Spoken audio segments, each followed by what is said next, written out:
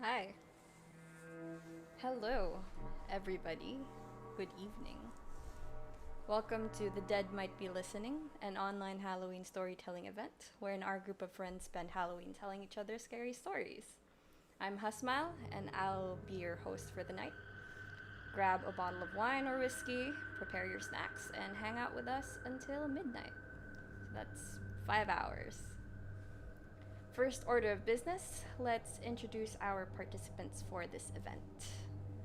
Our participants are, well, my friends, my group of friends whom I have not seen since this quarantine started in March. I miss them dearly, so we're gonna go one by one and let's get to know the people who will be telling stories for today. Alright, guys, as I say your name, please unmute and then I suppose you can also uh, show your camera if you have any. Okay, let's start with Michael.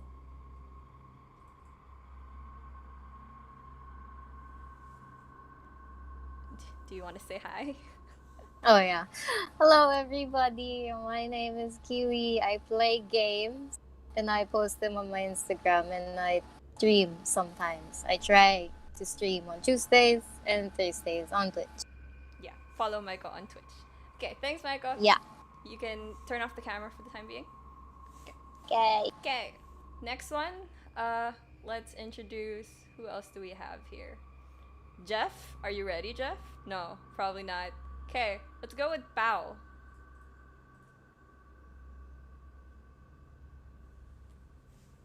Hi, my name is Pao, and Hi, I'm Koi. I'm with him. yeah, that's me. Okay. That, that All right. that's what. Thanks, Sal. Thanks, Koi. You guys can turn off your camera and your video for the time being. Hi. Hi. Alright, that was Bao and Koi. Next up, let's go for Sam. Sam, you ready? Always. Uh huh. Yo, Sam. I'm Sam, by the way. I'm cosplaying Justice from Helltaker, though I don't have the gloves. But this will do. Yeah, you look Pleasure great, to Sam. meet all of you. You look great, Sam. You can turn off your Thank you. video and your audio for the time being. Okay. Next, let's go with the love of my life, Kobe. Ah, Uh huh. what video owning? Uh, we're it's loading. Yeah, it Can is you guys loading. see me? No, not I yet. am not seen We're gonna have as to of wait. yet.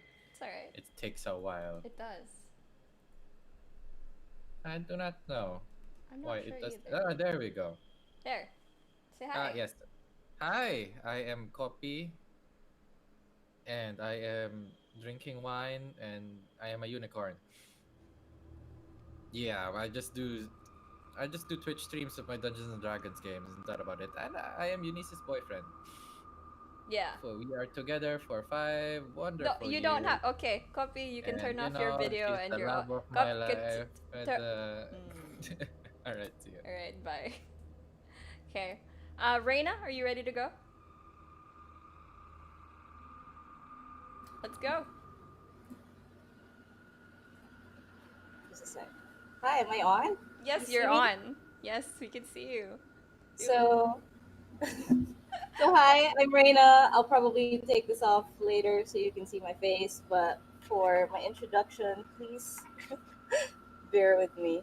So, I'm a writer and a tarot reader, and I'm on Instagram as at reinaxregina. Okay, go follow Reina on Instagram. Thanks, Reina. You can turn off your cam for now. That is Cool. See you adorable. I guys. love your costume so much. Okay, I'm sus. she's really good at that game. Rusty, you ready, Rusty? Yes, Let's go. Say hi. that is share screen. Never mind. Turn on camera. Hi guys, my name is Rusty. I am dressing up as Danny Phantom because the gray hair dye didn't work. Um, you can catch me in my girlfriend and I's YouTube channel. That's Ramen Curry, and that's where we play like different kinds of games and a compilation of stupid things I want to do in video games. Yeah. So you guys can go check out their ramen curry channel on YouTube. Yeah. Thanks, Jen. You can turn off the video for the time being. Sure. Sure. Okay. Did I miss anybody? All right. I don't think I Joe. did. Is Joe gonna be speaking? I think Jeff. Jeff. Jeff. Is Jeff there yet? Jeff? Yeah, I'm not sure if he's there. Jeff? Okay. Yeah, I don't Joe is think he's typing. there. Oh, what did Joe say? Yes, that was an Among Us cosplay from Reina. Okay, so if we're good, yes, right. Don't worry about that. So now that we've met our participants, we have one more person to introduce. So we actually have a special guest to make the event a little bit more interesting. And to make it a bit more special and more Halloweeny, we thought we would invite somebody who can offer us a little more insight on the supernatural. Yeah. So more than just what we already know. Why? Okay, yeah. All right, so everyone, please welcome my friend and a practicing witch, Kat. Kat, say hi. Hello. Hi, my name is Kat. I'm Onyx Hydrangea on Instagram. Like Unise said, I'm a practicing witch and pagan. I also do tarot readings, palm readings, and other divination stuff, either via Facebook or Instagram. Yep. So, hello. Hi, Kat. All right, you look really scary. I love it so I'm happy. much. Yeah. I think the people on YouTube are also scared of you now. So yeah, that's good. Okay, so for today we actually do have a special segment wherein we have compiled a list of questions that you guys, our viewers, have submitted to us, and then we and Kat will try to answer your questions to the best of our abilities. So please stay tuned for that. Okay? So everybody, you can stay muted, but I want to see your faces. So you can turn on your cameras now.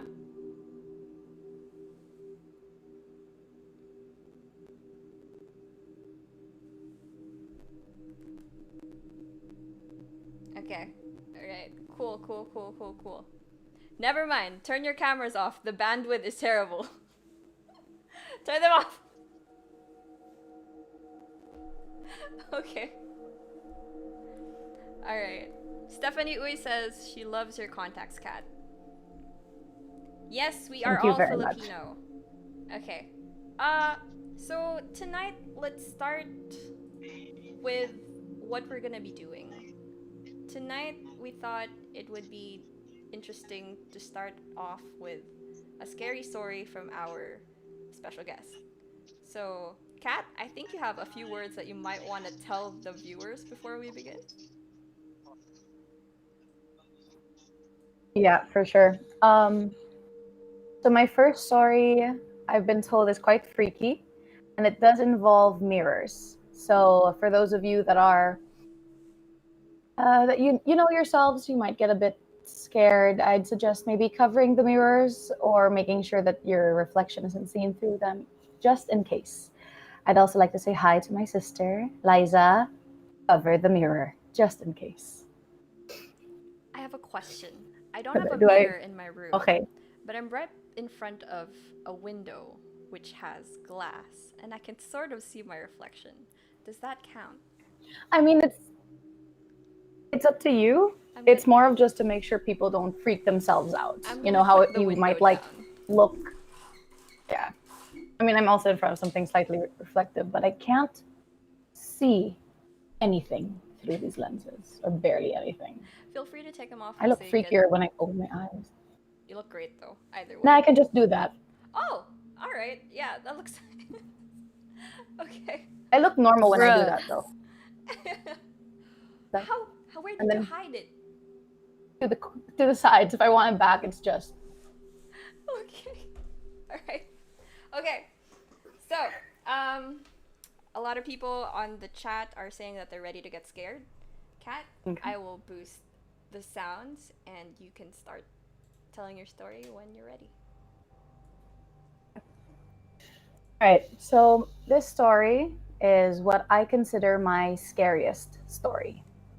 It happened back when I was in elementary, maybe 8 or 9 years old, maybe 10. And at that point in my life, I had already been seeing ghosts for quite a few years. I started seeing them when I was 6 years old, so I do have an open third eye, hence the costume for this year. So I had this friend who was celebrating her birthday, so the party was done, and for those that were able to sleep over, we stayed.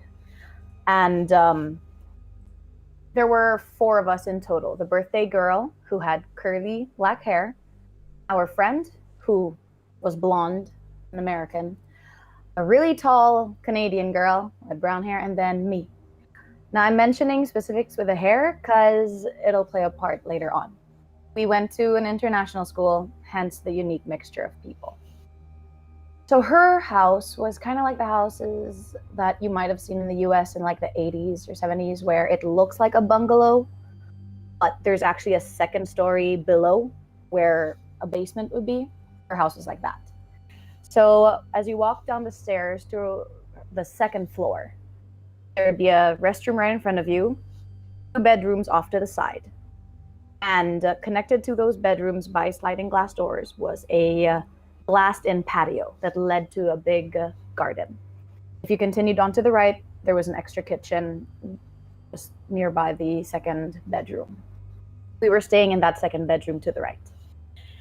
And as the night went on, the topic went to ghosts. Now, I wasn't open back then about what I could see, but I did let them know that I was iffy about ghosts. And so the conversation went to folk tales, folklore, and those scary little games kids tend to play on Halloween. And it happened to go to one topic. I'm sure all of you guys have heard the story of a certain woman that appears in a mirror when you chant her name a certain amount of times. I personally will never say the name. I've only slipped up twice in my life since that has happened. I don't say the name, not necessarily because that entity exists, but because I have bad luck and shit tends to be listening. So they get to that topic and I tell them, nope, I'm not doing that one. And they're like, come on, it's not true. She's not really gonna come out of the mirror and kill us. So they decided to do it, but I tagged along because peer pressure. So we enter the restroom that's right across from the stairway. And the restroom is large. Her home itself is large. The restroom itself, once you enter, you had a large counter space with a sink. So you had quite a bit of counter space before you hit the sink that had the mirror right above it. And then a bit more counter space, the toilet, and then the shower. And of course, a little window that allowed for ventilation. This window allowed for a little bit of light to come in from outside. The tiles in her bathroom were a bluish green. So it was, with the lights off, it already looked pretty creepy. So 3 of my friends stood in front of the mirror, and I had my back to the door and my hand up against the light switch because I was not participating. So my 3 friends, one with dark, curly hair, and with blonde hair, and a tall girl with brown hair, stood in front of the ritual. The version we had heard, and there are many versions out there, the version we had heard was you had to stand in front of the mirror, recite the name, and turn slowly in a circle before reciting the name again. You had to do this 13 times to call her forth, and then she would kill you. So my friends start, and they say the name, and they turn around. They say the name, and they turn around. And it's dark. And after a few chants, it's a little colder than it was when we started. But I'm ignoring that, and I have my eyes focused directly on the mirror. A few more chants pass by. And that weird green coloring seems to have gotten stronger. More chants. And I can no longer tell my friends apart. The blonde hair isn't sticking out as it used to. The immense height difference between my friends and our other friend wasn't obvious. Instead, it looked like there were 3 girls standing in front of a mirror with their heads down, spinning slowly in a circle. I don't even remember hearing their voices for the chants. I could just hear the sounds. And as I looked once again to the mirror, I realized something there. I didn't finish the chant at this point. It was probably the chant number 7. And I could see in that mirror it was fogged up, and I couldn't see the reflections of my friends. Instead, what was there was a silhouette of a head and shoulders. 2 more chants. I could tell that it was wearing a veil, pulled down just about there. I could see where her hairline was, and I could tell she was there. A few more chants passed by. We're probably on chant 10 at this point. It seems like it's going on forever. And I notice I can see the detail where her chin ends. Slight shadowing where her nose should be and her mouth should be. They reach the 11th or 12th chant. I don't remember because when I looked at the mirror, all I saw were her eyes, clear as daylight, not looking straight at my friends, but instead turned slightly to look at me. And they were in pure detail. Black iris, and red coloring. I screamed, turned on the lights, pulled my friends out. And they were annoyed. Why'd you do that? We were just about to finish. Nothing was going to happen. What do you see? What did you see? I brush it off. Nothing. Let's go to bed. We go to bed. The weekend ends. And then comes a school day. And they force me to tell them what happened. So I tell them. They tell me, no, that's not true. We didn't see anything. There was nothing there. Of course, I'm a kid. I believe them. And I decide to try it by myself that day. So after school, I go up to the 3rd floor. And our restrooms in this school, they were huge. Probably the size of some of your apartments. Maybe, let's say, at 20 square feet. Big. When you enter the door, there's a long line of sinks and a long, large mirror. In front of you would be 2 rows of stalls. I think that they were 6 or 8 stalls in total. And then on the far end, on that wall, were windows up high near the ceiling. So I stand in front of the mirrors and I tell myself it's not real, so I'm going to prove it to myself. I'm going to do it. And I start chanting. I don't turn around this time because I don't want my eyes to trick me. I start chanting and I say the name and I pause and I say the name. And I hear one of the doors from one of the stalls. Whatever, it's the wind. That's fine. And I chant again. And I notice there's a shadow wall. I can see the reflection and it's on the far wall. I ignore it because it's my shadow. And I chant. And then I stop. Because I realize I'm facing the mirror. The windows are behind me, casting light down towards me. I look under the sink. My shadow is there. I focus once more on the shadow I can see behind me. Like an idiot, I ignore it and I chant again. And it steps off of the wall and becomes a 3D thing and takes a step towards me. I run out, and I'm a fat ass little kid, and I ran down the 3 ramps that we had heading to the 3rd floor. And since that day, like I said, I've only ever said the name twice.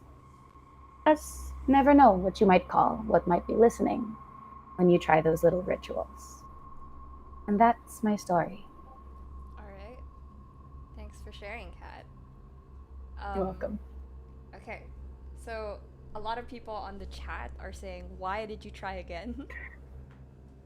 Because I was a stupid kid. I was so willing to believe it was a trick of the light. I was so willing to believe that it was nothing, that I had imagined the entire thing, that ghosts weren't real. This was a point in my life before I had gotten into witchcraft and stuff, so I didn't have that information that, it's pretty chill. So I tried it to prove to myself that my friends were right. That was stupid. So that's why. Okay. So there, guys. Kat has answered your question. What about our friends here? Rusty, Kiwi, anybody with any follow-up questions for Kat? If you have one, turn on your camera and turn on your mic. Okay. Elizabeth Solarda says you were really great at storytelling, Kat. That's my baby sister. Simon. Aw, that's your sister. Okay. Yes. Michael has a question. Yes, Michael, go ahead. Should I turn my camera on? Hold Yep, on. you can turn it on. Oh, okay. Okay. General question. How does a spirit or a ghost kill a person? Okay. So they can't exactly do it as it's shown like in movies or even in our superstition. It takes a lot, and I would say is probably the rarest thing that could happen. Most probably they could kill you if you have a heart condition and they scare you so bad that you have a heart attack and you die. Other times they could potentially drain you of your life energy, especially if you're sickly. That becomes a little easier. But once again, that's pretty rare. Spirits don't have as much power as like our superstitions or media has made them out to be. Other would be if they tried to possess you and it just messed with your heart enough and you just. But yeah. So it's not exactly like a violent type of thing. It's more of a something that comes slowly and then kind of just affects you in a way. It's not like knives in Pretty your much. mouth. Yeah. All right. Cool. Nah. Okay. Okay. I get. Thanks, Michael. Should take care of my heart. Yes, you should. Yes. In general, you should. Yeah. Okay. Anybody else? I have a question. Yes, copy. Go on. This is not really even a ghost related. Hello? Yeah, we can hear you. All right. It's not even a ghost related question. It's more on a question for you, Kat. Most people, their natural reactions to things that give them fear is to run away. But based on your profession, cool profession, by the way, I feel like I can place that in a resume and I would like, yeah, that is beautiful. But anyways, is this your very first like encounter of sorts? With that story, that wasn't even my first. That was probably at that point like my 5th or 6th, but it was the most jarring. The most. Yeah, it was the most jarring at that point. Yeah, okay. Again, most people run away from things that give them fear, but somewhat it drives you. Can you like talk to me more about that? I mean, you are now a practicing witch, and people tends to stray away with those types of things for safety reasons, I suppose. Why does that? Why are you unhinged? Is I guess is my question. I like that. Unhinged. Okay, so I just saw a face. So for when I was a kid, I was still scared. Luckily for me, though, I grew up with a mother that was very superstitious, even if she said she wasn't. I didn't grow up with ghost stories. I was not allowed to hear ghost stories or to watch scary videos or anything, because my mom was very against it. Something interesting about our family is we actually have a history of spiritualists. We have a very strong sixth sense and third eye properties in our blood.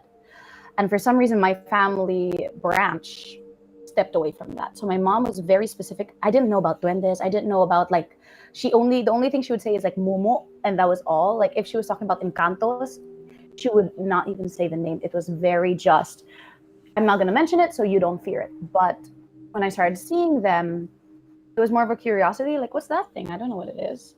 And when they started to scare me, especially those that like to go like right up to my face, I got scared because I didn't know what they were. The fear slowly ebbed away because of research, because I got into witchcraft and everything. For a lot of practitioners, spiritualist type stuff, spirits, ghosts, demons, etc., tends to be part of it. So I did some research, and that was when I found out, like, oh, I'm seeing ghosts. Oh, I can like see them. It's a thing.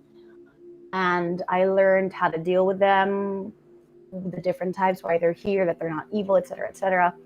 And I don't get scared now. I'll still get shocked, like if one pops in front of my face, I'll still go like, ugh. But after that, it's just annoying when they do that. The fear has ebbed away because of that information that I've garnered and the experiences that I've had. I've had probably over 100 at this point. But yeah, just education, knowledge. Knowledge is power. Just a point. You saw a face? Kobe! I mean, I'm pretty sure I did. I think one just poked through. Yeah, I saw a face. Yes. Now, Kobe, this isn't about Kat, so we actually have a question and answer portion for Kat. The question and answer portions that we have right now are for the story specifically that we're told. So you can. Gomenasai. Hindi nagbabasa ng program flow. I'm so sorry. You still love me. Yeah, I have no choice.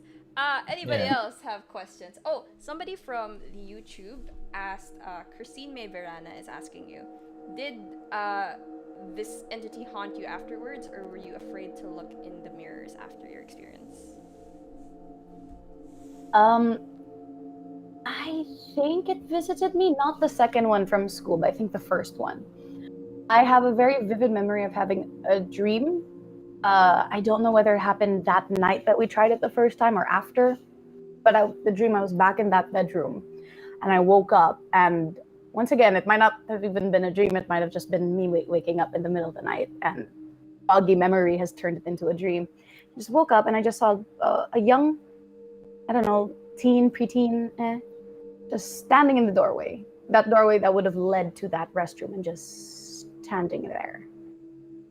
And I mean, that was it. After that, though, whenever I was in front of a mirror and I thought of that name that you're supposed to chant, I would leave. I still do that now. I've gotten a little better. Like if I'm washing my face or something and I think of it for whatever reason, I just kind of bite my tongue. I'll explain why later, but I'll do something that I'll like shove it out of my brain. Or I'll just kind of like, just like kind of chant the idea away, so I'm not drawing anything near me, because I'd rather not. So you just learn to be careful at this point. Pretty much. All right. Does anybody else have any other questions for Kat? Joe has a question. Joe has a question. What is Joe's question? Can you read it out for us? Are there nice ghosts? Yes, there are a lot of nice ghosts, and some ghosts that are very, very fun to be with and to like interact with. Most ghosts are chill. Most ghosts are surprised when they realize, like, oh, you can see me. Hence why a lot of ghosts like go face to face, because they're checking the legitimacy of what they think. I have some ghost companions that come in and out of my life. They are pretty chill. They tend to be kids. Yeah, I just realized, why are they all kids? Strange. But I've had interactions, or whatever jokes that they used to make. There are a lot of nice ones out there. It's very rare that you would find those that want to like harm you. A lot of times they're just too deep in their own grief that they don't realize it's actually affecting you, because auras and energies, etc., can flow. So yeah, there's a lot of nice ones. All right, thanks for answering that, Kat. Joe, I hope Kat answered your question. All right, so let's move to the next story, if you guys are satisfied with our first I guess traumatic story. I have covered my window. Someone in the chat is saying, OMG, I want to see a ghost. And what say you? Would you recommend it, Kat?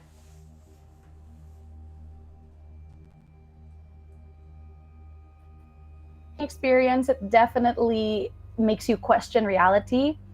There are people that are just like, oh, I want to open my third eye. Do you think I should? And it's like, well, if you're willing to see like from regular human looking to worse, sure. But if it's like a one-time thing, you want to go to a haunted place, have a video camera out, take pictures, go for it. That's a fun experience. Trying to push through more than that, you really have to think, are you willing to take the entire buffet? because it's not just the dessert you're gonna get. It's not something you can turn on and off like a light. You could, but it's also a muscle that's kind of reflexive. So if something's near, if you're not too trained with it, it'll just pop open. Mine can. I'm literally pointing at the freaking third eye that I'm stuck to my forehead. I can close and open mine. So mine can blink. Most of the days mine's closed. Other times it'll pop open, or if something wants to show itself to you, it's just gonna show itself to you. Like I think the thing that pushed through. Okay. I keep looking there just to see, like, was it my eye? Was it the thing? It was a thing, I think. Okay. All right. Thanks, Kat. You can turn No off problem. your camera and your mic for the time being. Okay. Okay. You can. All right. So, hi guys. Hello, YouTube gang. Just wondering how you guys are doing. Yeah, it's weird. The lag is weird because there's no lag on my end, but for some reason, once it goes through the OBS, it does the thing. Okay, so thank you, Kat, for your wonderful story. Wonderful. Happy Halloween, you guys. Kat has another story for us later, so you can look forward to that. But moving forward with our program, our next storyteller is actually Kiwi, Michael.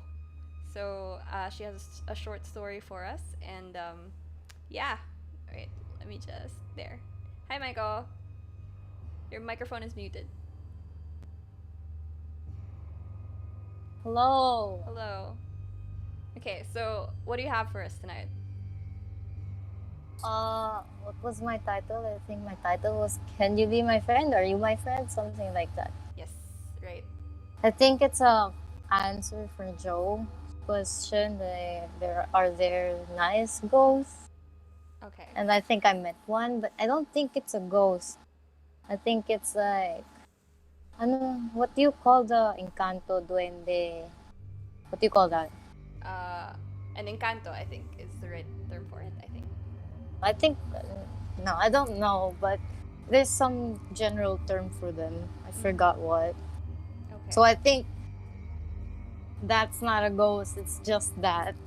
And when I told my mom about this, I asked her to disclose if I can disclose some of the information, and then she said no, you can't, because it's too personal, because it kind of ruined my life a bit. My career and my friendship with other people. So, okay, it's not a scary story. It's just my experience. It's okay. So, okay, the first time I ever experienced it was, I was from Parañaque, like Sun Valley, like pinakaloob, pwede ba magtagalog? Pwede nga magtagalog, go lang. Pwede magtagalog. Oo. Yung pinakalooban ng Sun Valley, Parañaque. And at that point in time, like it was 2004, 2003. So there's not much of a development yet. So puro puno and like houses apart from each other. And then we were first on that lot and that street. And then there's a lot of trees. So I was hearing na my yaya was seeing something, may duende, may ganon. And I don't really believe it at first. So moving on, we moved out. We moved out and we went to Manila to study Chinese. And then the apartment we were renting didn't feel normal.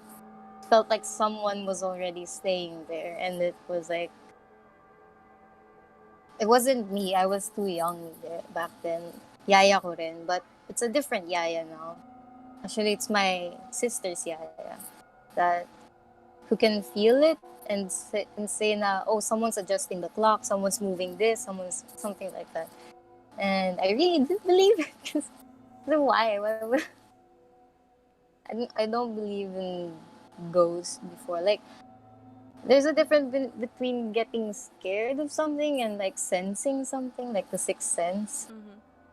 That's what I believed in. So I'm just scared sometimes because of a horror movie and stuff like that. And then Then we moved into the building, to the place that we're supposed to move in after the apartment. And then there it happened all the time. Like, it was really annoying. It's not really scary, but it was annoying. At first, I was listening to music when I was in high school, and then it would, I don't know if it's the phone or something, pero it would usually slow down and sound like in a demonic way. But at first I got scared, but the second time it happened, parang, this again. So I just went to sleep. I always sleep late because I'm a rebel. Yeah. And then, and then the next time it happened, it wasn't me. Like, my mom was complaining, "No, where's her stuff?" and stuff like that. And I was like, "No, I didn't take it." And then my dad, "Where's my stuff?" I didn't take it as well, and so on and so forth. So it became a running joke now whenever something gets lost or is missing for a moment, we're gonna say like, "Oy, ingatan mo yan, balik mo kagad, kailangan ko yan."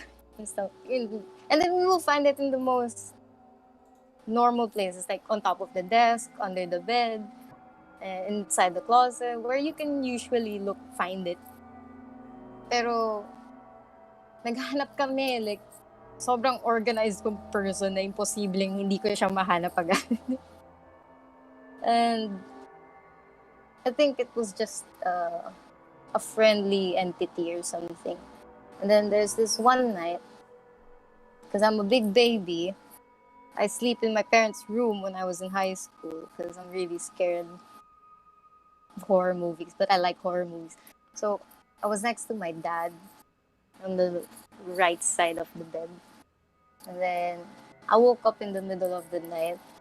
And then there's this small person, a black small person. And then I don't know if curly hair, but it looks like a curly black haired small person. I don't know if it's a kid or a small person. Okay. And then I stared at it. I was thinking, am I dreaming? I was gonna reach out, but I got too lazy. So I was like, I was like, Saved by the laziness. And then I just went back to bed. Normally, casually. And then my dad would, after a few days, few months, things will happen again. And I have a cousin who's chem-ing before he graduated. He studies late. And then again, being scared and sensing something is different, right? So he's not scared. Like, he's not scared. But he's sensing something that someone's watching him between 2 a.m. to 4 a.m., something like that. And I can feel it as well because I play games around that time. And then sometimes I can't play games because I feel like someone's behind me. Like, you're having a good game. And then suddenly you feel it. And then you're going to end the game and go to sleep. And then my cousin's like that too. Like, he's just studying. And then he feels it. And then he goes to bed. But one night, he was studying, facing the bathroom. He noticed that the lights were switching on and off, like once, I think now. And then he made cuento the next day. And then we were joking about it na, si ano yun, our friend.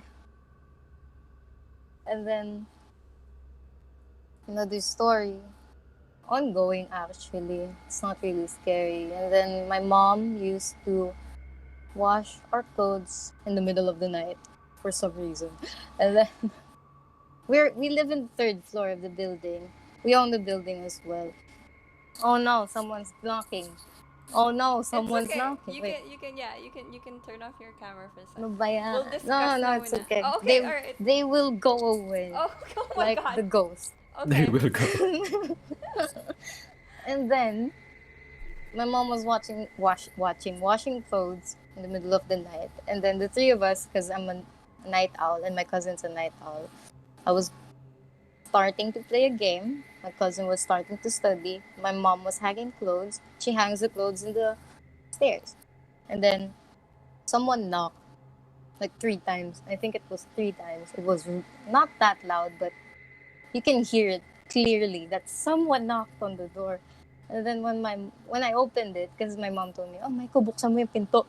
And I was like, and I thought it was my ninong, but when I opened it, it was pitch black. And I was,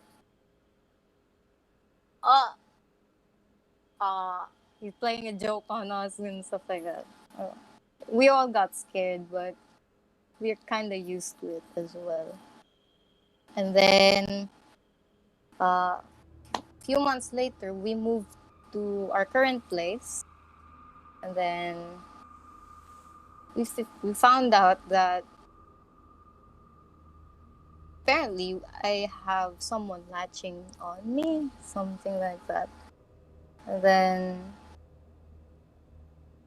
they said na it was a celoso type daw, and then caused some friendship being ended and stuff like that. So I don't know if it's true, pero I think that's all I can say. Okay. All All right. Because my mom. Oh my god. And then so we found out that, and then so far when we moved, we didn't feel it anymore. I kind of miss it, pero I mean, maybe it's bad for us. And then what else can I say? I'm supposed to say so. Oh, and then when I asked my parents about this, like, oh, I'm gonna tell a story on stream again, and I told them the story again, and then my dad told me a story when he was like young na, parehas pala tayo. May nakita rin kasi ako dati, may maliit na tao na maitim din. Tapos sabi ko, oh, kailan yan? And I was like, nakatingin lang daw sa kanila habang natutulog. Tapos, when he described it, nagulat ako kasi parehas na parehas. I was like, oh my gosh, so totoo yung nakita ko nung gabi niya. So, and then, there I got scared. So, when I got scared back then, nung kinikwento ko na I'm gonna tell this story on stream. But so far I haven't feel anything anymore. I feel at peace. That's good. And kind of miss it, but Okay. yeah, he's the friend. Let's not refer to it right now. Now that we don't know what it is yet, can we ask Kat about yeah, I this know. first? That's why I was kind of scared to talk about it right now. Yeah, just don't refer to it. Don't refer to it. Wait, Kat. You're my friend. That's not go. Okay. Is Do you have any input regarding Kiwi's story? hold on. Do I turn on my camera or no? You don't have to. It sounds like it was a duende, especially with like how small it was, etc.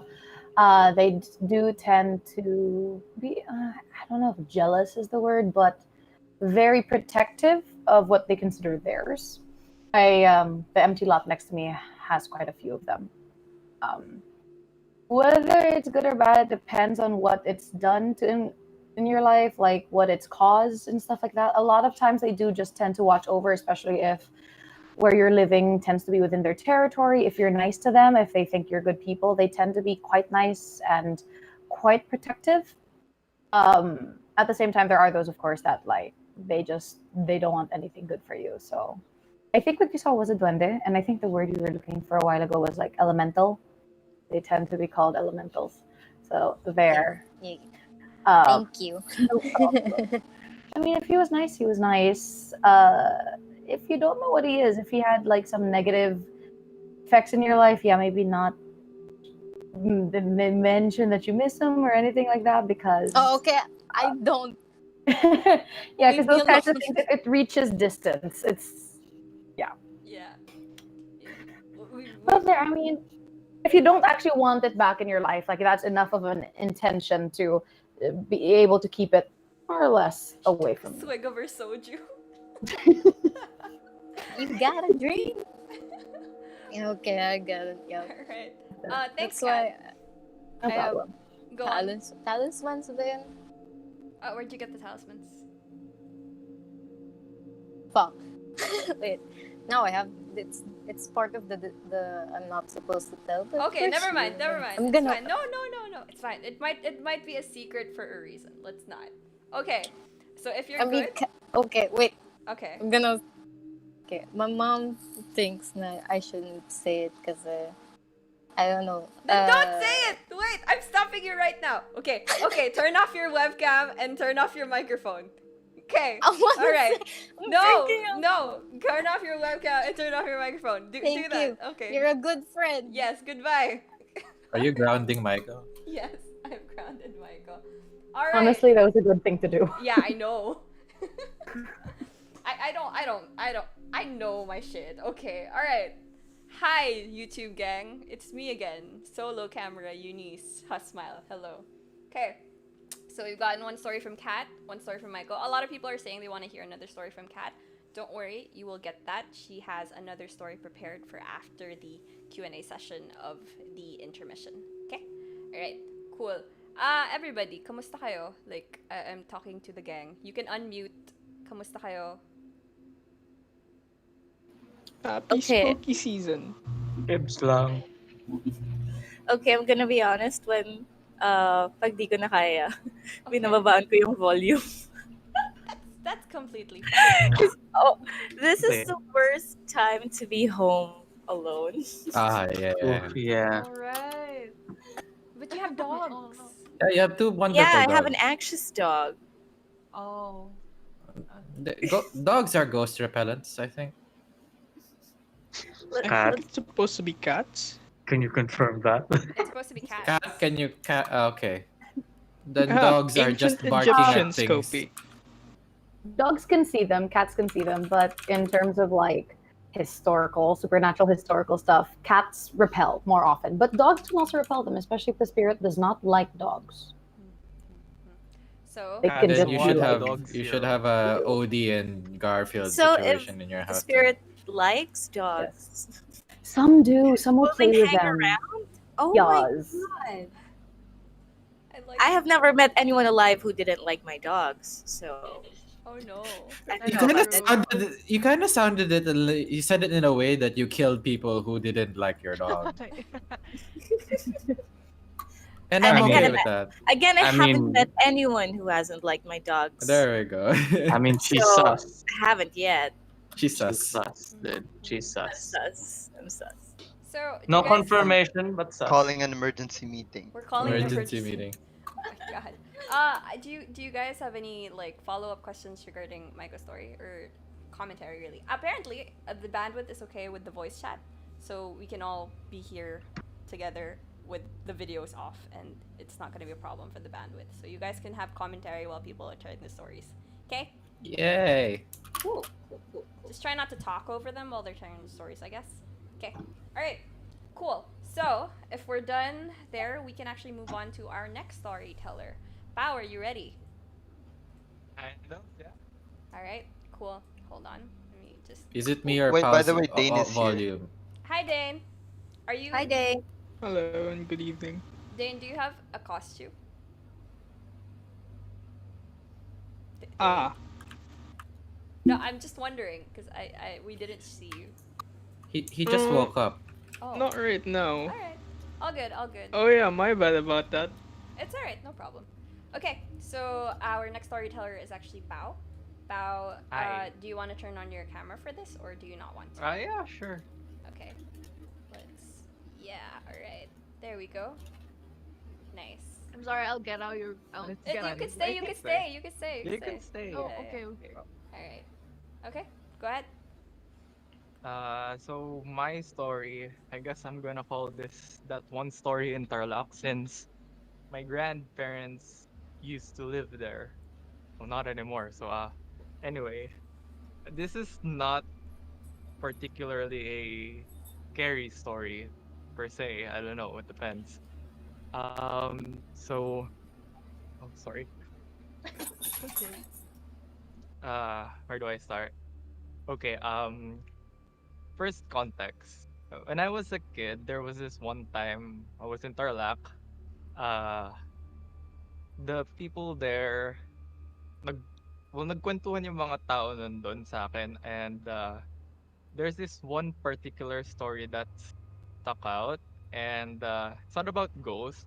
Uh, so the story goes like this. So apparently in Tarlac, uh, how do I say this? Tagalogin mo na. Kaya nga, wait lang, chill. Chill, Eunice. I'm I was Tagal. thinking. Tagal naman. The joke. You can't rush art. Ganito kasi, nung bata ako, kinuwentuhan ako, 'di ba? So, yung kwento, it's about an aswang. So, yung aswang na kinuwento sa akin is, do you know that aswang called Tik Tik? Is that it? Yeah, tik-tik. Yeah.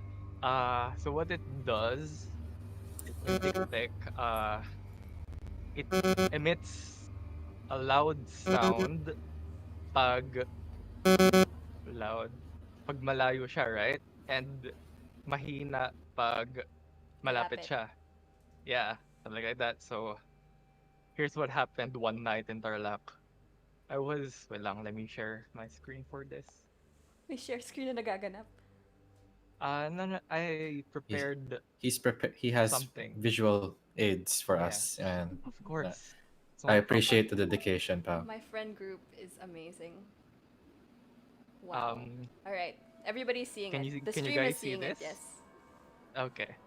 Okay. So here's the layout of my grandparents' house where the things happened.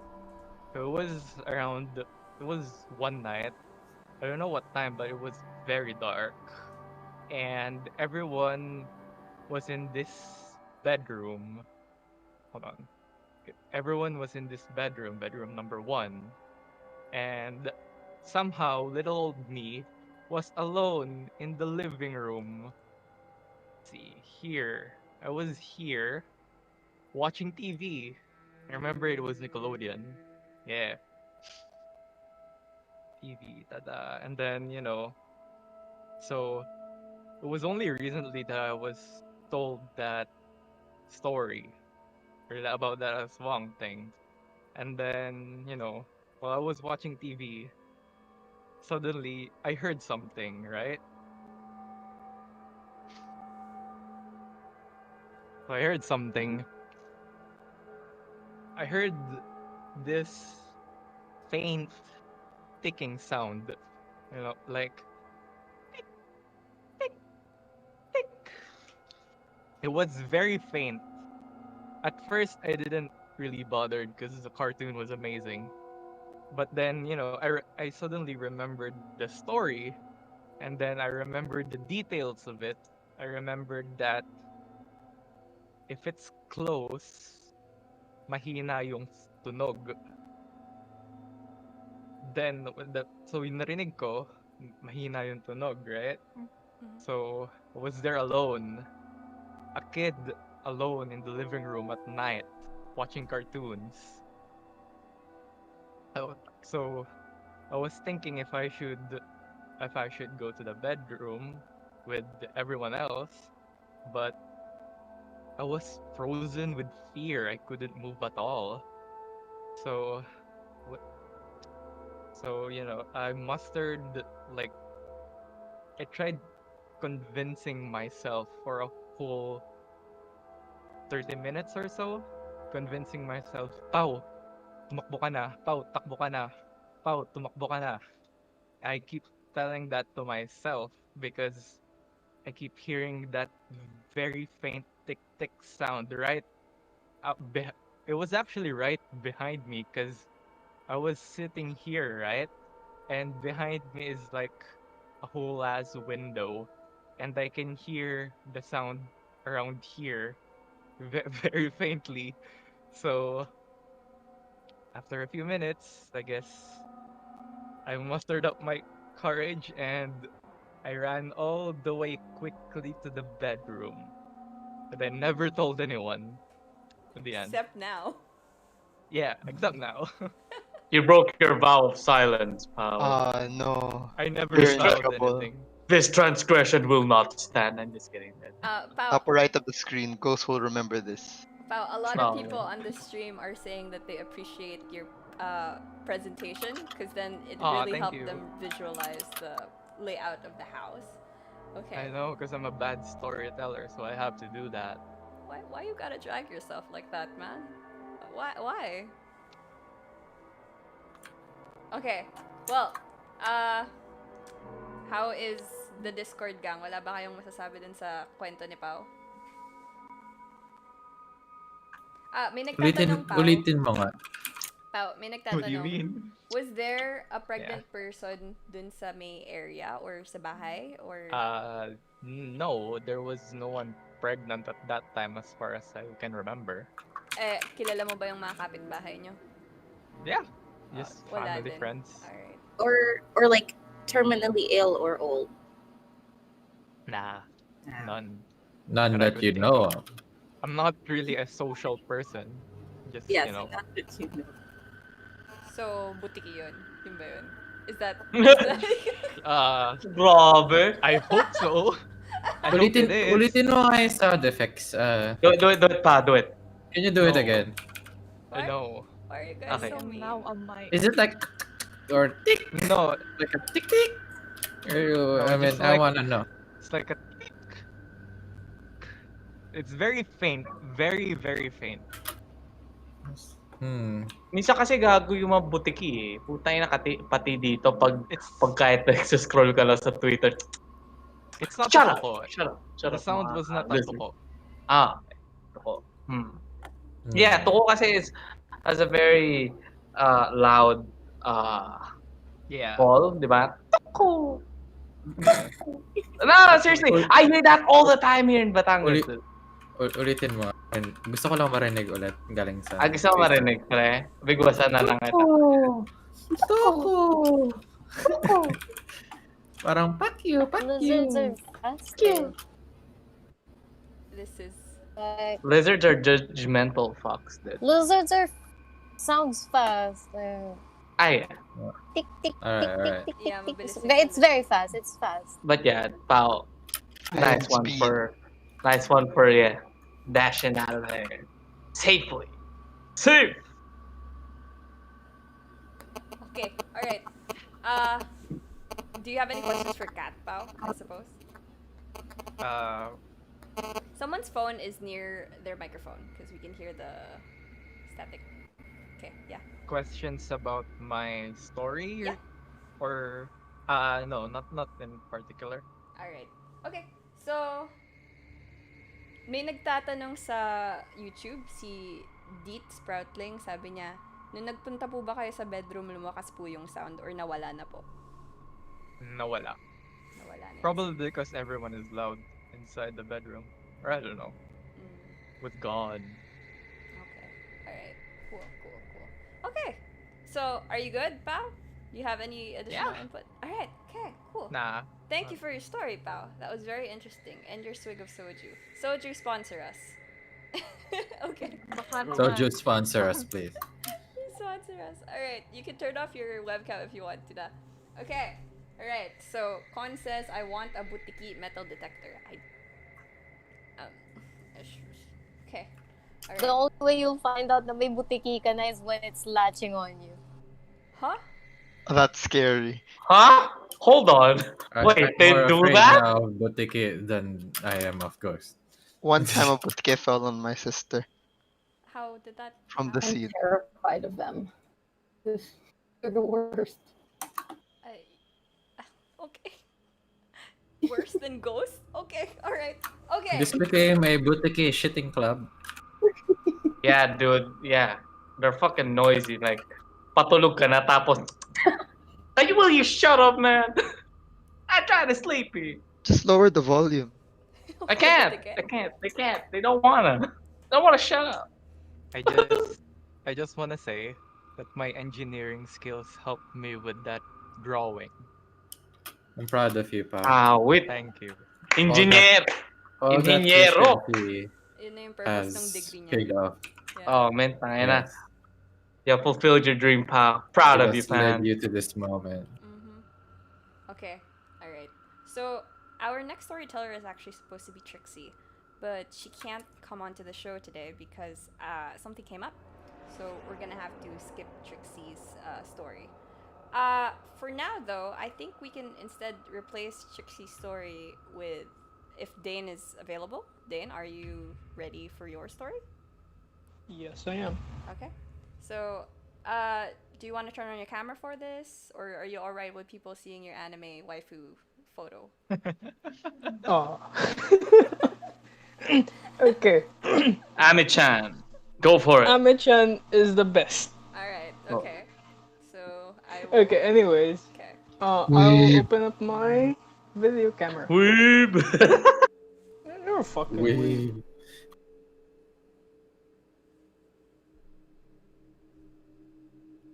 Okay, is the video camera on, or am I just not seeing things properly?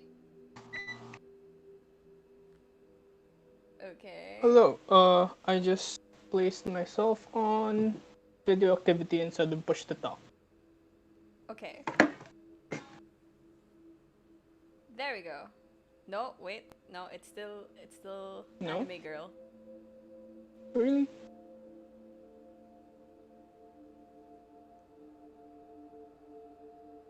Alright. There we Okay, go. There we go. Alright. Hi, Hello. Dane. Hello. You should introduce yourself to the audience because they didn't get to meet you at the start. So Dane, introduce yourself. Okay. My name is Lorenzo Dianco. I live in the southernmost part of Manila. I am currently in college, online classes. It's my last term. And I've had my fair share of ghost stories, encounters. Not really encounters, more like chilly. How should I explain it? Chilly. I guess you can say it's encounters. Okay, alright. Spoopy. Spoop. Spoopy. Oh my god. Okay. So, first and foremost, the part in the south, in the southern part of Manila that I live in, is called Sukat. It used to be a marsh area. It was a swampy, really, really tall grass that it's still actually present right now. You can see parts of where I live to have grass or natural foliage that's as tall as a truck actually. It's really, really easy to hide anything in there, even a body. That's what people have been practicing in this area for hundreds of years. Ever since the Spanish era, people have been dumping bodies in this place. And my house is built on top of it. So now for my story, I'd like to call it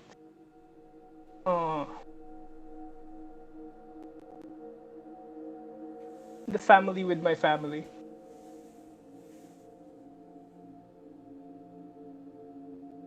So is everyone hearing me all right? Yep, everyone hears. Okay.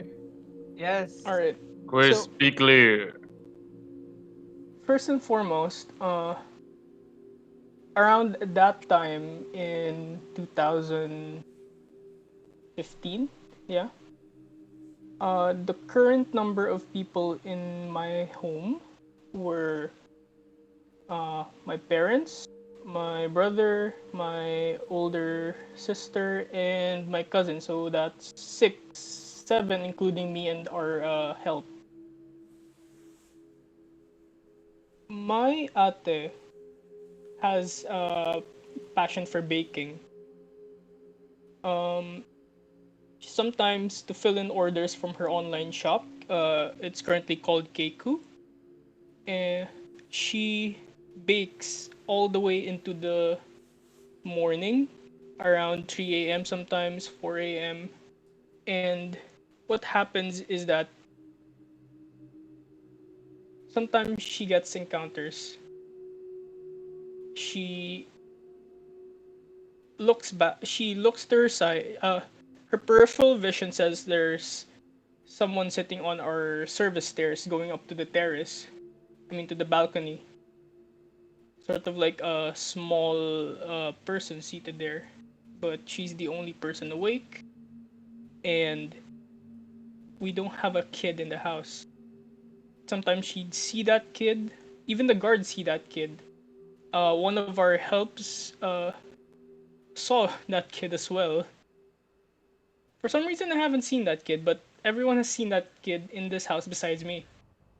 There was this one time my dad told me about the guard saying a kid from our house was playing out in the middle of the night and wanted to inform us for the child's safety.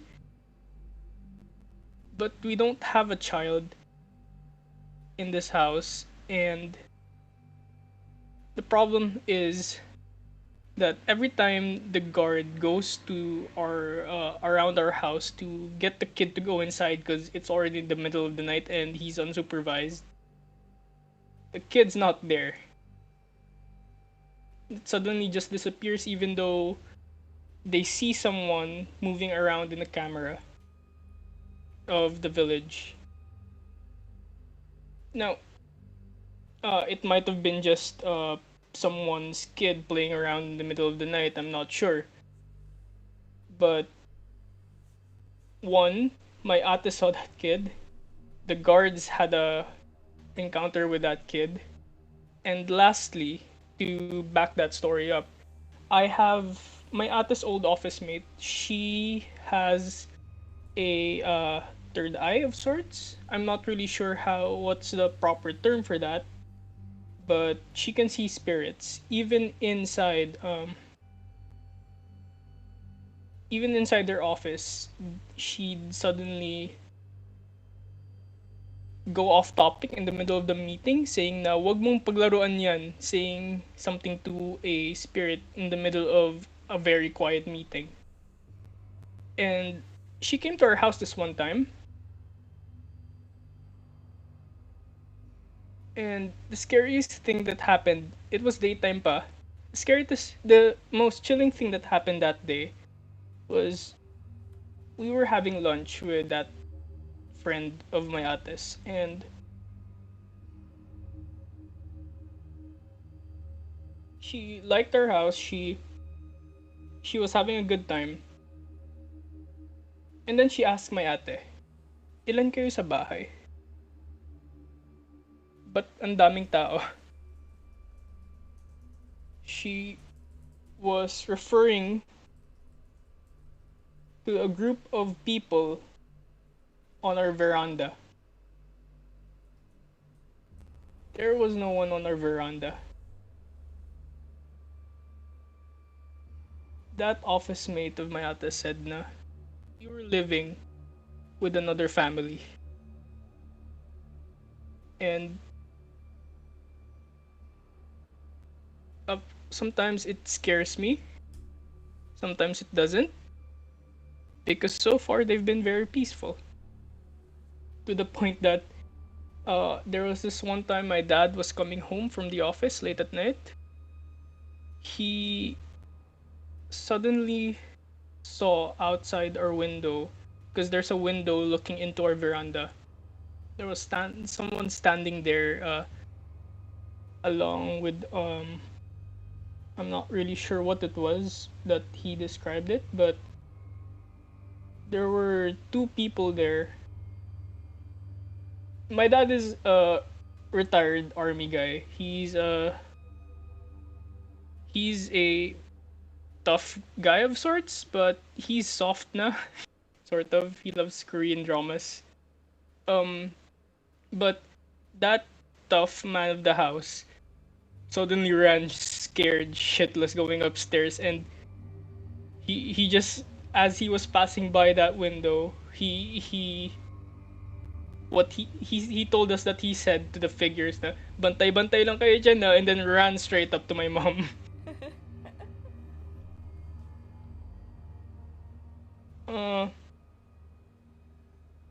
So yeah, This place has a lot of spirits. The roads, the people who live here, the early morning joggers, they've seen stuff. In early 2016, yeah, the last incident was early 2016. That was around April or sometime as around June or July. It was the early morning, and joggers suddenly found a dead body around 50 meters just from my house in a field where there was a bit of tall grass. But it was near enough to the road that a random passerby, a jogger, could see it once morning light comes. I live in a scary place. And it used to get to me, but now I was just working in our living room, pitch black. The only light was my laptop because I'm working on my thesis right now. And I can vibe with the kind of the general atmosphere of the area now. I'm not really scared of that family that lives with us anymore because they've never really bothered us in a way. They just like to pop out every once in a while. And I'm gonna tell you this, they pop out when you least expect it. We have a china cabinet. It has mirrors on the back of it. It has mirrors inside it, so you can when you look at the china cabinet, you can see whatever's behind you. And sometimes when I pass by in the middle of the night to get water, because I stay up really late. I have a very bad body clock. That's why I came late to this thing. I sometimes see someone sitting beside me or someone just standing by the couch or by the door just watching me. I just tend to not mind it, but I've kind of like accepted my fate that I will always live in a haunted or a dwelling with some form of spirit in it. Kind of like my old house, our old apartment before this, which was built during the 1950s or the 1940s, I think. It was a really old place. So yeah, that's my first story. The story about the family who lives with my family. That's currently still there. That's currently still there, and who sometimes pops out to each and every one of my family members. I have a question. Like, Yes. what is aside from your sister's coworker coming over, like, have they done anything so drastic that your family thought to have to deal with the situation, or have you guys just been vibing all this time? Our old help, the one who raised me since I was a child, she's currently in Hong Kong right now. She's a domestic worker there now. She always had problems with this thing at night. There was always someone knocking at her door, just a light knock, just something like on her door every night for a straight week. Sometimes she would call my dad to go down to see if, because she was scared. There, every time she answered, the first 2 days there was no one there, and she sometimes would call my father to go down to see if there's someone there because she was getting scared. Um, she has always been my yaya, who has raised me ever since I was a kid, has always been the kind of like a magnet for these sort of things wherever we lived. Yeah. Uh, I loved her to bits because she raised me, but sometimes she just really scares me with her stories. Like the night before last week, sometimes she'd go during breakfast and she'd suddenly, ano, she'd suddenly pat me on the back like, ikaw ba kumakatok sa pintuan ko kagabi? Oh, tulog ako ya. Huh? Okay. All right. Hey gang, any comments on Dane's story? Actually, I do want a tangent because we also had a similar problem with the knocking then. We had help then kasi, and then that was actually one of the reason why that particular help left. Apparently, for 2 weeks straight, actually, hindi. May kakatok dun sa pintuan nila. Tapos, syempre, hindi napapansinin. Kasi nasanay na silang wala namang tao eh. Eventually, may gagalaw ng doorknob ng pintuan nila. So, they'd lock it. But, ang kwento ni ate is, buong gabi daw gumagalaw yung doorknob na yun. Oh god. Yeah, I know. And so, eventually... What the fuck, man? I know. Eventually, she just told my parents, and then they just let her leave. You know, yeah, I thought it was way too similar to what happened to your yaya dun sa bahay nyo. Okay. Yeah, everybody? Yeah. Input? Any man? I can personally attest I have driven to your house late that night before Dane, and I'd like to say the first thing that came out of my mind was, I can hide the body here! And Exactly. I'm like, okay, this makes sense, and my inference is not only a theory, but an actual fact as of the moment. And, There's this... Yeah. No, I'm just wondering, do people just like walk around at night? Let's try to find a dead body. Actually, is that an activity? You want to not try? really, because there has been gun violence recently in my place. Yeah, but back in 2014, when we just moved here, there was this one police officer who was out on his morning jog at around 4 a.m. He suddenly collapsed in the long main road where there are a cove of trees lining the road. He suddenly collapsed from his jog because he saw a hanging body from one of those trees. The older one, which was a bit thick, on that dark road. So he told he actually the police officer asked for help at the nearby gatehouse, but it was gone when they came back to fetch it. He suddenly fell in the middle of his jog, seeing a body, asked for help to take it down, and suddenly it was gone. So that's one of the stories from the residences here. Yikes. It's always the morning joggers who sees the bodies dumped by the tall grass, the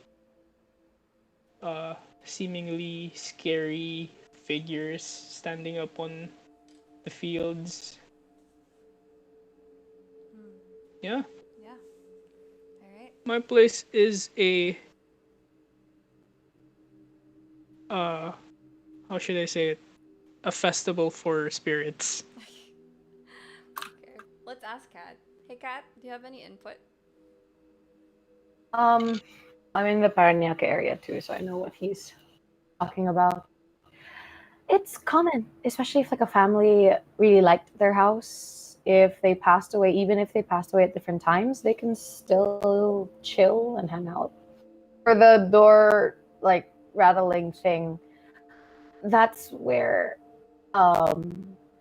if I was there personally, I would just get annoyed and just kind of like shout at the spirit, because they're aware of what they do and that it freaks people out.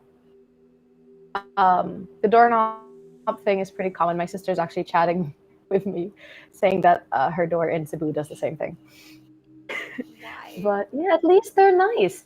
They could just be trying to get in, and still trying to I'm physically sorry do to it. interrupt, Mhm. but the getting in part, we recently did renovations on our house. We extended the one of our sides, so we don't have a veranda anymore. It's part of the living room now. So when they were doing this construction, I was thinking about that family in the veranda who who was there, and I thought to myself, they're gonna be inside the house now. Pretty much. There was this, I forgot where I saw it, but the idea of like why ghosts pass through walls instead of just going through an open doorway or something is that houses and buildings changed so much over the years that they're just so used to their regular haunting spots, essentially, that they would use a door that used to be there that is now a wall and just goes freaking straight through. So yeah, I mean, they could just be hanging out in the veranda, feeling the sun, when in reality they're still indoors. But my area used to be a field, a marsh. Um, it was very notorious, especially with people who grew up around here. I just moved here in 2012, so I'm not really familiar with it that much during that time. But people who used to live here back in the 80s, 90s, one of the barangay tanads who my dad got acquainted with told us that this place was notorious as a dumping ground. It was dubbed as Tapunan back in the 90s, just because it's a dumping ground for dead Oh, bodies. for the mga nasalvage. Yeah. It, yeah. Um, it's pretty scary if you think about it, living in a place like this. But I just kind of got used to it. Especially with the increased gun violence lately around the area. Yeah. Well, if anything, you should be more afraid of the actual gun violence than the ghosts. So. True. Yeah. That's true. All right. So. I'd sometimes wake up to gunfire in the middle of the night or at 3 a.m. Welcome to the Philippines. All right. I Welcome know you to have the another story, Philippines. Dane, but I had that scheduled for after the intermission. Hope that's all right. Yeah. Okay. Cool. So Yep. you can turn off your camera for the time being. Okay. So Alright. is everybody good? Everyone's all right? I have a question about a story a while ago. Go ahead. This is related to Kiwi's story. Mm-hmm. What would you advise someone who is experiencing the same thing you are but don't like it? Like, what should they do? What? Me? You're asking Kiwi? Or like, Me. I'm just curious, like if you Too have any dark, sorry. idea of, like, what to do in that situation, like, should they move house or like do something Too specific? dark. Are you asking Kiwi or are you asking Kat? If Kiwi specifically, if she knows anything. Why me? I'm gonna disclose the thingy that I'm not supposed Oh, to. okay. Never mind. Okay, turn off your camera and turn off your mic. Bye. Bye. Please, you're a good friend. Yeah, of course. Sledgehammer. Kat, I want to know what your input for that is. What do you think is like the best course of action for a situation like that with Kiwi, wherein there's something that latches onto the kids in the house just because it feels territorial and whatever. it depends on what's going on. First basis would just be to tell it to get out. Essentially, assert your dominance. You are the human. This is a human house, human laws, etc. They tend to be pretty good with that. They tend to be pretty understanding. They know that it's not necessarily, while it's on their land, it's the house itself is human, or it's a human spot. Once they've latched on, though, there are a few things you can do. You can do like basic egg cleanses, where you take an egg, rub it all over your body, and then dispose of the egg. There are ways to read the yolk to see if something was in fact there. There are other cleanses that you can do, either in a bath or a shower, or just in a freaking big balde. Salt works really well. If you have like bay, basil, rosemary, those are good for getting rid of spiritual attachments. So there's a bunch of things that they can do. Moving house sometimes works. It depends on how attached the entity is to their land versus the human. Sometimes it could work. Other times they just move house with you and they follow. Yeah. All right. Okay. Thanks, Kat. Okay. No Can problem. I do a follow-up question about that? Go ahead. It's about my question earlier. Turn Why on your do camera. some... Oh, sorry. Go Wait ahead. lang. Should I too? Oh no, you don't have to. It's about my question earlier. Why do some ghosts tend to stick around or watch over someone? The context is it's because my mom told us before that she have two ghosts watching over her. They stick around for the same reasons that we stick around for friends or family. They just like that person. They might be related by blood and they just want to watch over the family. They might have just been around when you grew up and they want to like see how you're doing. Other times they might just like your looks. They're still human spirits, so they're still pretty shallow. It might just be like, ooh, attractive person, I shall follow. Other times they might like your aura. They might just like the essence of Oh. you, and they end up being a positive influence in your life, something that could be protective, things like that. So different things, but so long as it's watching over, it tends to be one of those reasons. Okay. All right. Yeah, okay. Are you good, pal? Just a little background. It's because according to my mom, it started when we were living in Makati. And when we moved here in Quezon City, apparently they followed. And it's not just that they're watching over her. Sometimes they're like protecting her and stuff, according to my mom. It's, just sharing. Oh, Yeah. Nice. cute. Okay. All right. So, somebody on the YouTube. Oh, sorry. Go ahead. Who has a question? Think the thingy with me is the same with the mom with Pao. Like, it's a friendly one. And they watch over us and stuff like that. So we're the same. I'm just saying, I'm drunk. I'm sorry. Bye. I have one last question, Go ahead. or unless somebody else wants to go after me. So like if a spirit of a relative follows you, to watch over you and stuff, so that means they haven't really moved on, or like they're not resting, quote unquote. That would really depend on the person's belief of the afterlife. Mm. What I've noticed is moving on can happen immediately, but the ability to visit is something that most spirits are able to do. There are some of those that believe that even visiting means that they're not at rest. I don't believe that, just because they're very chill and they're very happy when they do tend to visit for the interactions I've had with them. So that confused me. So okay, so they can be totally happy in the afterlife, but they can come back and say, "Hey, come back." It's like having a Zoom call with them. They're just like popping in. Okay, got it. Thank you so much. No problem. All right. Thanks, Reina. Actually, someone from the YouTube asked a similar question. So Chelsea here was asking, shouldn't the ghosts have crossed over to their world, and then, like, why haven't they? So I think Kat already covered that All right. So, okay. We've gone through quite a lot of stories. So I think now is a good time to do our little intermission, just a little break, so that we can like get snacks, go to the bathroom, have somebody take you to the bathroom because you're too scared to go alone, type of thing. So the time is 8:30. I'll check in again 8:50. Does that sound good? 20-minute break. Yes. All right. Yeah. Yeah, cool. Okay.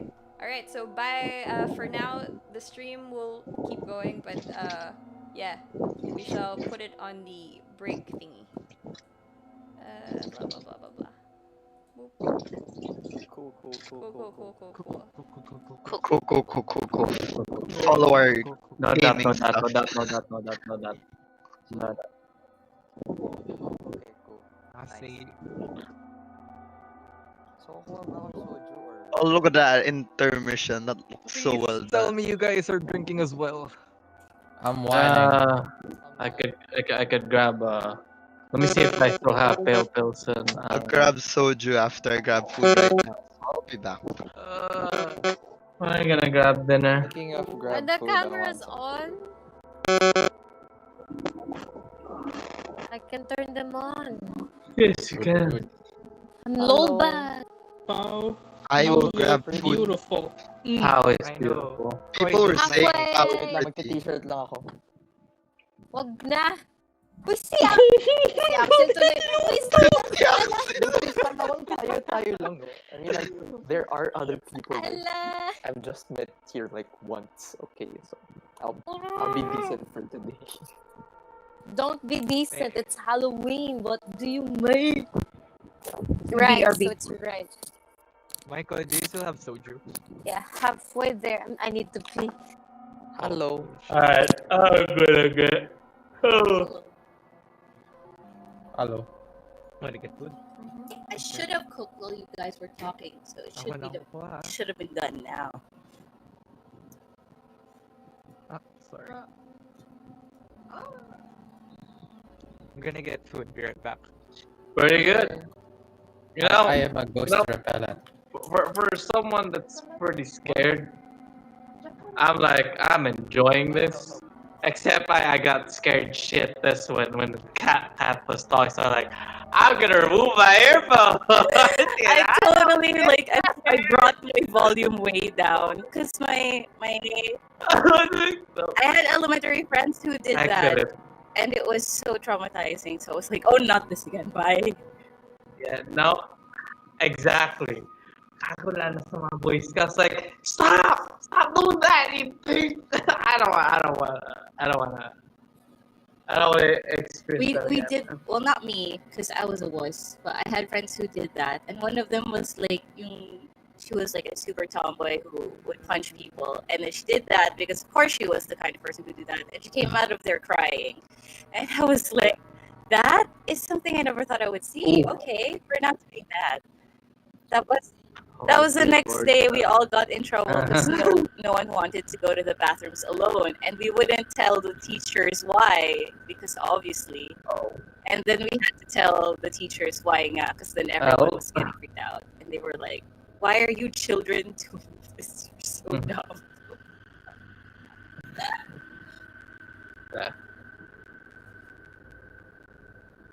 But yeah, so nice cabinet you got here, Dane.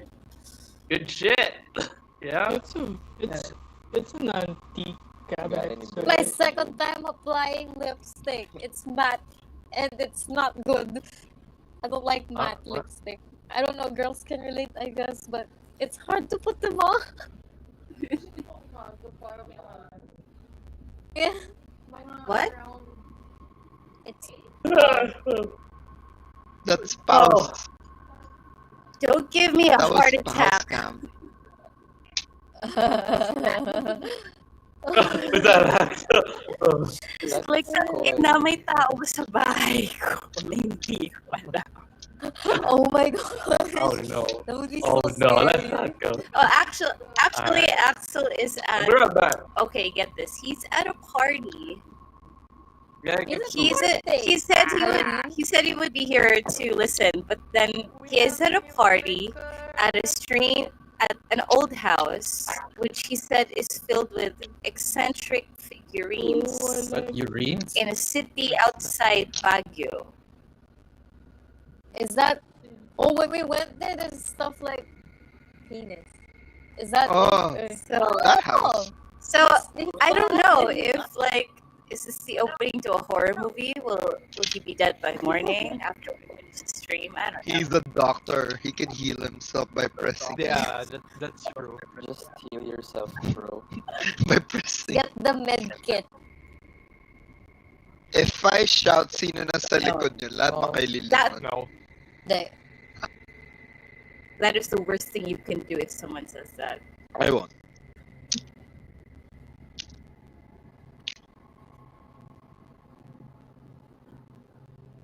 Why is it so strange? I miss you guys. Although I don't have a costume. Oh, thank you.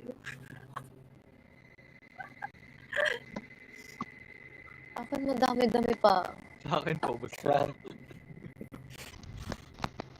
Habulin ko kayo, ubusin ko lang. Oh my god, hold on. Oh no, alas! Oh no, alas!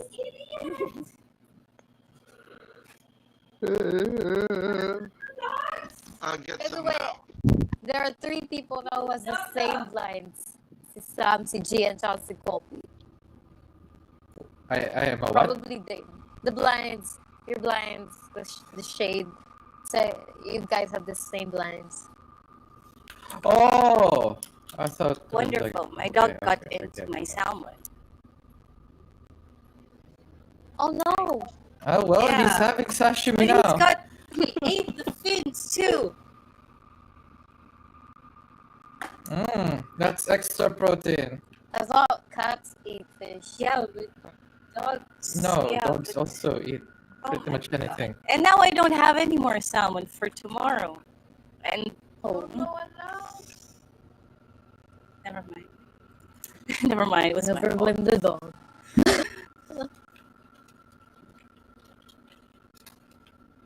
Tangkad din kasi ni Alice eh, so he can reach The the counters. counters if he wanted to. Yeah, I was so stupid. I left it unattended. Oh well, it's my fault. You guys wanna play Phasmophobia? I don't. I saw that. I saw that in Steam. Steam ba? Are we talking about the same game? You guys wanna play Yes. Outbreak? It's the multiplayer horror game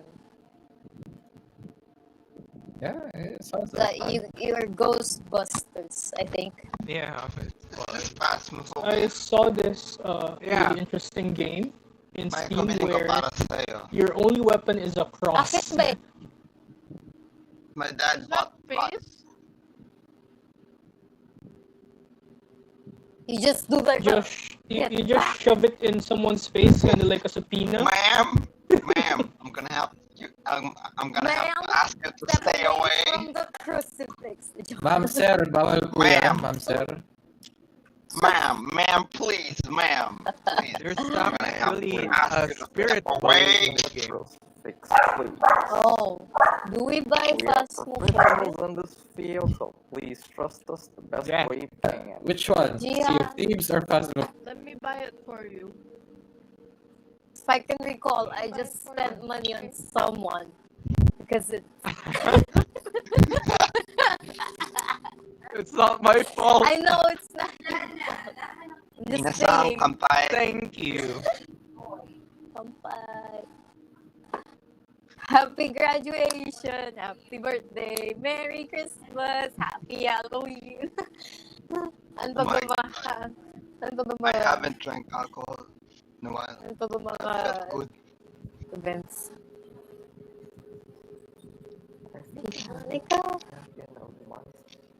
I made pasta. Stop showing your food. Ingit Copy ka. taught me how to cook pasta. This is for you, Copy. You put some... What do you call that? Yeah, Sesame oil. apprentice. Yes. Do it like this. You cook pasta like this. Yeah. I'm Should gonna have went shamelessly. Uncle Roger. Oh, what? I'm gonna shamelessly. Yes, MSG. You eat MSG when you're happy, and you eat SMG when you're sad. You That sprinkle would have been MSG on perfect baby, if it you make it and smart. Uncle Roger. That would be nice. I'm gonna shamelessly plug Aye. my Uncle my Roger Discord put photo his foot down. on the Aye, chat. I can't see the Actually, chat. just kidding. I'm just gonna shamelessly plug What it about on it? our Discord.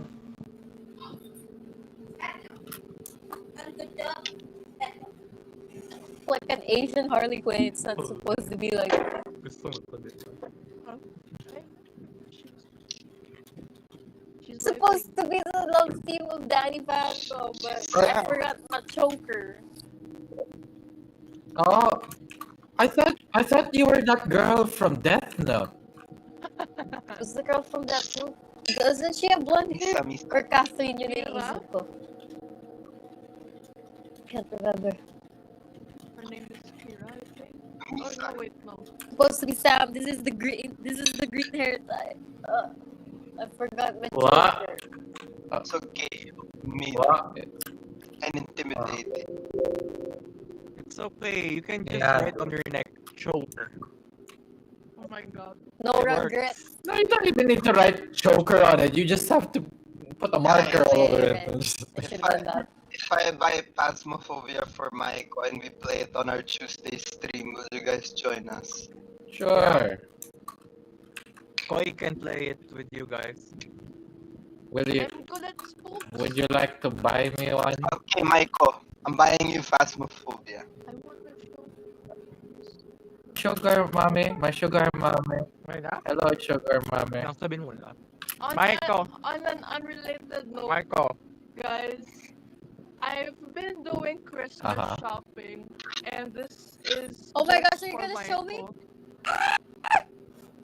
Oh my god. What's that? Cigarettes after sex. It's Is that a neck? I knew it. Vinyl. I knew it. I was First just, question you I was just like, a neck. the neck. It's like a dick. My neck. Actually. It's a neck. Thank you. Oh my gosh. Wait lang. I don't have a job. I still need it. No pressure. It's my love language. Charot. To accept gifts in letters. Oh yeah. Hell yeah. Okay. Okay. I just want to buy nice things for you guys. Big boss na lang kita, Unise. Yun yung thank you comment. Joke lang. Maiko, Mm. since senpai tayo ni Ate Nis, shokay natin ngayon. Unise. Jiko Shokai. Hey Joe. Wait, was that? Yo, tara! Joe! Joe, are you drinking? Oh my god! I now have a face. Totoro. Voice. It's Reaching AR-40 in Genshin Impact, by the way. Joe, Oh my come god. closer, Joe. Oh my god, it's Joe! Come closer, Joe. Come closer. It's the boy. Slap you! Would like to play Genshin. Everyone's so happy now. Yeah. No, what are you drinking? The name. Yeah. Joe, what are you drinking? Are you guys drinking? Joe, can you show what you're drinking, Joe? The cool minds. Show what you're drinking, man. I need to charge. Joe said he's drinking Sunmig. Nice. Nice. Joe, it's time for the voice reveal. Uh, I haven't Joe, heard your- Joe, I want you to say these nuts. Oh my god. Do it, Joe. Good for the meme, Joe. Come on. My man.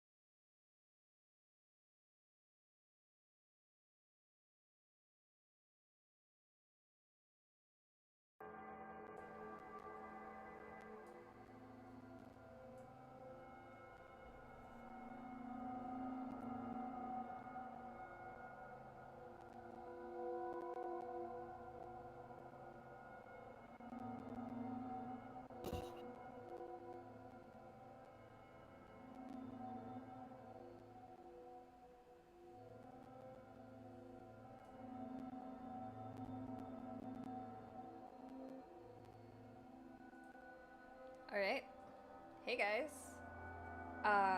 Welcome back to The Dead Might Be Listening, an online Halloween storytelling event. So, that was actually our intermission. If you guys are still here, we hope you got snacks if you needed snacks, and is The Dead Might Be Listening going to be an annual thing? I don't know. Hopefully not. The only reason this is here is because it's quarantine and I miss my friends. So, if next year is better and we can all go out again, we can make this an annual thing, but like hopefully we'll all still be in the room all together na, and not just via video call kasi medyo naglalag din yung Discord. Depende din kasi sa signal. I hope it's not raining there yet. I hope you guys are safe. Yeah, thank you very much for tuning in, you guys. I hope you guys are having fun.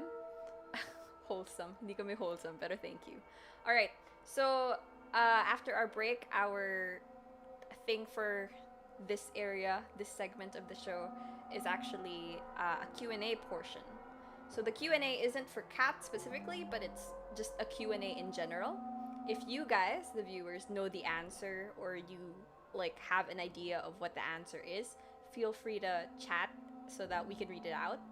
So we actually asked Facebook and Twitter if they have any supernatural questions that they want answered. If Kat knows the answer to them, hopefully she can give you those answers. If nobody knows the answer, maybe we can all talk about it and see if we can pitch in based on the things that we know from our families or, your friends and whatnot. Still not rainy here. Keep safe. Okay, I hope you are safe also, Bowstring Whisker. Okay, so we actually got a couple of questions, but I'm gonna call the group to go back into the voice chat. Hey guys, you can turn on your microphones. Hello. Paano ko ayoko? Paano ko ayoko? Diwag. Kono dio da. Diwag. Minasan, konnichiwa. No. Oh, my turn. Muda. This is supposed to be scary. It's not Arrivederci. Okay, so You asked for this. if you guys are done jojoing, Never. No. okay, we're gonna need everybody's help here. It's not just Kat. It's all Hi. hands on deck sana. Magtagalog na din kayo para okay Hi. din. Ayoko nga. Ang ina naman eh. Kasi sinabi mo na kanina, di ba? Ayaw nga, ba't mo pinapagtagalog mo? Oo nga, Ben. Gago ka ba, pre? Kaya Tagalog. Nyonggo. Audacity. Kat, I am so sorry you have to deal with all of us tonight. Before the stream, everyone was just starting to drink. Yeah. Men, ako hindi ako uminom na ito. I literally just woke up and am now bottoming up a soju bottle with nothing in my stomach. Very wow. nice. She's a champ. We had an intermission. Proud of you. I just finished my soju bottle like it's water. Time to open bro. another one. I'm saving Spicy mine. water. Make sure you hydrate, okay? Have actual water beside you. Okay? Right. Rolly will do it. Hydrate. Yes. What? You see, Soju is clear. Alright. That Sorry, means this it's is water. also- ABV alcohol. made with water. Okay, so we compiled a list of questions from people who are curious about supernatural stuff, and then we're gonna try to answer them to the best of our abilities. What we say might not be correct, but it's an answer. It doesn't have to be the right answer, I guess. Let's go for our first question. So this question came from Frog, and then they're asking. I think this question is more for Kat, really. Kat, are you here? Ayaw mo ang baso. Okay, Kat's here. Frog is asking, are there branches of witch stuff? How do you start being a witch? And then, what are the differences for witches in the West and then witches in Asia or in the Philippines? Okay. Can you turn on my video for this, or do I just go by voice? What do you want? I'm gonna just go on video because it feels weird talking to nothing. Yeah, You're alright. used to. costume is really great. Online. I love it. I know. Yeah.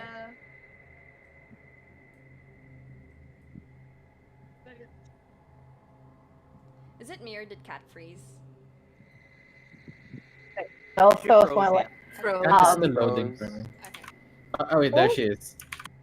Her FPS dropped. did I freeze? I don't know if it's my internet or if it's No. something Never mind. else. It's fine. It's just me. Am I still frozen? No, you're good. You're good. Right. Okay. There's a delay though, I think. Anyway, so yeah, there are different branches of witchcraft. There are a lot of branches. There are a lot of practices that are technically witchcraft, but some of the actual practitioners wouldn't call it witchcraft.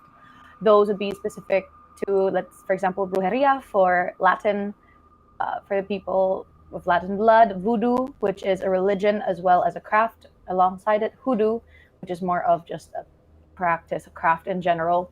Witchcraft itself, you also have green witchery, you have kitchen witchcraft, you have solitary witchcraft, which is essentially me. I'm a solitary practitioner. I don't have a coven.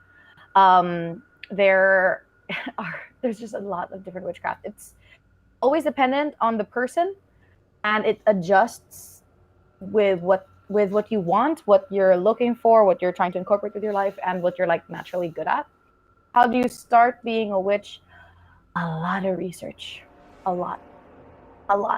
Years and years and years and years. And always willing to learn and understand that you are wrong in stuff and to move on. It's a lot.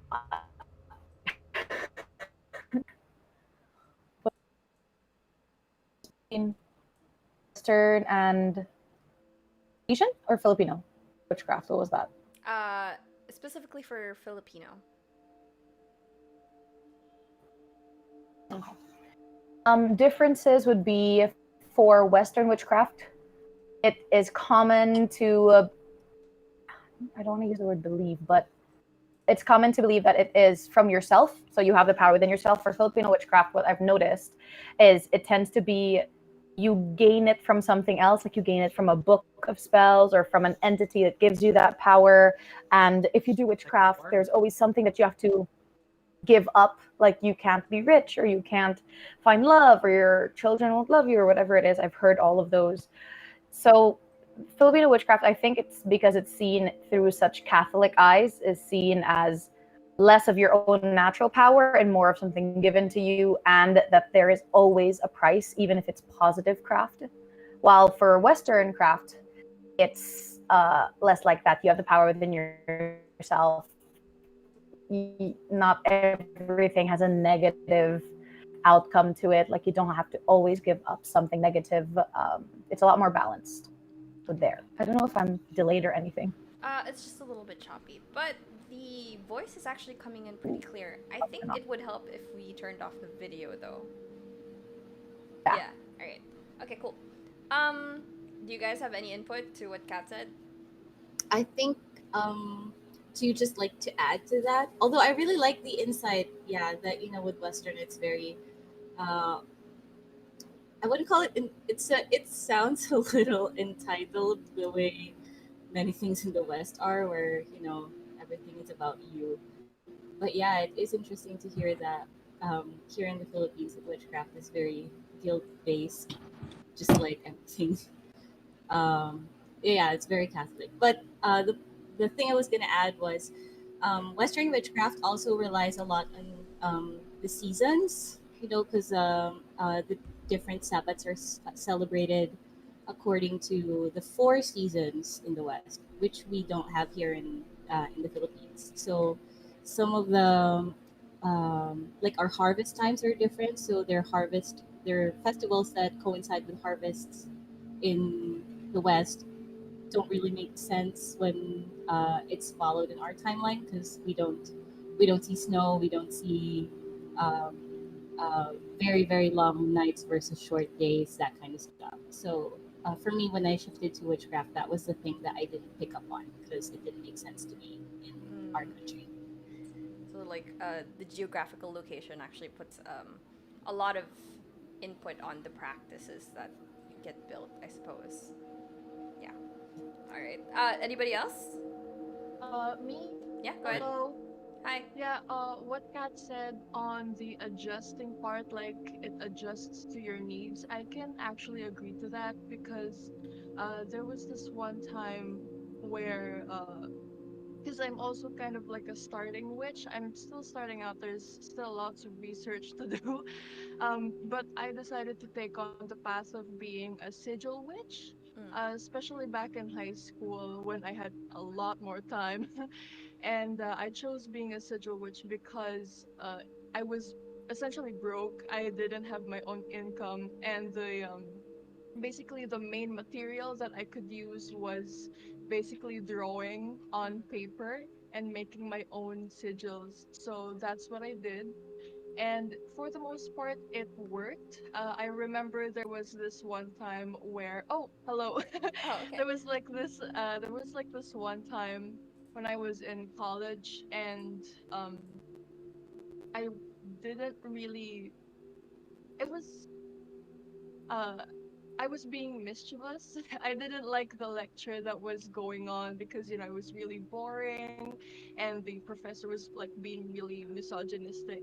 So I said, okay, let's just try this out. So I made a sigil that would basically, like distract uh or basically any way for the lecture to end early, like whether it was, the professor remembering that he forgot something, etc., etc. And then when, I activated the sigil, uh it blacked out. The electricity for the whole campus cut off, and then we had to evacuate the school because our college in Calamba and Laguna was actually was the old municipio or municipal hall of Calamba. So there were, morgues before that were converted to classrooms, and there was no air conditioning. So everybody had to go home early. So I was just like, okay, okay. Oops. I don't know if it was a coincidence, but on the adjusting part, uh, I can agree to that 100%. Ayun lang, share ko lang, ganun. Oh. All right. Thanks, Koi. Yee. Yep. Okay. So yeah, witchcraft and the Philippines. I feel like the differences are really more dependent on where you get your information. Because I feel like yeah, that's what being a witch basically is, like getting information and then applying it. And so wherever you get your information will obviously put a huge difference in the kind of craft that you're doing. But anyway, so thanks for that, guys. Shall we move on to our next question? Everybody, all good? Yes. All right, cool. Oh, yes. All right, go. Our next question is from Kolo. Wait, let me just double check that I'm doing the right OBS thing. Yeah, I am. Okay, so our next question is from Kolo. Kolo's a friend. He is asking more about manifestation. So Kolo's saying, I'd like to know more about manifestation and channeling, like in general. How does it work? What are the things to consider before doing it, like the risks involved, etc.? Sorry, Kat, I think this is more for you if you're capable of answering this. Yep. Yep. I'll start off with the channeling thing Yeah. because it's very different from manifestation. Channeling can be channeling energy, and I use that word loosely because it can mean a lot of things. Other times it can be channeling spirits or whatever form of divinity. That I would definitely not suggest for anyone who is a beginner. So you have to know how to properly protect yourself, how to open yourself only to what you need to open yourself to.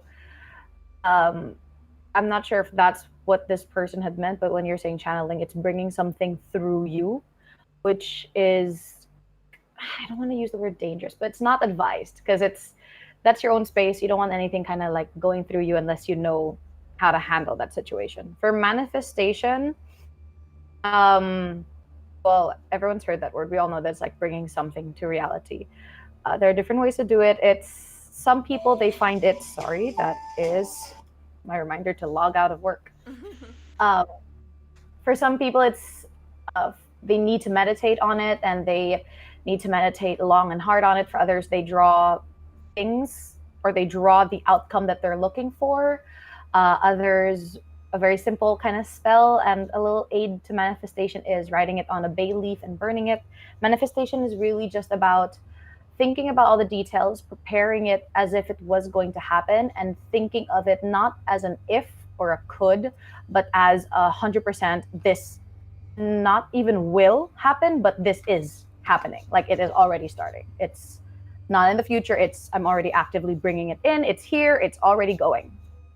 So yeah, it's a fun little thing that anyone that isn't even a witch can do, and a lot of people don't realize they do it through like simple prayers or simple planning. It's a very fluid thing.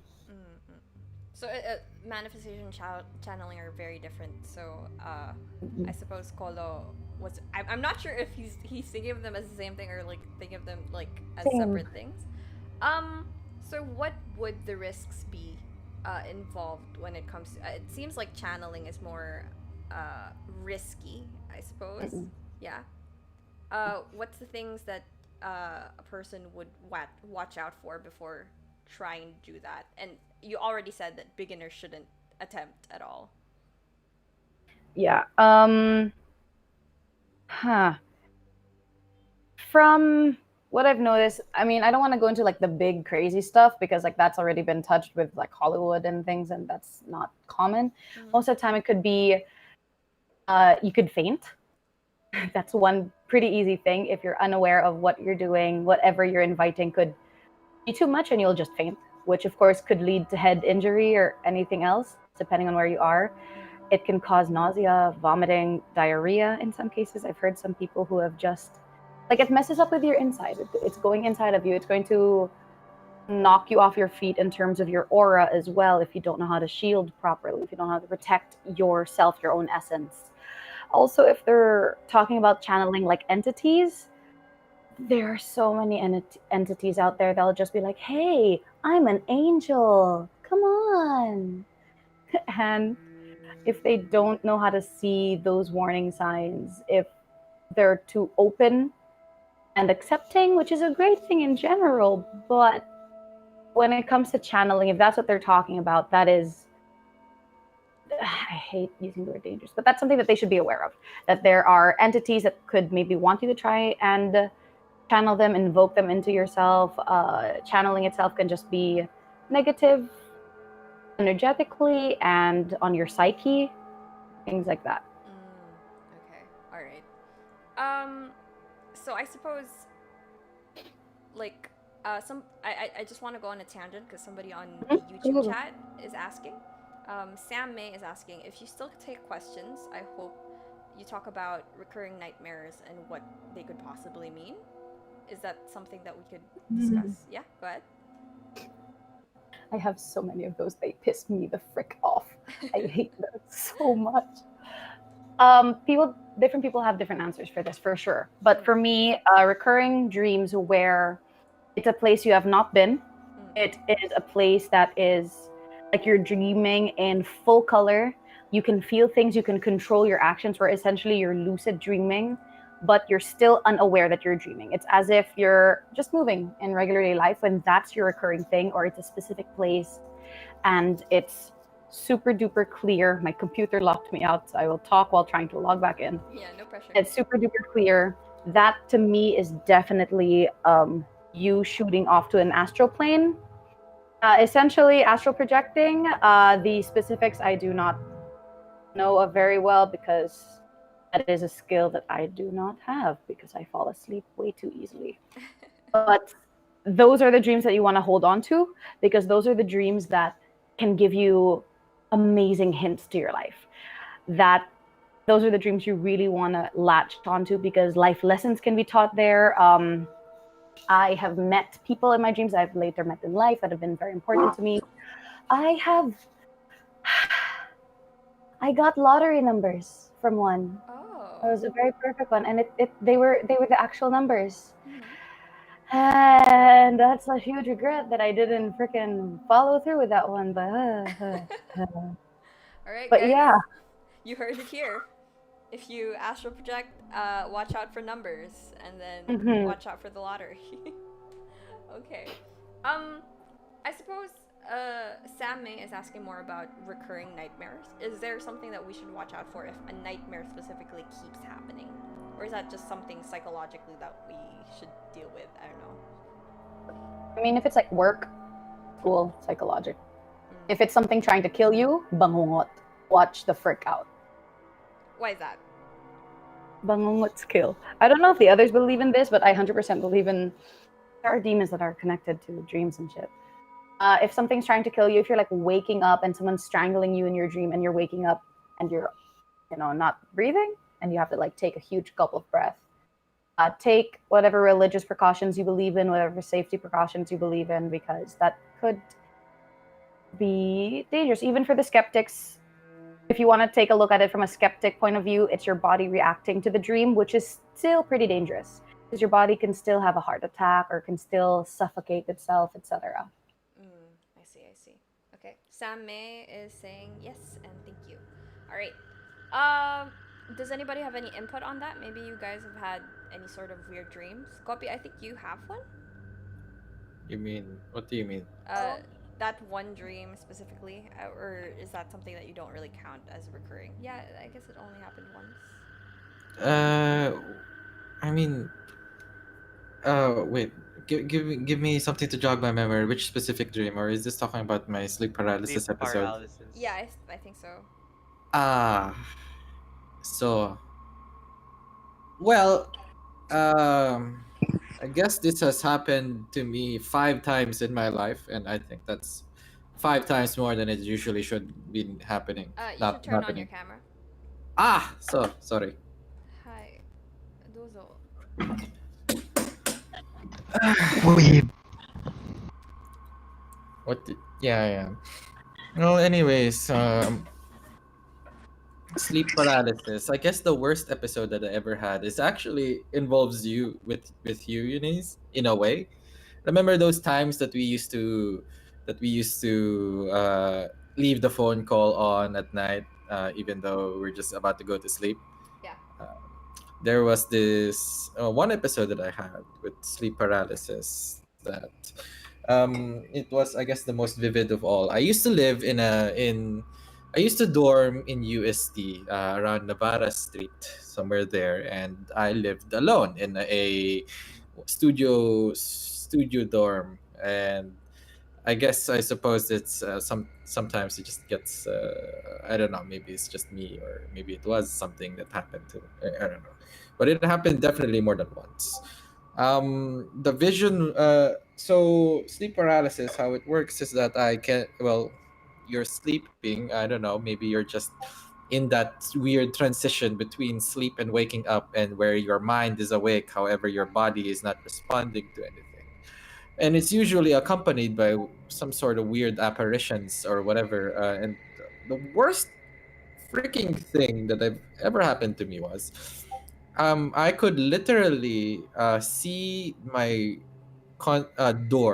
condominium door. So it is a very small place. So I could see the door that leads to the hallway, and I saw it open. I couldn't move. It walked. And what I saw is just this long-limbed creature of sorts. I'm not entirely sure. It was a shadowy figure of sorts.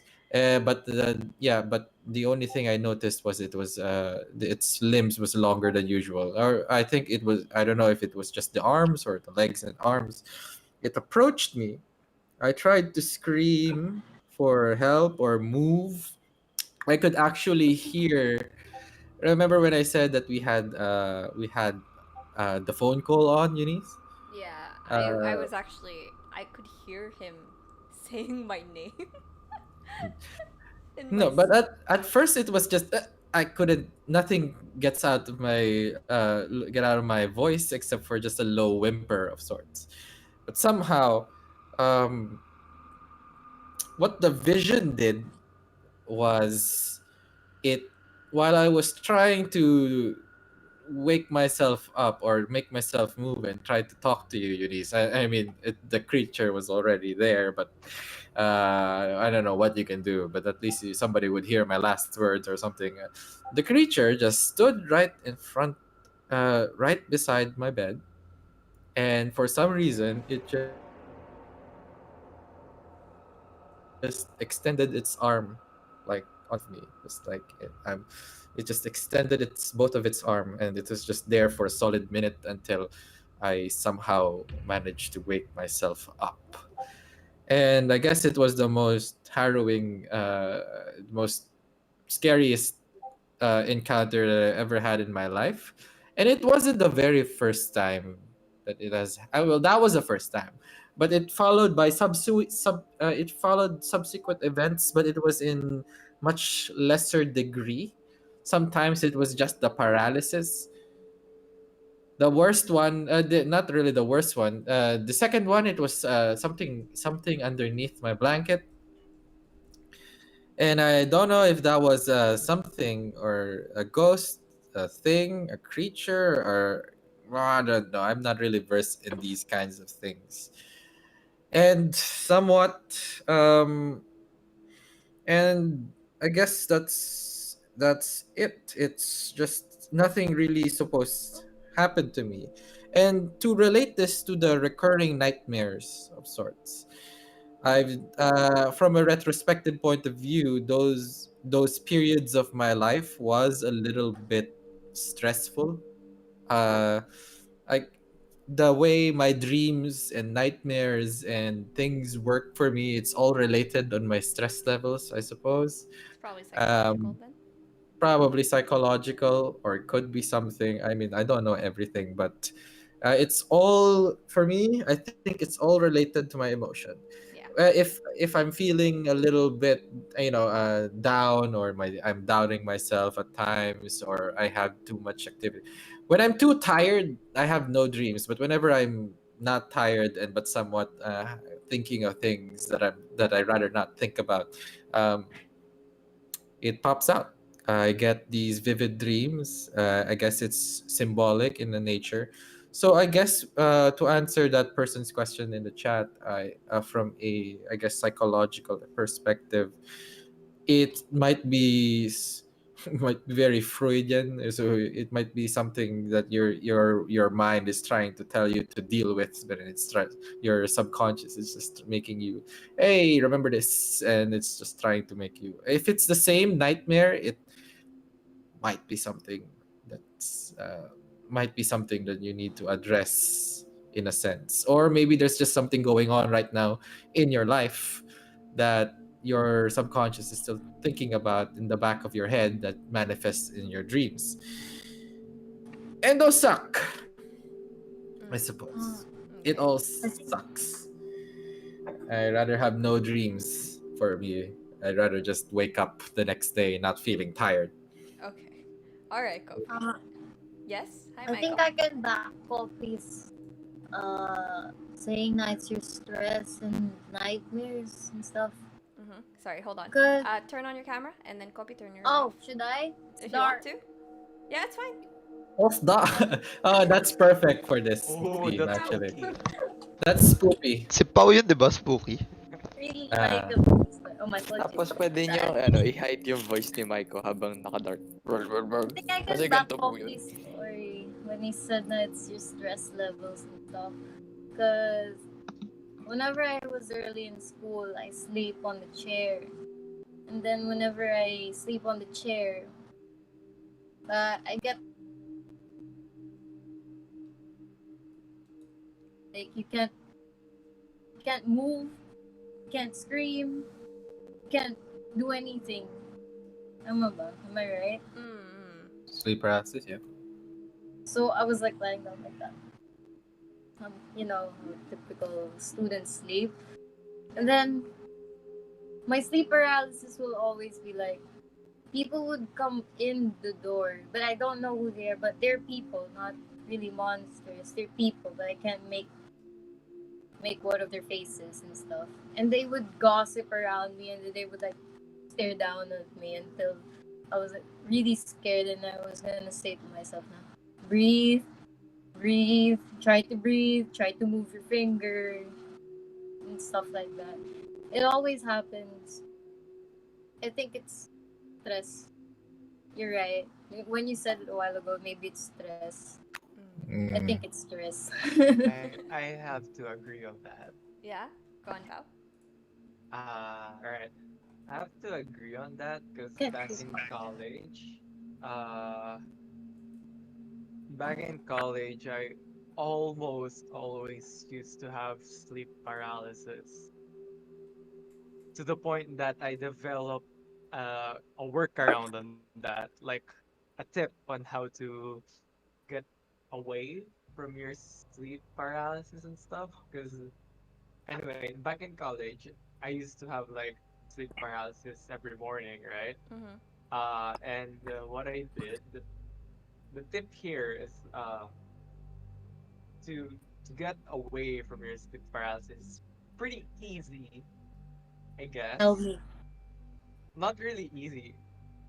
Depends on you, if something like that. Anyway, the the trick is because when you're in a sleep paralysis, you can't move anything, right? You can't open Mm-hmm. your eyes. You can. Yeah. It feels like you've forgotten to wake up.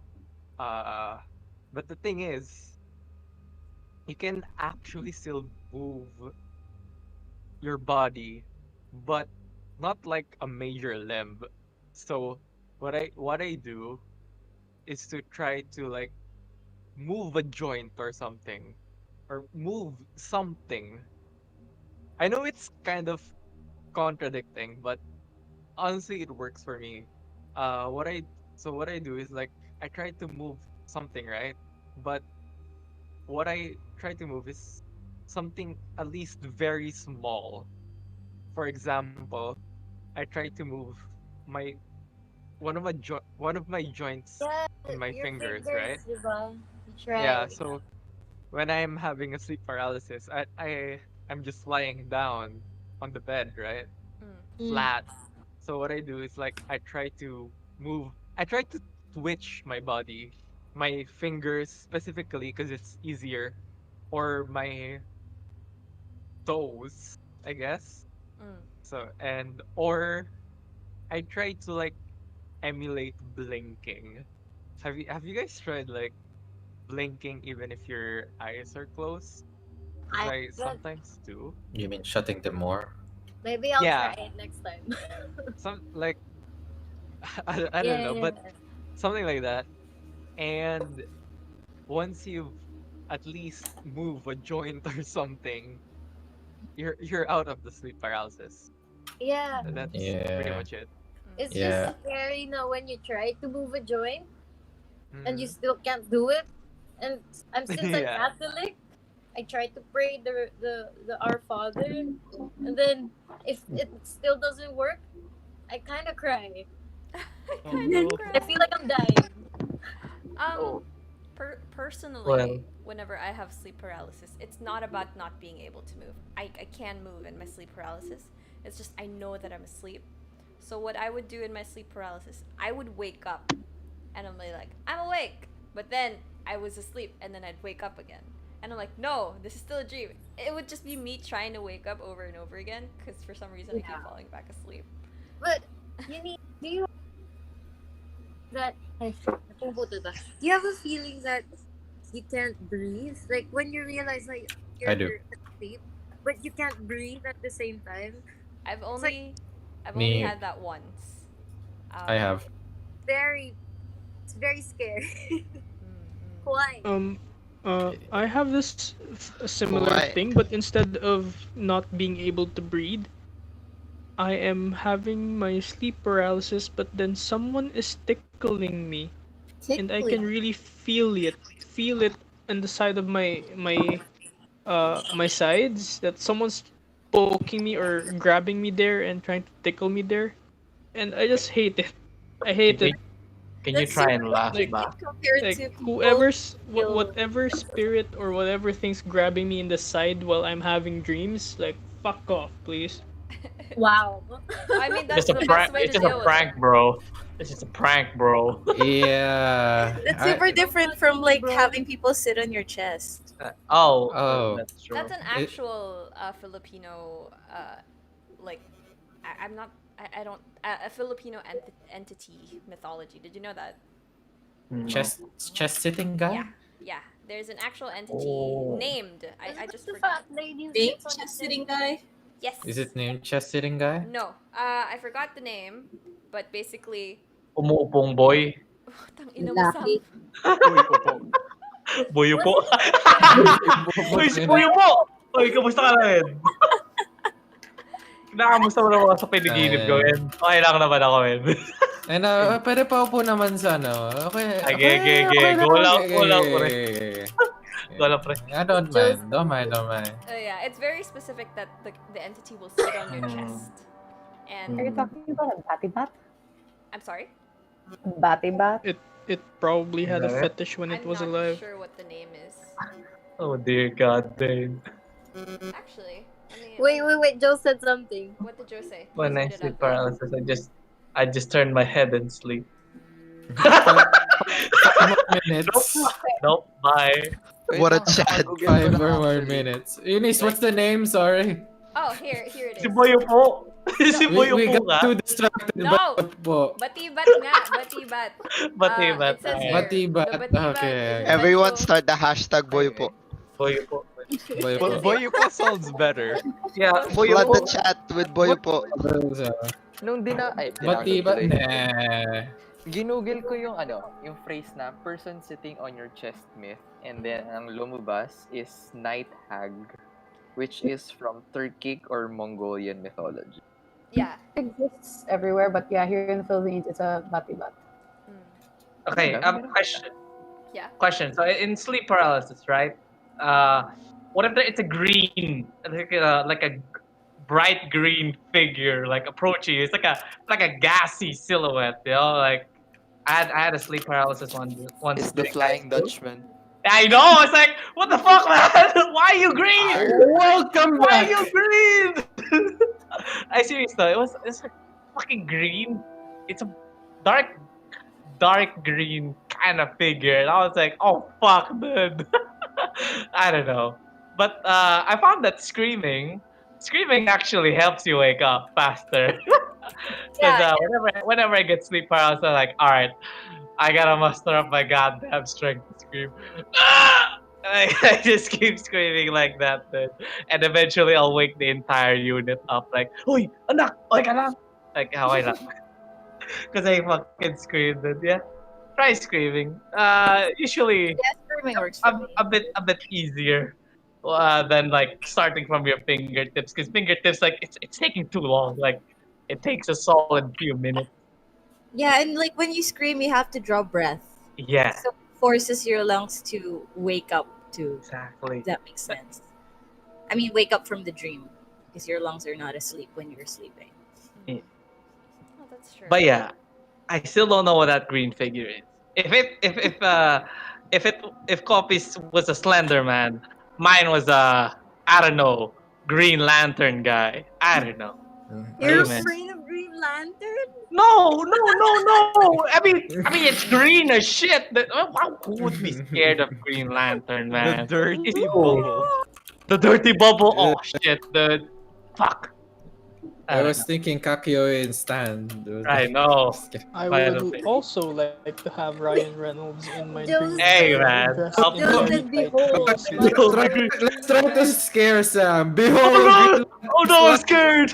Green Lantern's light. Anyways, but yeah, that's. Oh shit! Wait. Okay, I have a second one. What if it's a fucking goblin-like scream, like, you know, like, like Wait, it's again, screaming, no, like it's screaming in your ear. So like, you know what I do? I scream at it back, like, hey, is this a screaming contest, man? You wanna fight? Honestly, laging those are the things that are usual in my sleep paralysis. Sometimes it's just a weird like ringing noise. I don't know. Basta Okay. kulay green. No, it's not green this time. It's It's not green. always green. It's No, different. it's It's a different. goblin. And no, don't say it's Green Goblin, please. No, we're not. I'm not Spider-Man. I've Anyway, never seen You know, Spider-Man where Just Green imagine Goblin Ryan screamed like Reynolds that. in a really tight green gimp suit. hey So, man. green Deadpool. Maybe I don't know, man. Hey, maybe young me was like, oh no, green, scary. Eh, anyways, I May mean, nakita ko mine's a group of about people. Batibat. I know. Yeah. Get me pictures of Spider-Man. I will. So, Uh, Go web, go. Sorry, Jeff, go ahead. I found something about Batibat. Mhm. Tagalog folklore creature is actually called bangungot. And then Yeah. I've been uh confused with those. she's a tree-dwelling female spirit, grotesquely obese. Mhm. And then ano pa? She sits Okay. on you. So since tree dweller sila, usually daw kapag pinuputulan sila ng bahay or yung puno, doon sila umuupo sa yung sa tao. So like as revenge. Kasi minsan may mga natutulog daw doon sa pwesto nila. Yeah. Parang ganun yung So ganun that's yung saying concept. like you gotta tell to the tree whenever you claim something, like puputol ka ng wood sa kanila ng you have to ask for permission. I'm just glad it's not the face. Sabi mo kay Lorax, pre. Lorax, pwede tabi tayo. Lorax! No. I stood for the trees. I have a question about Images. asking permission. Okay. Because you ask permission to cut down a tree or maybe like pee when you're in the woods, but you don't really get a reply though. Yeah. So what if you're asking permission and then you cut, but they actually did not say yes? Okay, for me, I actually don't know because that's what just my mom said, but I still do it. 'Cause I think it's just like you're gonna warn them that you're gonna do that. Imbes na parang you're gonna do that without warning them. I don't know. Yeah, fair enough. But like has it What ever if that happened that messed up? you made paalam and then they actually didn't Yeah, want you to that's what I'm afraid of as well. That's why I asked her to do it for me. Ano ba? Maybe Oh, Kat fuck. has something to say to that. I'm not really good at that. I just ask for permission. My mom Yeah. says so. Tangina, nagputol pa naman ako ng puno kanina. Putang ina. Nice. Bamboo trees. Why is that an activity? No. Bamboo trees kasi. Oh, okay. They it's preparation for the typhoon because it's hitting the power lines. We had to cut them. I'm a Ooh, lumberjack. Sam doing chores. I'm a lumberjack, bro. I'm Yeah. thinking about that guy from that meme. It's bamboo, Sam. It's not exactly oak. I know. I know. You didn't have to I go know, in but- for the Bamboo is in throat, the Rina. tree. But it's still heavy. Yeah. Just went for the throat. Yes, the flexible wood. Wait, No, hold on. but these Wait, so are yeah, tall ass. Kat. I have a question. Oh, sorry. for What? Kat. Yes? We have a question for Kat. Yeah. Like about the paalam thing. Yeah. About asking permission, Kat. Like, what do is there something that you're supposed to be doing when you ask for permission? Because most of the time when you ask for permission, you don't really get a reply. What's a good way to be able to, I guess, not anger anything or actually communicate properly with it? The basic way is we say it's asking for permission, but it is more of I think it was Kiwi that mentioned it. It's more of a warning, like, "Hi, I'm going to do this thing. Please be aware," and just give like a few moments, and you're gonna do it regardless. So it is a warning. Yeah, it's a warning because they have to understand that regular people cannot do that. Imagine hearing a no. That's why Filipinos, we have the tabi po. It's literally like, excuse us because we can't see you, so please you adjust because we cannot. If you're talking about like appeasing them, Interesting. offerings, chicken livers, depending on the thing that you're going to give, could be, let's say it's a tree you're gonna chop down. Potentials of capres, maybe offer some cigars. I like that one. Oh. I see. Ito galing to Cuba, men. Proud ako dito. Kailangan tumawa. Oh, man. Oh. Yeah. Okay, thanks, Pare, Jeff. chill lang kami ng Capre Boys. Just kidding. Why Lord, ang why putek. can't we see them? I have no clue as to the exact reason, but from what I've noticed, it's think of it like a radio. You guys are in the same plane, but you're not in the exact same reality. They're still somewhat on the other side. So just like with a radio where you have to dial in to get to a specific radio station, you guys are just on different wavelengths. For people that can see them or hear them, or the unfortunate people who can smell them, they're able to tap into that wavelength to dial into them, essentially. I see. Or they dial into us. Can you define to me what reality is in terms of shit. this? Here we go. That We're is gonna go one loaded question. philosophical Alright, here. philosophy. Asking such Oh, a shit. the philosophy theory. What is No, no, no, 'cause reality? I understand the second part about the wavelengths and stuff, because optics and stuff. I know that, but like in terms of reality or plane, that I don't really understand. Okay. So yeah, what a lot of people think is that when they say like, "Oh, ghosts are from a different plane," or "the veil is thin tonight," it's think of it as Parang Photoshop. Huh? My layers. Yeah, may layers. essentially that. It's kind of Tapos, like layers. I was thinking like Bluetooth, where you can send send files via Bluetooth, but you don't see it, but it's there. It's in the same reality, but it's on a different layer. Essentially, it's there. It's happening. But just because you can't see it and experience it doesn't mean it's not there. Wait, para Photoshop ka, andun yung layer, It pero is. naka-hide. Honestly. oo nga, Yeah. ganun siya.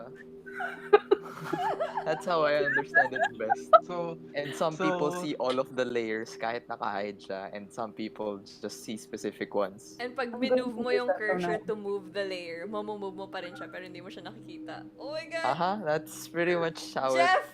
You're a Yeah. genius! Amazing. Big brain, big brain, Kasi big brain. parang one Ghosts is are the Galaxy ones brain. that It's spin big. to the back. It's big brain time. Pag Bluetooth kasi parang 1:1 lang. So parang, okay, tayong dalawa lang magkausap. So what if it's something on a different medium like, Photoshop or Illustrator na parang, okay, pwede mo siyang laruin. There are other things that you can see that other people don't see. It's a good way to explain it. It also would be good for like the people, like for example, if I'm in a room with someone else who can see, we might not even see the same thing. They might be seeing something else that I can't see. So that's nice. I like the layering. I will steal. I love follow up question. I'm sorry. So is there like a force or something that makes them hidden or like makes us see them, something like that? And now it's Star Wars. Yes, and I'm not BS third eye. relating force to Star Wars because that's bullshit. But like, hey, force. Engineer says like, it's bullshit, so it must be true. Force impossible. Yeah. in the naked eye. So you're essentially wondering like what's in the plane of reality that's stopping us from seeing them. Yes, perfect. I think the human brain is limited. I don't know. Whoa. Honestly, yes. Did you It call is, us dumb? Just kidding. Yeah, we call us Yeah, we are dumb, dude. God damn. Yeah, we Everyone are all has dumb. it. I believe everyone has it to like open it and train it and stuff, but it's not easy and not everyone wants to do it. So it's chaos. Sharingan. Yeah. Utter Unise- chaos. Unise going back told sa me. how do you explain it? There's a frequency analogy a while ago. So like you're trying to dial into what plane they are so you can see where they are, diba? Parang ganun siya. And based on the sa mga napag-usapan natin, it kind of takes a lot of time and exposure before you actually get to dial in to where they are, diba? Yeah. And the So, problem parang ganun is siya. that when you get to So dial aside in, from can having you dial out? Yeah.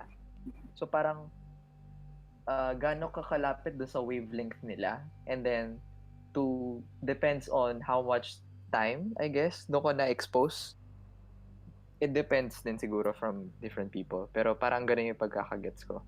Yeah, pretty much. It's very different, but very different per person. But that's essentially it. It really depends. Like you could be face to face with a spirit right now and not even know it. Yeah. Oh shit, dude. You don't have to hit me with that. Oh my god. Go, man, no. go, man. I cannot feel you. I am very spiritually insensitive. Hey man, spirit be cool, right? Okay.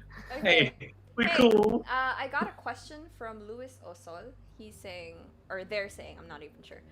Weird question. What do you do if a capre likes you? Because I hear that they do that a lot. Oh dear god. Send them, get their email, send them a rejection letter. Yossi, break kayo. Joke lang. Turn him into a sugar daddy. Oh my god. Bibigyan ka niya ng cigar. Oh, pedo. Yosi tayo. I mean, I would be happy. I'll make that my friend if it was giving me cigars. Or si Huwag mo na, Jewel, bro. Oh nga, no? What Not if we introduce cigars. Capre to vaping? Holy shit. Yo, what's good? Can you rip this one? Why does this tree smell like watermelons? Oh, I don't know. Does watermelon grow on trees now? No. Wait, so what are you supposed to do when an entity likes Yeah, you sorry. and started pestering Yeah. you for your affection? If it's affection, like in that case, to you, there are some people that are into that. If it's friendship, why not? But if it's, because it can get dangerous when certain entities like you, where they try to steal you, which normally involves you dying to a certain extent. Oh shit. Oh my god. Be very firm. No means no. Do not say thank you ever. Do not accept anything from them ever.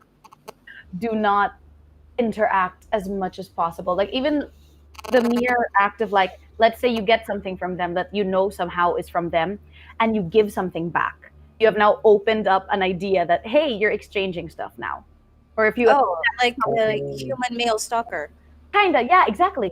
Treat them like stalkers. Like even just accepting something from them, like that's enough.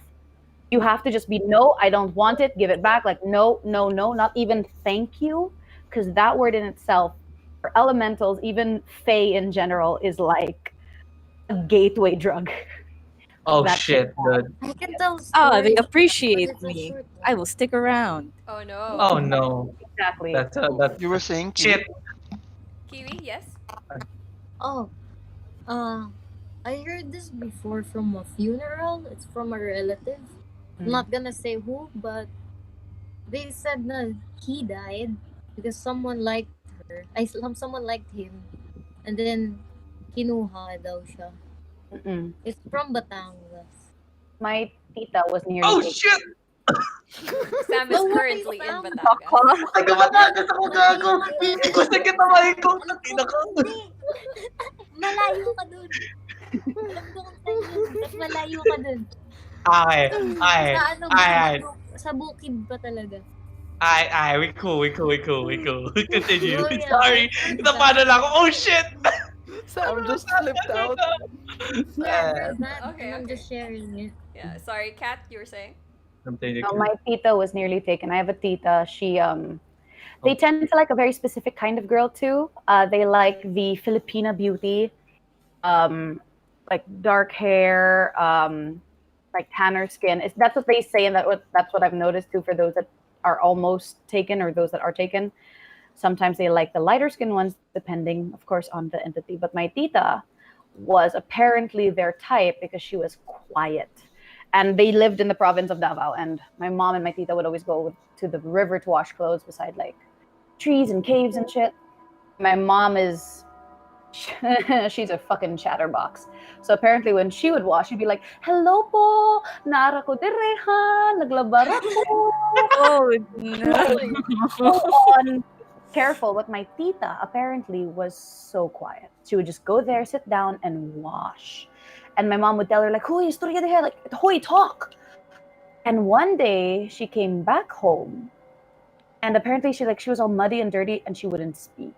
She wouldn't smile. Like she was so messed up, and they brought in like an albularyo or something. And he said like, oh, someone's trying to take her, like right now, actively trying to get her. And they did something. They were able to separate, like to cut the connection. But since then, my tita, who used to be very smart and very neurotypical, she's a bit off now. She's not slow, she's nothing like that, but you can tell that it seems like a part of her mind was taken. Oh shit. Oh shit. They didn't wash at that river anymore after that. Not wholesome. Obviously. Not wholesome, dude. It's like after that they still go back, like, yo, we're back, I guess. Shit. we So want a dowry this time. Oh god. Wow. so Kat, you Yes. can't be friends with any Encanto ever. Like not even say polite. No, out of politeness. Like okay, sorry po, ganun, or thank you po, and Oh, thank you po. Sorry can be. Dapat sila yung salamat na lang. salamat. Salamat. You know? Salamat Would you na want lang. to be with friends though? No, Is this like I'm just saying. vampires? I'm just saying, man. Like, hey, man, what's Sabi mo, cool? gay. Chilling. Gay lang, pre. You can be Different. friends with them. It just takes a lot of awareness of what you're Mm. doing, of what you're saying, because you don't want to accidentally lead them on or accept an invite that you didn't realize was an invite because they offered you, like, I don't know, a banana and you ate the banana. Oh shit. Oh, yeah, so like a human male stalker. Yes. Yeah. I'm sorry. I can tell Why is when That's who's next in a door are now different layer. listening. Okay. It's alright. It's alright. Thank you, though. Thank you. That is Alright. fucking Alas sa Wait. Batangas. Wait, Walang ganyanan, ah. do I they get- understand English? Oh, yeah. Yeah, almost any language, it's like they have a natural translator. How? It's really about That is intention, very convenient. not language. I wish I have that. Yeah. They don't. Sana meron tayo nun. Sana. Proficiency It's test. not about language. It's about intention. So Oh. yeah. Okay. So they understand intention more than your word, correct? Well, So is it like dogs? They understand how you say it rather than what you say. No. That too. Interesting. Yeah. And it's not verbal. For some people it's like a verbal conversation, but for most it tends to be like human speaking verbally because we're used to it, and them interjecting their thoughts into our heads and seeing visions, and then our brains translating it into words. It's weird. It's Yeah, really- yeah. No, I get it. I get it. Yeah. All right. I think we've tangented a bit too long on this one. Yeah. My bad. It was so cool. interesting Fun though. It was. My bad, homie. We gotta move on because it's almost 10. So let's get to the next question. This one is from Leanne Justine. This is a very interesting one, actually. She's asking, how will I know if there's a ghost in my house? Are there any early signs? And the second part is kind of just like a joke question. Can you explain how a manananggal's stomach functions when they split themselves in half? But I do want to focus on the first part, which is like, how do you know? There's most likely there is a ghost in your house. But like, I guess the problem is if it's a problematic one. So I guess we can answer like, what are the early signs, and then like what should the person watch out for if it's like a concerning entity, I suppose. Kat? Early signs. The cliches are pretty spot on. Like it feels cold. You can see shadows from the corner of your eyes.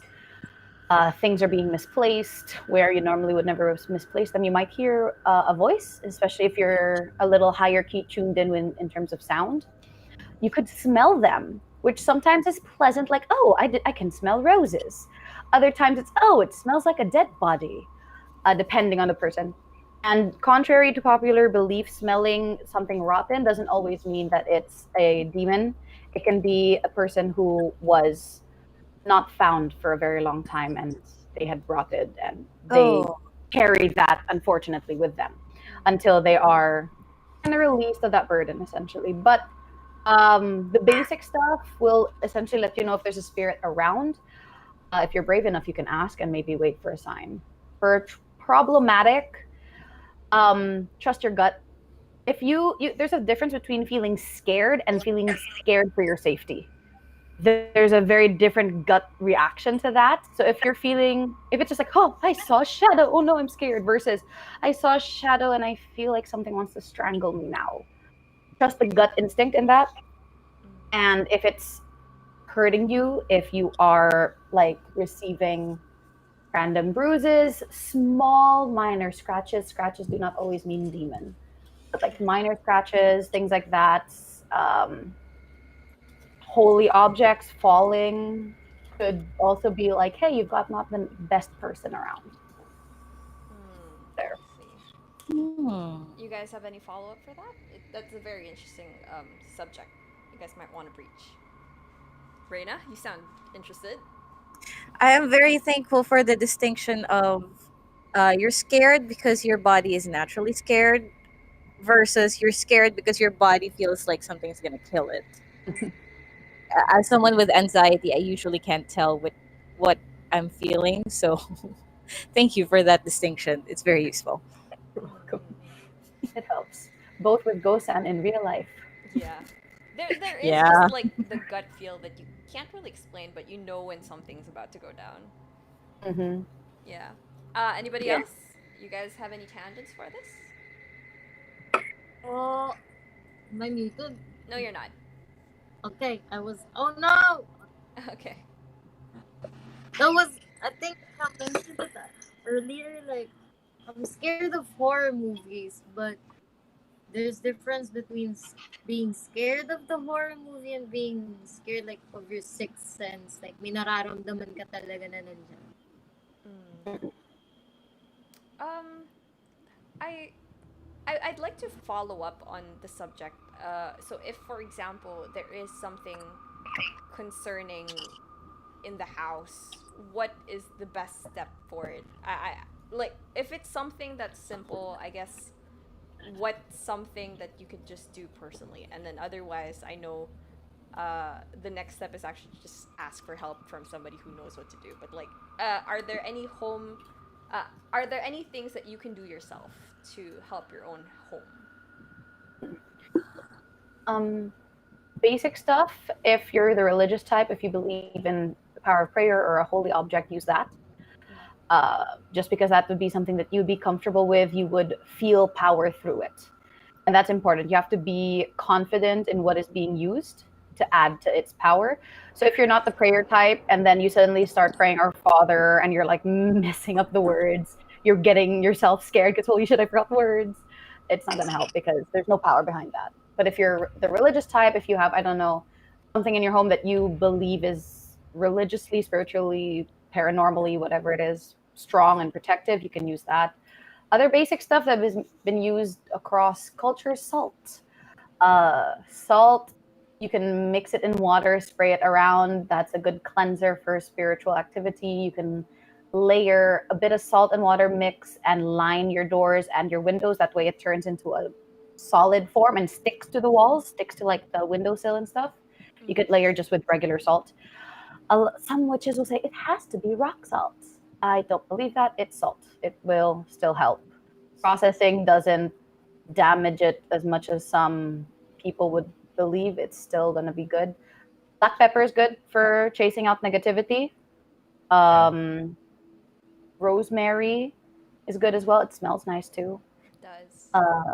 Citrus, like oranges and lemons, are pretty good at clearing out shit in your house. And it leaves your house smelling nice. It feels like we are seasoning the ghost, and I love Yes, it. seasoning your house. Yes. Okay, wait. Marinating it with Ghost, man. Actually, did Is this ring you my trying to eat flat in salt before we started. What? Sorry? No, I mean, I said I scattered salt around my apartment before we started. I should have emptied my whole spice rack on the windowsill. Could be. I mean, a lot of it has protective qualities.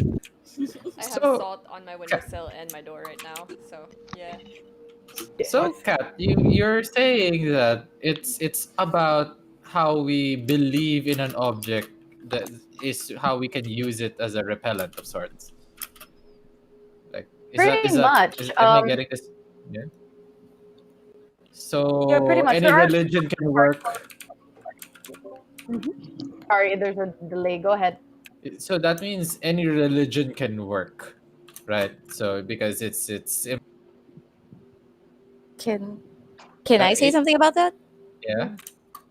So, for me, I think it's like it's not necessarily about the object, but the object makes you believe that you are safe, and then it gives your like the belief that you are safe is what protects you, is what draws like the protective circle or barrier around you that repels the unwanted energy or spirit away. So like you know, if you're not Catholic and you use holy water, but you're like, I don't really believe in that deep down, then it doesn't make you feel safe. So you don't, yeah, it doesn't give you any power in repelling the other things. But so it has to be something that you actually believe in.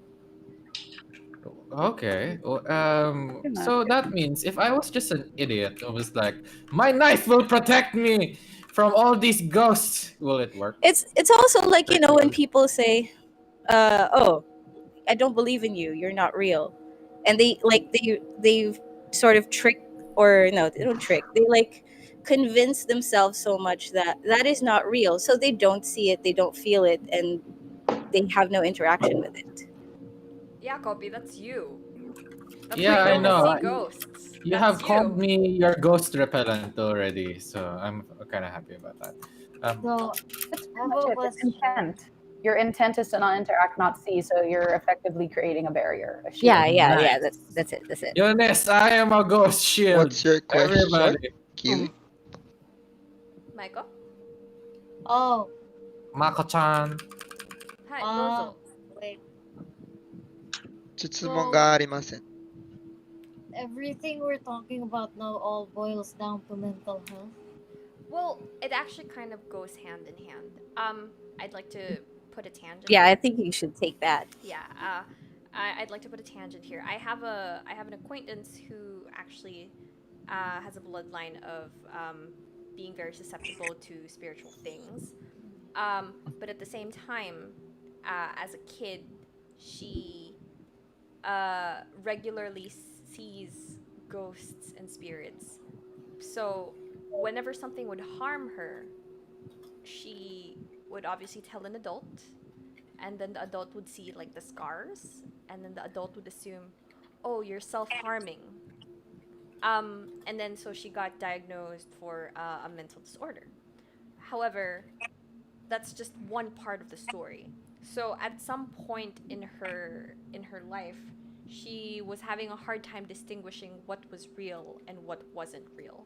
Because what was real to her was still real. It's just it could touch her. So, it's not exactly like is it separate from mental health itself, but you having good mental health helps you distinguish what is something that you can control and what is something that's more external. Does that make sense? はい、わかりました。そうですか? Wait, sorry. Kat, did what I say just make sense? Yes, 100%. Yeah. I get it. Something very similar. Like I would see shit, and my mom would be like, "Anna, stuff isn't real, huh?" In your head, and the mental damage that can cause is crazy. So 100%. That's why a lot of witches will stand 100% by mental health, seeking proper help. Doesn't mean that you're not seeing it. It just means you have to have that strong foundation as well, because it takes a toll. It 100% will, especially when people don't believe you. Yeah, that's true. I suppose having good mental health personally will help you be able to have a good foundation of what your reality is. And so when you reach out to other entities, or if you're accidentally touched by other entities, you don't spiral into, oh no, am I going crazy? You know that it's you know Yeah, it's not yeah, you. that's true. You know it's not your I fault. see. Yeah. Okay. Okay. Alright, I understand. Okay. Hi. So, with that, with this belief topic, so can it also work inversely? Like, okay, shit. I want to like, for example, I'm not saying it's me, okay. Everyone Sure, listen your around friend. me. Listening around me right now. All right. Not you. I'm just saying right now. Like, what if you wanted to see them? Would that also work? Like, would that lower down your protective barrier or Yeah, something? absolutely.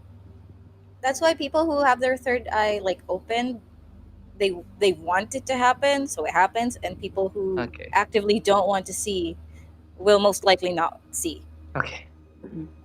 I will add to that. There are some people that get theirs activated by outside forces, but you can close it. It's like a muscle, so if you're not training it, it just it weakens, it'll close. So Okay.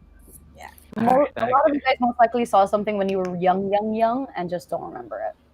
Okay. Actually, yung mom ko din, Consider that. kasi nung lumipat kami dito sa bahay, which was in 1990, I wasn't even Mm. born. Pinapungsoy namin kasi yung bahay, and then sabi kasi nung expert was that sa nanay ko na kung gusto ba niyang pabuksan yung third eye niya, and my mom said no. So, I guess it's real. And out of everyone in the family, yung mom ko yung may pinakamataas na spiritual sensitivity na pag may like patay kami sa family, sa kanya usually nagpapakita. Whether in dreams or in reality na parang binubulungan siya, ganun. So I guess it's right, hindi niya pinabuksan yung third eye niya. Yes. She's smart enough to say no, especially if she knows she'll be uncomfortable. That's true. Yeah. I got a question from the YouTube chat. This is from Luis Osol. They're saying, maybe this is a sensitive question, but since we're speaking about mental health, how can you differentiate signs of schizophrenia with seeing ghosts? I That's think an it's a interesting question for me. Just kidding. No, I'm not really a psychiatrist, but there's a certain rubric for it, I suppose, but I'm not entirely sure. My philosophy is go ahead, Reina. You first. Well, this is outside of my practice as a medical professional, but since we're going down the rubric and that all that stuff, schizophrenia can be diagnosed with like the DSM. There is like a list Yeah, of the other DSM. things that accompany just because seeing not if you're not sure if you're seeing ghosts or if you're just having hallucinations. Because schizophrenia will come with other things, not just the hallucinations.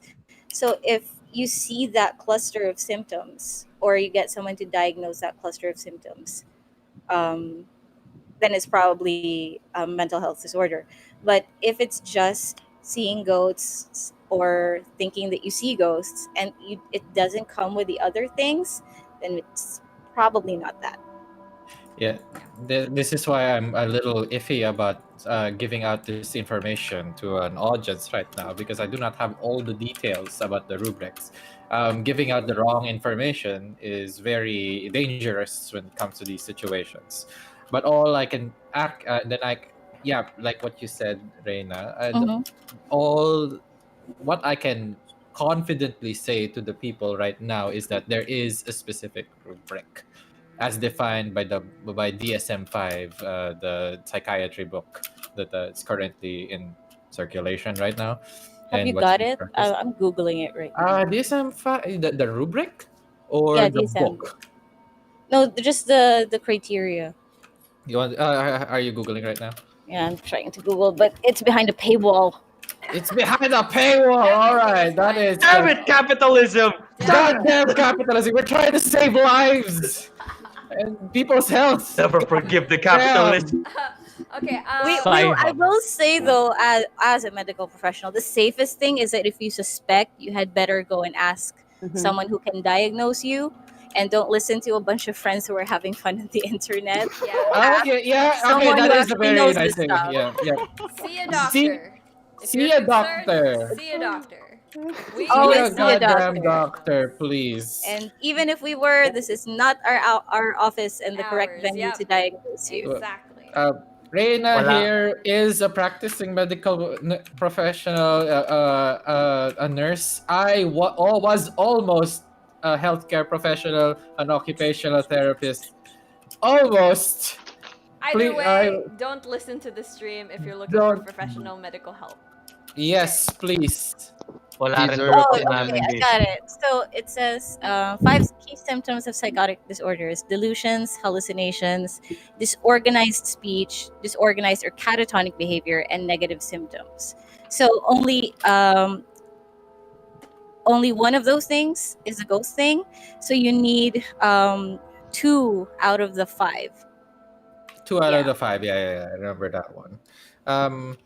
All I can tell you also with confidence is that if you're experiencing any of these symptoms and it actually affects your life in an adverse manner and you are unable to do any of your occupations, please seek help. That is my key takeaway with anything mental health related. So I do never say that I'm so OCD. Please just say OC, not the D part. And stuff like that. That's for Excuse me. if you're talking about mental health. That is what I'd like to say.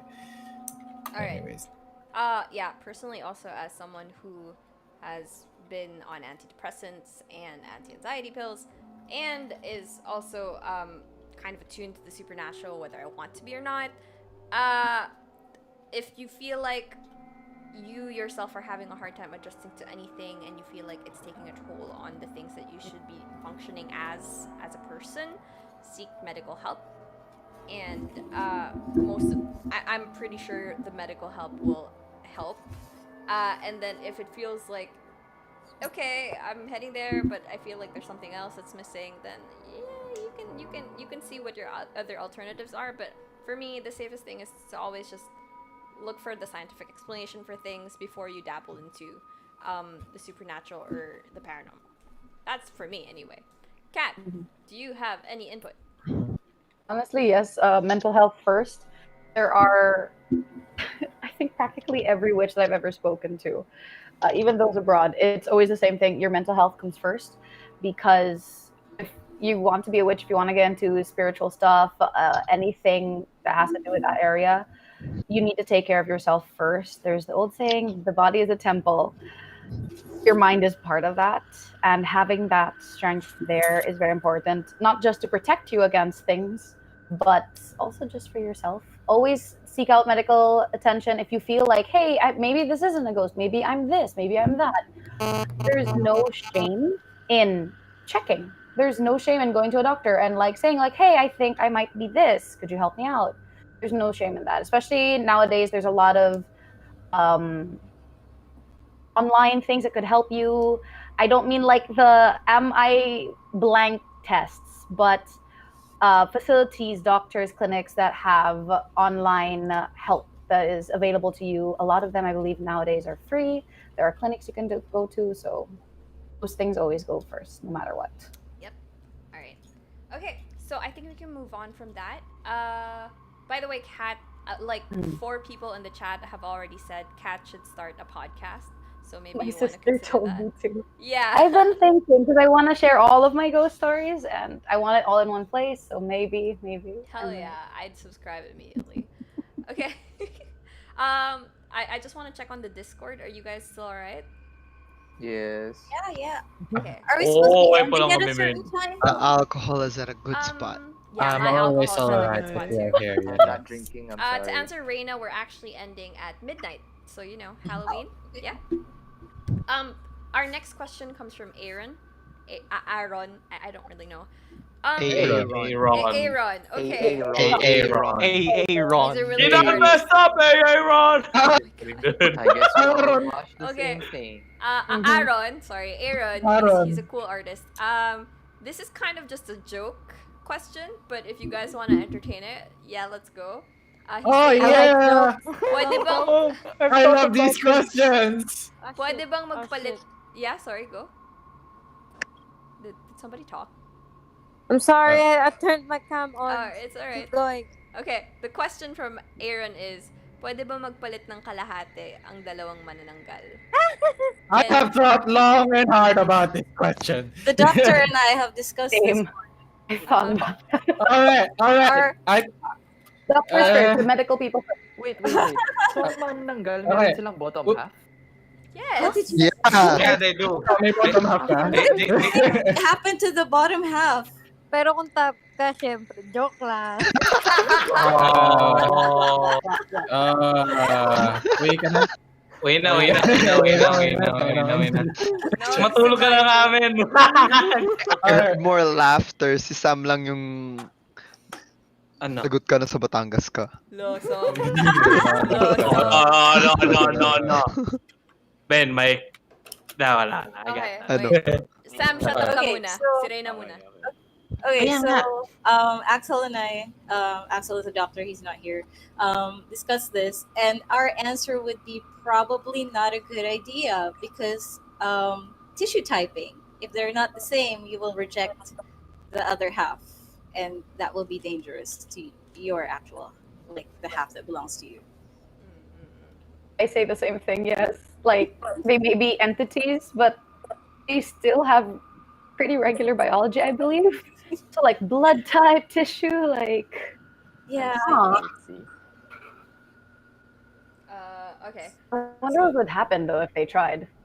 Blood poisoning. Yeah, like which half would Yeah. poison which half? Or I Maybe suppose both. both would, because The because, yeah, body you would mix reject each other. I think it's a type of. You think it's a blood would- type thing? you I'm both just imagining tissue. them just ejecting. Just Only one way to find out. I don't know any man. Eunice. Yes. Eunice, may manananggal ka, di ba? No, Inday. Inday is not a Social manananggal. experiment mo. She's just in That the is- slang. She's not a... Okay. Okay. Sorry. The May alcohol is in a nagtatanong good din track. sa chat kung meron din ba silang bottom half. See, I'm not the only. Okay, my know. question there is like, what do you think happens when they split into the top half? Yeah, do they Where just do you lose think their the bottom torso? half go? They have to reconnect, right? Yeah, they have to reconnect. Yeah. Talaga? Yes. Yeah. They walk Why don't you know around. this? They can't find an answer. Why does it regenerate like a lizard? That's the whole thing about manananggals. They're Kasi ganito normal lang in yun. like the They just daylight. regenerate. Not lizards! Kasi ganito lang yun. Pag top siya, bottom ka. Pag bottom ka, top siya. Oo. Ganon ba? Ganon Sorry. ba? I'll explain to Jeff. Ganon. So, Okay, let's not go there. Let's not go there. the manananggal lore, or the way that mythology understands the manananggal as a creature itself, is it's a person, like just a human person, and then when nighttime falls, they hide somewhere so that people don't know that they're the manananggal sa barrio, and then when they hide, they split themselves apart. They keep their torso somewhere secret, para walang makakita. And then they fly out, and then they eat, and then they go back to their torso and reconnect. And one way to be able to kill a manananggal is to find its torso and Put salt. And season it. and season it. Bro, Season it. Salt and Marinate pepper it. and rosemary. Yeah. It's like chicken. Yeah. Marinated. Yeah. So The well, culinary art. Was it student is also garlic singing. or? yes, Am I wrong? also I garlic. think it's garlic. Oh Garlic man, and salt, I ghosts think. are delicious. Aswang kasi, hindi ghost. Sige, Hey, try mo bigyan supernatural ng garlic creature. yung ghost.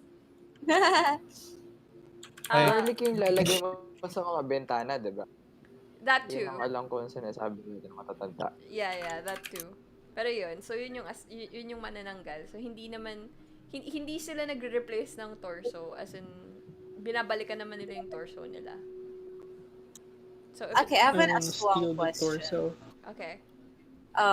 Because was it last year or last year we had like a scare. Now my neighbor kept saying an aswang was hanging around, and I was like, okay, but what do I do about that?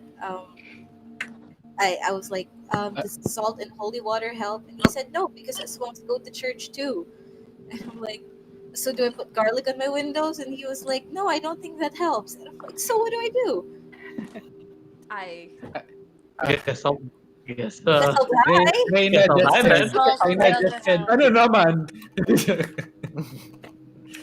Pake ko sa manananggal. Okay. You cook some chicken livers on sticks and chill with it. Ooh, sarap. Unless it wants to Patay. chill with you on the stick. open. Oh.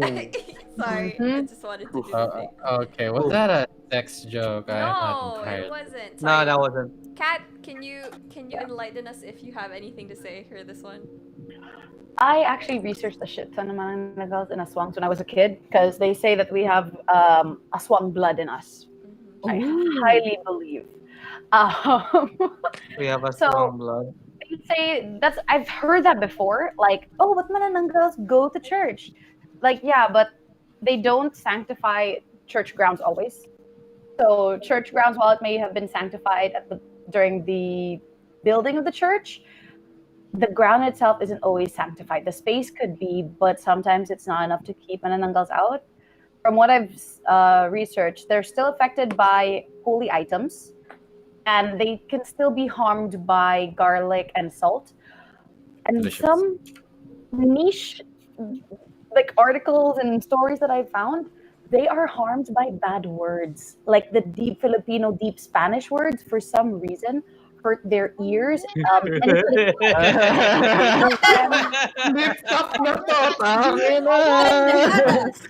about to make a pro Bobo. gamer move.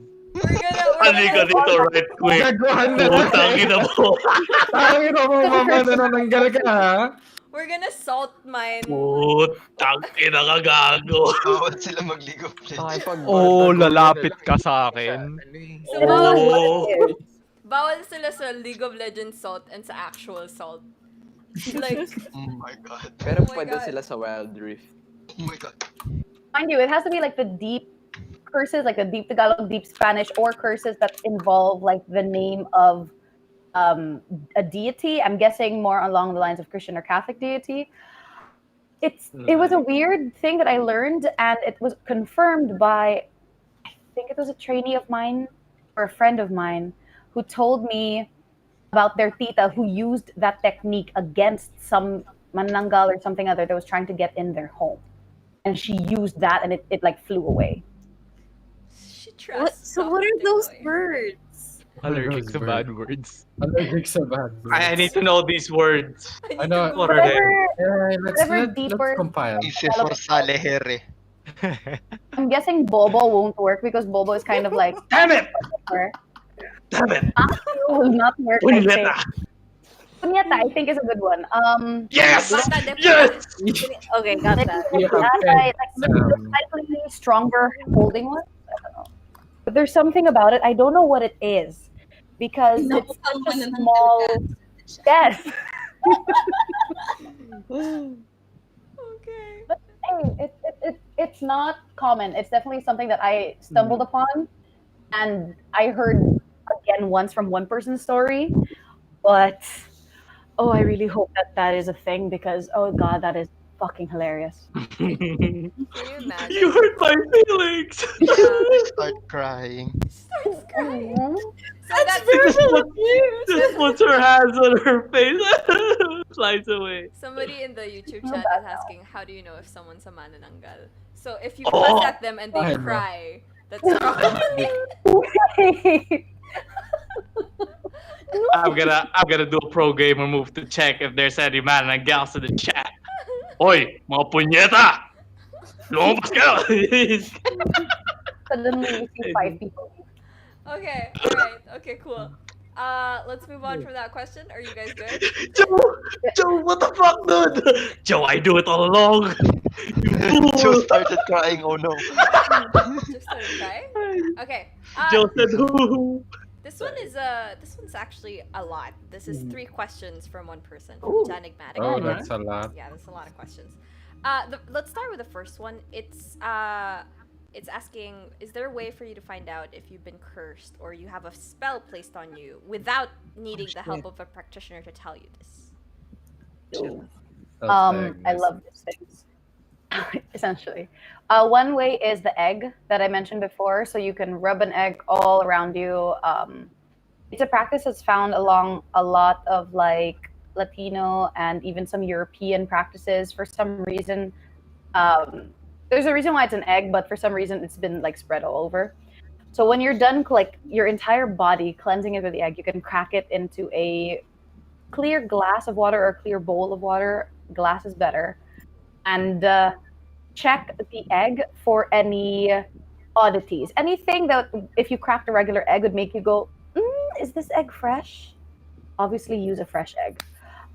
If there's like a red dot or a black dot or the yolk is a weird color or anything like that, you can always Google the meanings. I'm sure there's going to be a Google article of it somewhere.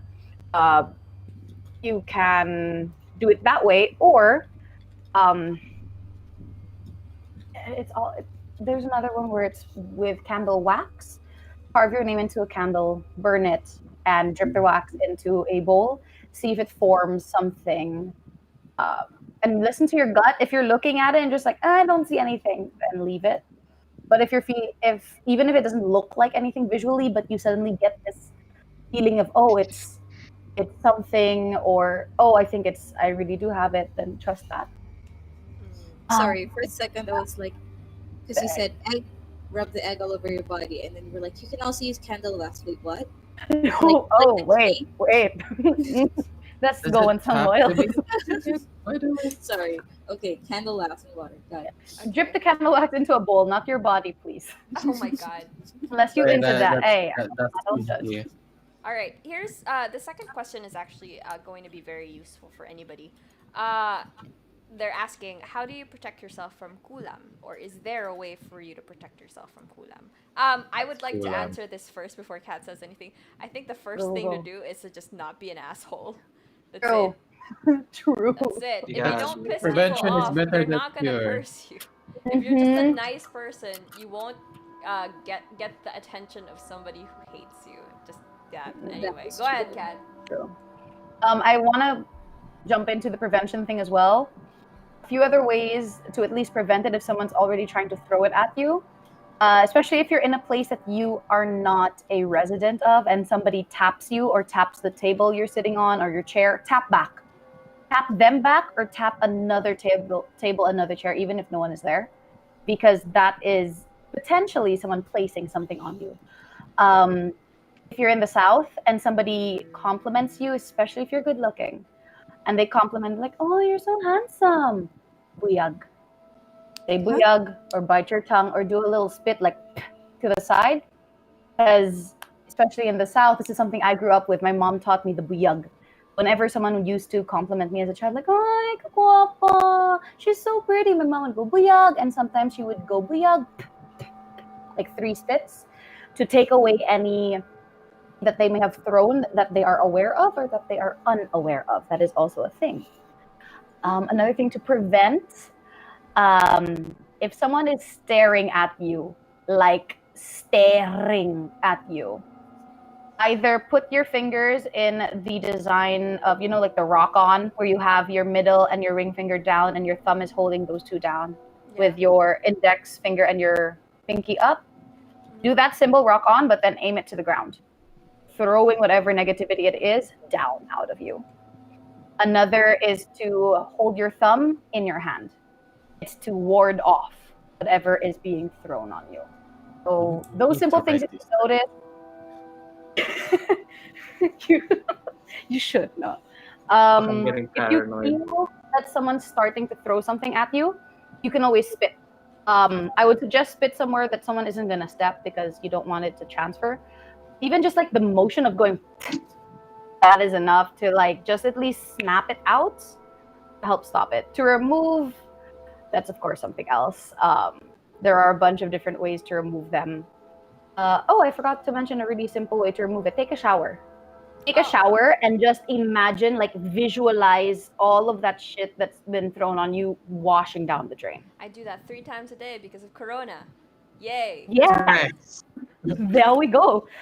A lot of what I mentioned is also just like Corona. Like if someone taps you, like tap them back and then sanitizer.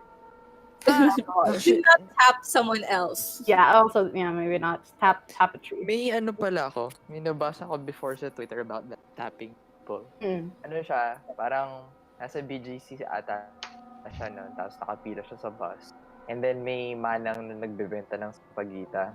Tapos itong girl kasi na inaalokan niya, ayaw niyang bumili. So ang ginawa nung manang, tinap siya sa shoulder, and then this girl remembers before, like nagkausap siya before with her friends din siguro, na pag may nag-tap daw sa kanya, dapat i-tap niya rin pabalik yung nag-tap sa kanya. So that's what she did.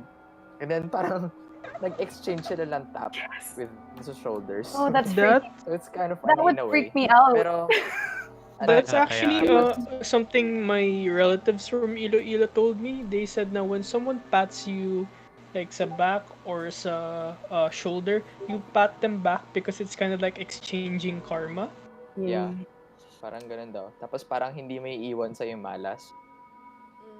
So just Tapos, say no you. No, you no card. tapos ang nangyari Reverse. kasi parang pasakay na ata yung girl sa tapos itong manang na nagbebenta ng sampagitan, hindi siya pinapasok. So, nag-end up, si manang nagka-curse siya doon sa babae. Uno reverse card sabi, di ba? No you. My takeaway from this is that I can curse a person by tapping them. Yeah. Like if there's a person who's probably someone you really don't like. Sorry? Again, Kat? You could. If like, let's say you're, I don't know, in a conversation with someone you really don't like, and you tap them, and your last thought is, I don't know, just fall down the stairs. But Oh, what you're shit. saying verbally is, it was nice to see you again. Yeah. Okay. Oh. What if it? Can you curse someone with good vibes? How about that? You know, like, hey, you meet a hope you friend, have a like, good hey, day." what's up, man? You're looking Well, good. eh?" Isn't that what we do when we hug people and tell them to have a great day? Yeah. You're That's charming the them. question You're not to consider. cursing them, Sam. Yeah, you would be enchanting them with like good luck, good Yeah, it's a vibes, charm. everything. Ah, okay. Yeah, that's what I was asking. Like, okay, so if you can enchant someone with bad luck, you can also enchant someone with good luck. Okay. Yeah. Good to know. Good to know. Sorry, to tangent from this, Eggs and Bacon on YouTube is asking, is the spitting or tapping thing, does it have to be done immediately? Yes. Yes. Okay. Eggs and Yes. Bacon. Yes. it has to be done Immediately? Like immediately after? Immediately. Because like, what if it was impolite to do it? Yeah. It doesn't matter. It doesn't Like, matter. let's say they They're tap you. cursing you.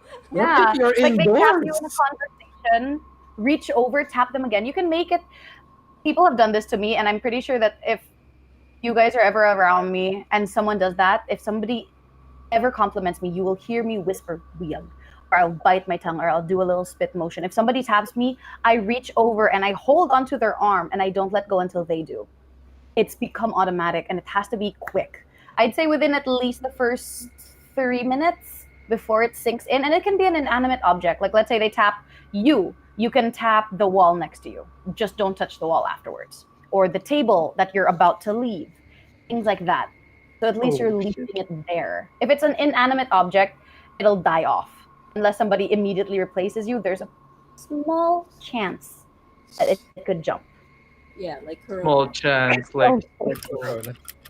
Okay. I have that Hey, I need to comment. use the restroom. Can I will this place explode if I leave? No, right? You guys Yes. are adults. No. Yes. No. Yeah, you're Yeah. adults. All right, 5 minutes. You guys Hindi talk tayo amongst sure yourselves. dyan. Oh, wait, hold on. The last question is about a third eye. So I'll get back.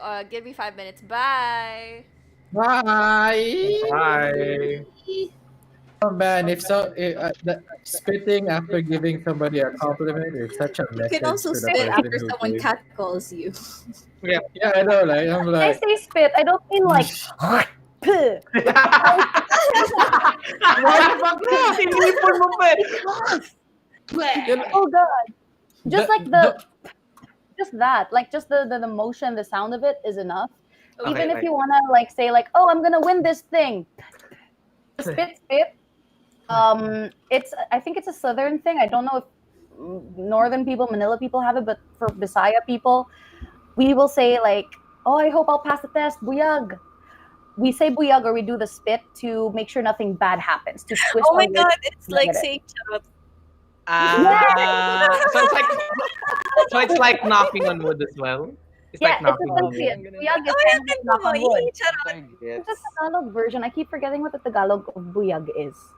It's knock on wood, but Tagalog. Yo! Ano pala, naglabas ng emergency numbers ang SMCT Batangas. What? What do you Which mean? is just, I mean, like, connected siya sa Batangas kanina story. So, Batangas. Does it Are we at this again? specifically Are we at have this again, bro? May nakita lang ako Sorry. sa Facebook. Don't talk. Don't talk. Alright, carry on. Thank you. Thank you, by the way. Don't physically spit, guys. You just No, the it needs spit to quick. have phlegm. Akala ko, It works better. akala ko that's the reason why Filipinos spit. Like, oh, is that because it wards off things? Bad things? I don't know. Araw-araw naman sila na paano. Akala ko dahil It be nag-iinom like sila. that. It be like that sometimes. It be like that. Oh my goodness. Yep. I'm Oh, gonna yeah. keep in mind that spit. So it's just like just Yeah, just a put. Okay. Like that's already like enough. It's Okay, it's a thing Yeah, also. man. I don't know if it's a thing in Manila. I don't think it is. But for Southerners, for Bisaya people and Davao people, like when you get complimented, don't take it. We don't take compliments. Not because like we don't believe it, but because when you take a compliment, sometimes the person who is saying that compliment to you doesn't mean it. And that can be turned into a hex. And let's say they say like, "Oh my God, you're so pretty," but they don't mean it. You'll end up ugly. So, Like something Mean wrong. So Girls. how do you respond to compliments? Buyag. Bisaya person, like I will legit say buyag, or sometimes like, oh, not really, like, oh, you make sound. So if we do this too, someone says, oh, you're so pretty, char. Char. Bad. It is like That churro. explains a The lot modern of day Filipino buyag is culture. just char. Pretty much. Yeah. Don't say thank you because you're accepting it. You're like, what? Me? You're the pretty one. Sure. Binalik mo. No, you. Yes. Uno reverse No, card. I never take compliments for this exact reason. Like I was brought up in it, and now I know the witchcraft behind it. We are So now interesting. I like all it. Thank so you. skeptic now. Nobody can take a No compliment more. now. Nobody will Right. never. Okay. If your love language is words of affirmation, I am It's so bad sorry. enough that you have like imposter syndrome, and now you have to think, oh, is this person hexing me? Is that Oh why they're God. saying nice things about me? Fuck, dude. Okay, Good words point. ang aking love language, so rip. Rip. Rip. Okay. Oof. All right. Thanks. I'm back, so we can move on to the third question. You guys ready? Nice. So, Okay. So Janigmatic is asking, what triggers opening a third eye? So, and then this is especially for people who don't have their third eyes open. So they're the ones who eventually have their third eyes open later in their life and not like as kids, because usually kids do have them open. Yeah. Mine was not open from childhood. So what I've noticed, and this is what happened with me, death triggered it. So the death of my father triggered mine to open.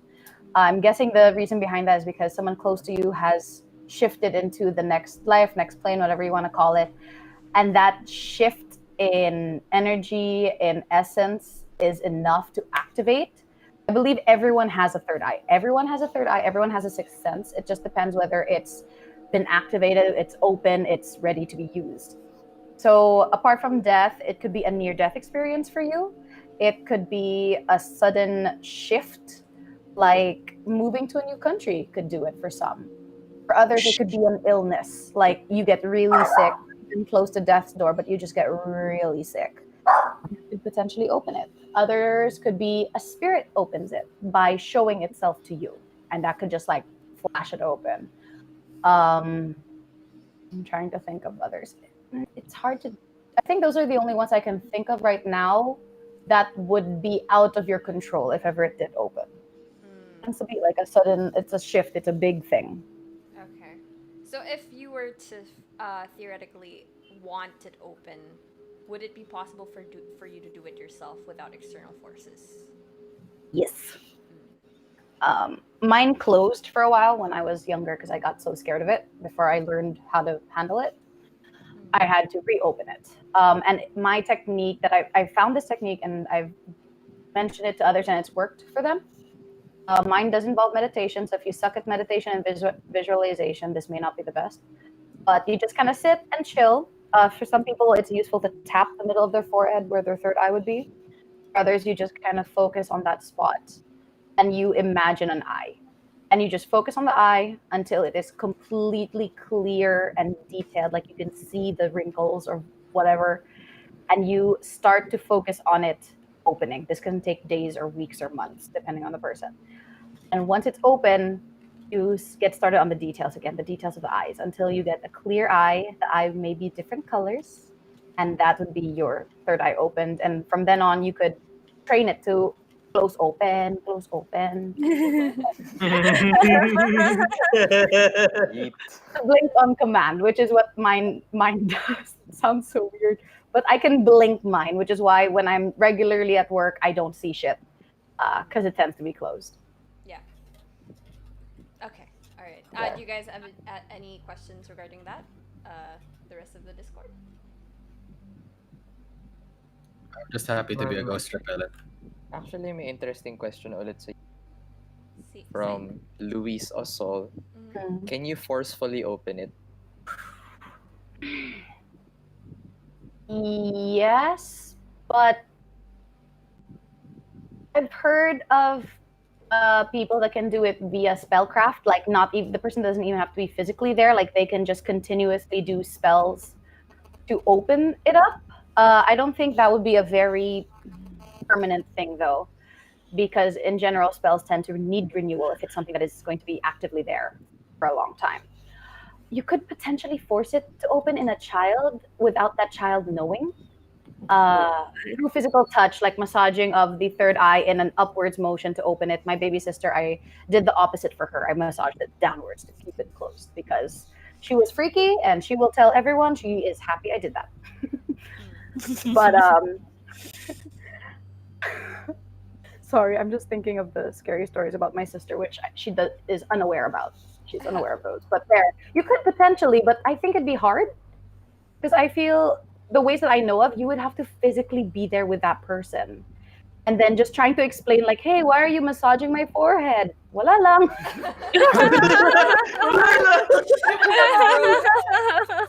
Move your wrinkles, you know. Oh my god, Put wait your lang. forehead over Zoom. It is true because you massage up to keep your skin tight. Yeah. Well, the intent, though. The the intent intent, is yes. to remove wrinkles. Yeah, but you know, you could say that to a person and they wouldn't know. They'd believe you. Oh, That's true, no. that's true. Guys, please don't. You Oh, you no. have planted the idea. You know, Unise No. regularly massage you. You don't massage my face. Anyway. You I think will he doesn't? now. Sorry. My baby sister is now commenting in the comments. What did she say? She's like, I'm the most non-scary person I know. What could I have done that would be considered scary? Oh, what could she have done? Maybe if we have time, I'll. Do you want me to tell you guys? Wait. Well, we're here. Yeah, we're here. We're here until midnight. Okay. Let's go. Lai, everyone will know now. Also, my baby sister has a YouTube channel. Like, you guys should check it out. Why Yeah, not check baby out sister? Elizabeth This will force you. Yeah. Yes. Go. I'm forcing you, baby. So when she was like newly born, you know how kids, like, they just don't sleep during the night. That's normal. For my sister, she would only sleep exactly at 4 a.m. Like, once 3 a.m. was done.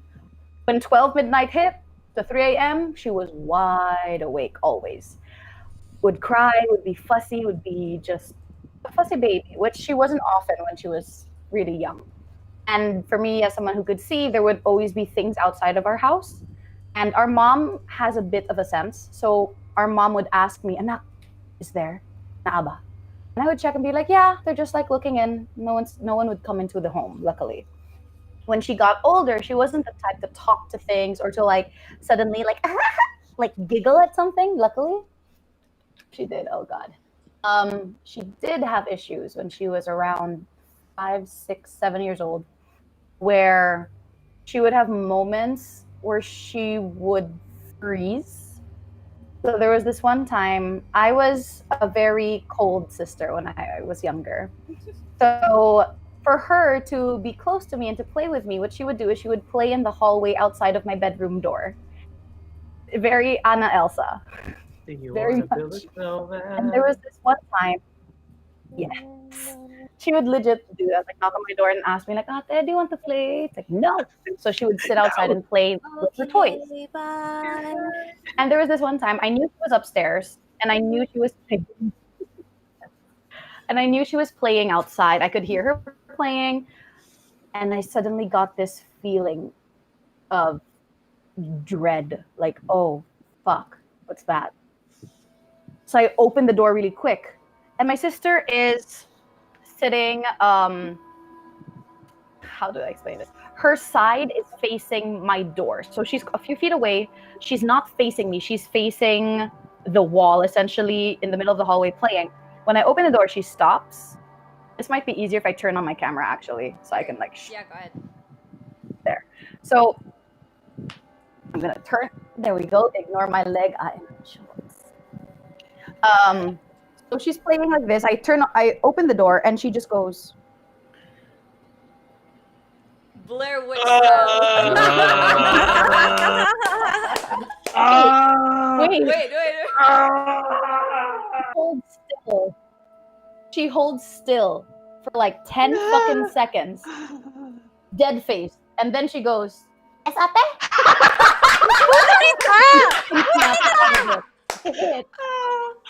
Lisa, you were scary. That was the first time. Oh my god. How old were you guys? She was a little older the second time. If she was around 5 or 6, I was around 15 or 16. The second time it happened, she was around maybe 6.5, 7. So we're 10 years apart. So I would have been 16, 17. I hear her climbing up the stairs, and I hear the wood on our second floor squeaking.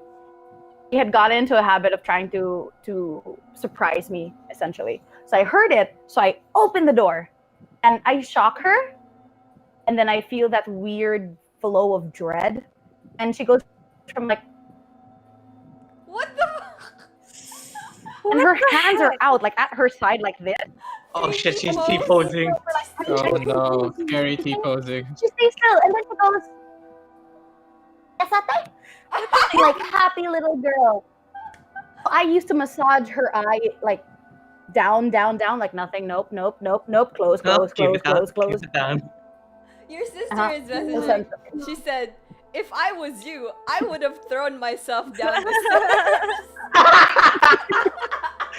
Holy fuck, dude! I'm fucking scared. Now you know. I love that your sister is learning about this in front of 36 people.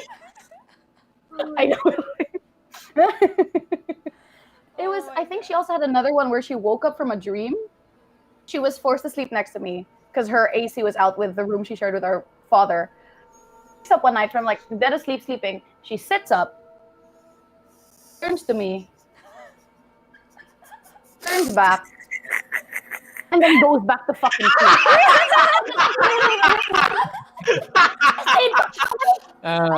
Children.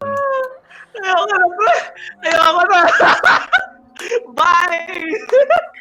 Bye. Oh my god, dude. God, that's so scary. What the fuck, man? Holy shit. I'm fucking sweating. Holy shit. My first. What is that? Oh my god. That was it. I think that was it. After that, she calmed down. Sleep talk became donut, ice cream. But now you know. Wait, before, what was the sleep talk? If it wasn't donuts and ice cream. It was just mumbling, but like the mumbling that made you want to listen, and then sometimes it sounded like she would say a name, like. Oh no. She would like activate. I don't know, like a fucking robot. Sometimes it'd be like, "I'm sorry, did I wake you up?" Oh my god!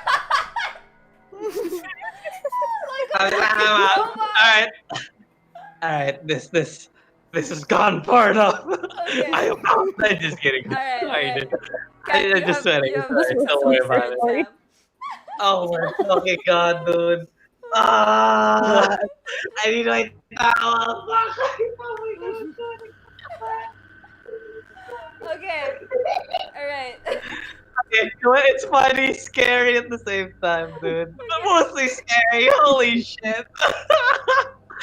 Anyways, good story. Brava. Okay, Kat, you can close your camera. Don't worry.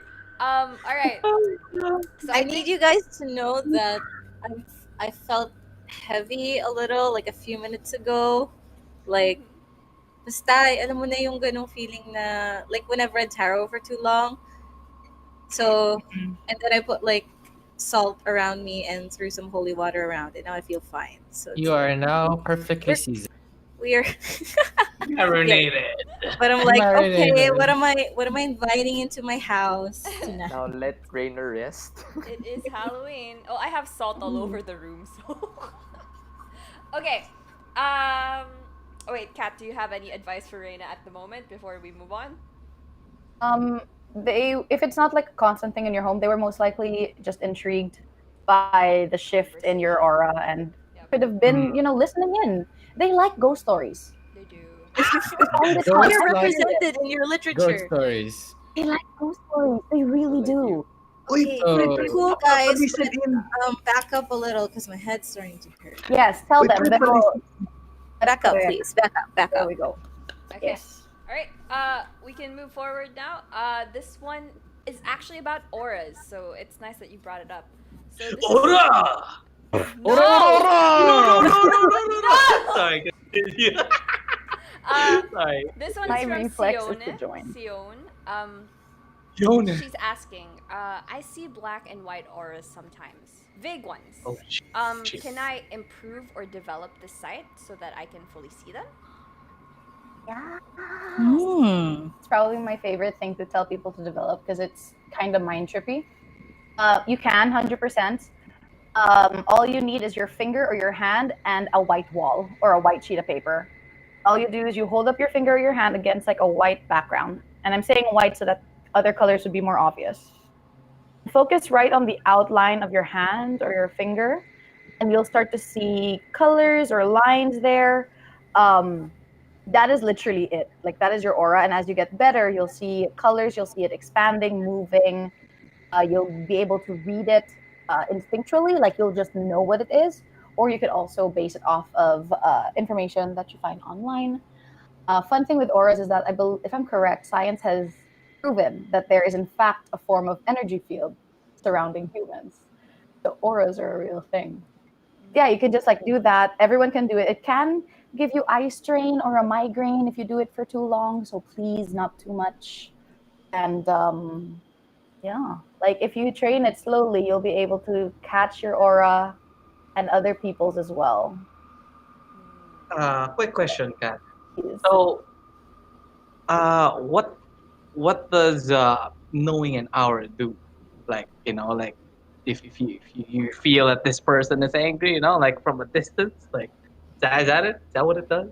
Potentially, like you could look at somebody and be like, okay, they're experiencing this, and this. There's some discomfort in the stomach. There's some love baggage that they're still carrying around.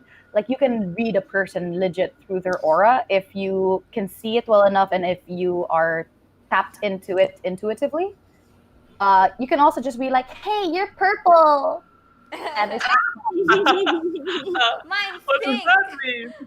honestly, it's fun to just see rainbows around everyone, especially homophobes, because like, bitch. Gotcha. That's pretty gay. That's pretty gay.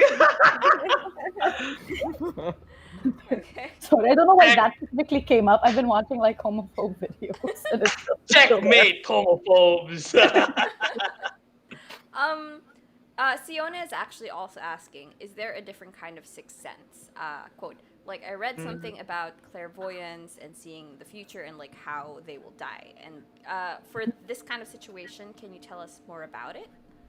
Yes. Oh my God. I love these things so much. So there are different sixth senses. So you have, per your regular senses, you have a version of a sixth sense. So for sight, you have your clairvoyance, clear seeing, which is a lower skill of mine personally. You can adapt and enhance all of them. So for me, clairvoyant is a little bit of the or lower ones, but that's clear seeing. You have clairsentient, which is your clear sensing. So you can sense things kind of a bit on touch, a little bit, like you can tell what's happened there through sense and touch. You have your clairaudient, which is clear hearing. You can hear those on the other side, which it can be terrifying. I've heard that. I think fucking Lee do not have. Wait, who said it is? It's me. It's me. Oh, okay. Yeah, I don't want that. I don't envy you, girl. Yeah. You have your claircognizant, which is your clear knowing. You just know shit about people without like fully tapping into them. I forgot. I think it's clairambient. I forgot what it's called, but there is clear smelling. You can smell them, even if they don't want you to. Like their perfume, their cologne, whatever it is, like you can smell it. All of those, and they work together, so you will not just be a clairvoyant. You could be a bunch of different things mixed. When it comes to premonition, so you have regular future premonitions, you can also have death premonitions. This is something I personally have. I've been able to, it's not as for some people, it's a little more ahead of time where like, I saw this person die. I think it's going to be in a week, and it happens. It's not something that is stoppable. Unfortunately, I've met a few people that are capable of doing this, but for so far, it's not something you can stop. It's just a heads up. For me, it tends to happen a week to a couple hours before the death. It tends to be either just a last message or a heads up. Like when my puppies died, I was fully aware of how many would die and in which order, because I had seen it ahead of time. So all of those things are things that a lot of people have. Even those who don't see ghosts, they can have this. Like my previous director at work, she had premonitions that were pretty spot on. And she couldn't see ghosts or anything. She was just a regular human. Not to say I'm not human. Even if you weren't, I'd still love you, Kat. Okay. Thank you. You guys have any tangents? Yes, Sam, go ahead. So you can have your third eye closed, but then you can also have that, right? Like two separate abilities, you know? You choose to invest in this clairvoyance thing or aura reading thing, or are those like in hand in hand? Like you need to have your third eye open in order for you to read auras or be a clairvoyant. Not necessarily. You can have aura reading capabilities without seeing spirits.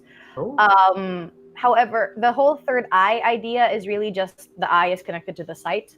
So if you're talking about like focusing on your senses, you could. However, some people are just naturally gifted in one or the other. So you could be like focusing on just wanting to be a clairsentient, like just sensing, not seeing. But you could also just end up developing clairvoyancy and see things just naturally. Okay. Yeah. Amazing. I just want to tangent that Sione is actually in the group, in the YouTube chat, and is saying thank you to Kat, and that they will try to do the white paper exercise more often. Hey. Nice. Fun. Don't hurt your eyes, please. Sorry, what? Again? Don't hurt your eyes. Don't strain them. Okay. Don't hurt your eyes, Mm. Sione. I mean, that's also in a general perspective. Yeah. True. Yeah, I Don't want to read. I want to read auras. Okay. Well, I think that is the last question that we have for the Q&A portion. Are you guys good before we move on to the next storyteller? Who's the next storyteller? You are. Oh shit! Oh, it's my turn. Shit, let me put on my horn. Wait, all right, hold on. But like, is everybody good? Yeah. Richie. It doesn't sound like a yeah. One more. Yeah, that's really good though. Yeah, Okay, all right. Okay. Ano ka din is MC? Did Yeah, that? sure. Actually no. So this next story is actually from Kat, and then after Kat it's Sam. So Okay. Kat, are you ready for your next story? Shoness. All right. Okay. Let's go. let me try that. All right. So, my next story also happened in my childhood. And when I was in a little closer, I think I was already in middle school technically, I was a little open about seeing things at that point.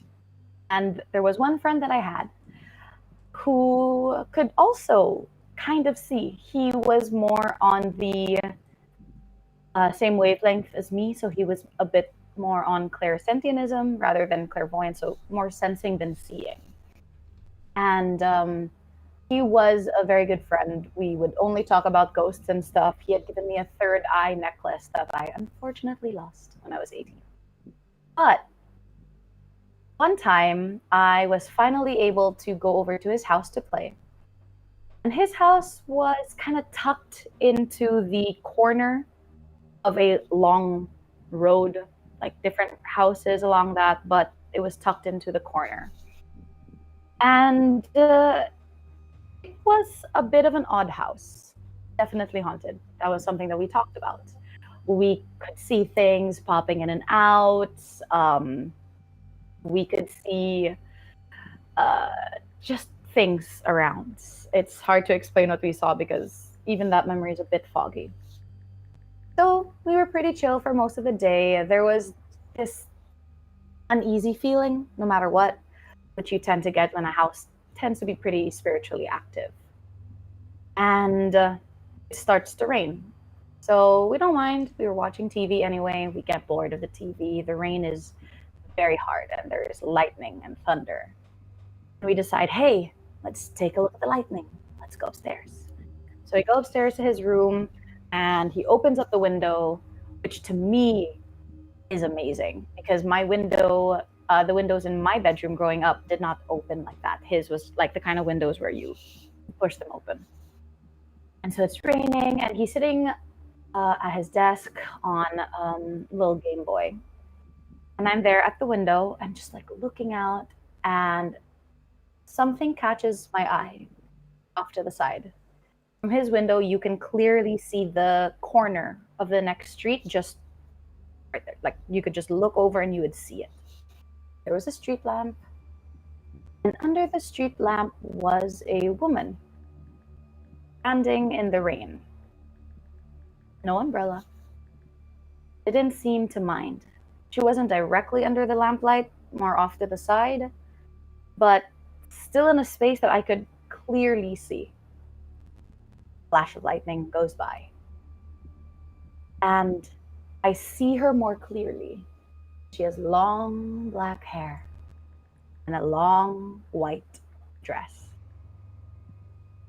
And I've seen spirits who have black hair and white dresses. They're not always the fabled white ladies. They tend to just be a woman in white. But as I notice her, from simply calmly looking out, looking at nothing, the moment I notice her, her head snaps to me, looking at her from a second-story window. And lightning. I pull back a bit, shocked, and I look out, and she's not there. And then I get this weird tugging feeling. A gut reaction to step away from the window, but also something telling me to look down. And so I do. And right below that second-story window, standing on the ground, is that same white lady, but this time looking up directly at me. And I pull the windows closed and I shut the curtains and I just tell him, like, just don't look outside. Let's not go outside. Let's stay inside. And a couple hours go by. The rain slowly stops. I get picked up. I don't see the woman, but there was this inkling feeling as we left that I shouldn't turn around in the backseat of my car. That was the last time that I visited him. I haven't spoken to him since because you lose friends from elementary all the time. But that was a pretty big reason why I wouldn't go back to his house. He had noticed me even through a storm. That's my second story. All right. Uh-huh. Okay. Whew. Wait, hold on. Let me just process this. Thank you for the story, Kat. Sam, are you still alive? I think Sam took off the head already. Yeah, he probably I took did. off. I'm really sorry, Kat. I'm really sorry, Kat. The moment I heard like someone there standing out there, like, how about yeah, right? Let's not go there. I'm glad though. That just means like I relayed the story well. Yeah, you did. But you are in full screen right now on my computer, and it's not helping. I literally. God damn you. Lord. I'm gonna check in on the scaredy cats. Is Reina still alright? Reina, you alive? I took this chance to go to the bathroom and have a pee and wash my face. The moment I heard there was a lady in the rain, I was like, oh, okay, bye. Jeff, you good? I'm happy bro? that I scared you guys. Yeah, I'm good. It's Alright. okay. Wow, Jeff is more. Oh, Jeff is tougher. Jeff Holy is more fuck. tough. Yeah. Holy crap. Yeah, Okay. dude. Lakas si Jeff. Putang ina. I don't know, mas visual kasi ako so Good just point. talking about it. It's okay. Damn it! Yeah. Damn it! Okay. It sucks being a fucking Dungeons and Dragons. Sam, calm down, son. Your story goes next. Thank you for the story, Kat. You can actually turn off your webcam because you're scaring everybody apparently. That's why I left it on. I was aiming to just continue freaking people out. I know. That is the point. Yeah, that's the point of tonight. Okay. We'll move on to our next story for the night. This one's from our loving scaredy cat Sam. Sam, you good? Shut it. All right. Let's get this over with. Okay. All right. Fucking freezing here, man. Wait. All right. All right. Okay, hold on. All right, my friend. Shit. I forgot what I was gonna tell you. The fear. Yeah. Did you forget?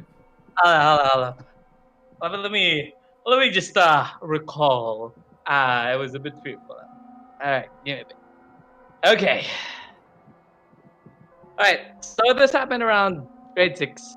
I was with Pao this time. Not necessarily with Pao, but we were classmates back at grade 6. So that was about. I remember we are. 2009 or like 2008. 2009 by yun, or was it 2010? I don't remember. Probably around 11 years ago. 11? I don't know. I don't remember. I'm bad with time, but whatever. Let's continue. Anyway, so grade 6, basically, small boys, we went to this retreat house. What was that retreat house again? Sa Antipolo yun? Oh yeah, okay. Somewhere. Yeah, it was a retreat house for Don Bosco, in Antipolo. So, naturally, I was still a scaredy cat at that time. I'm still a scaredy cat until today. But just a little bit of prelude. But yeah.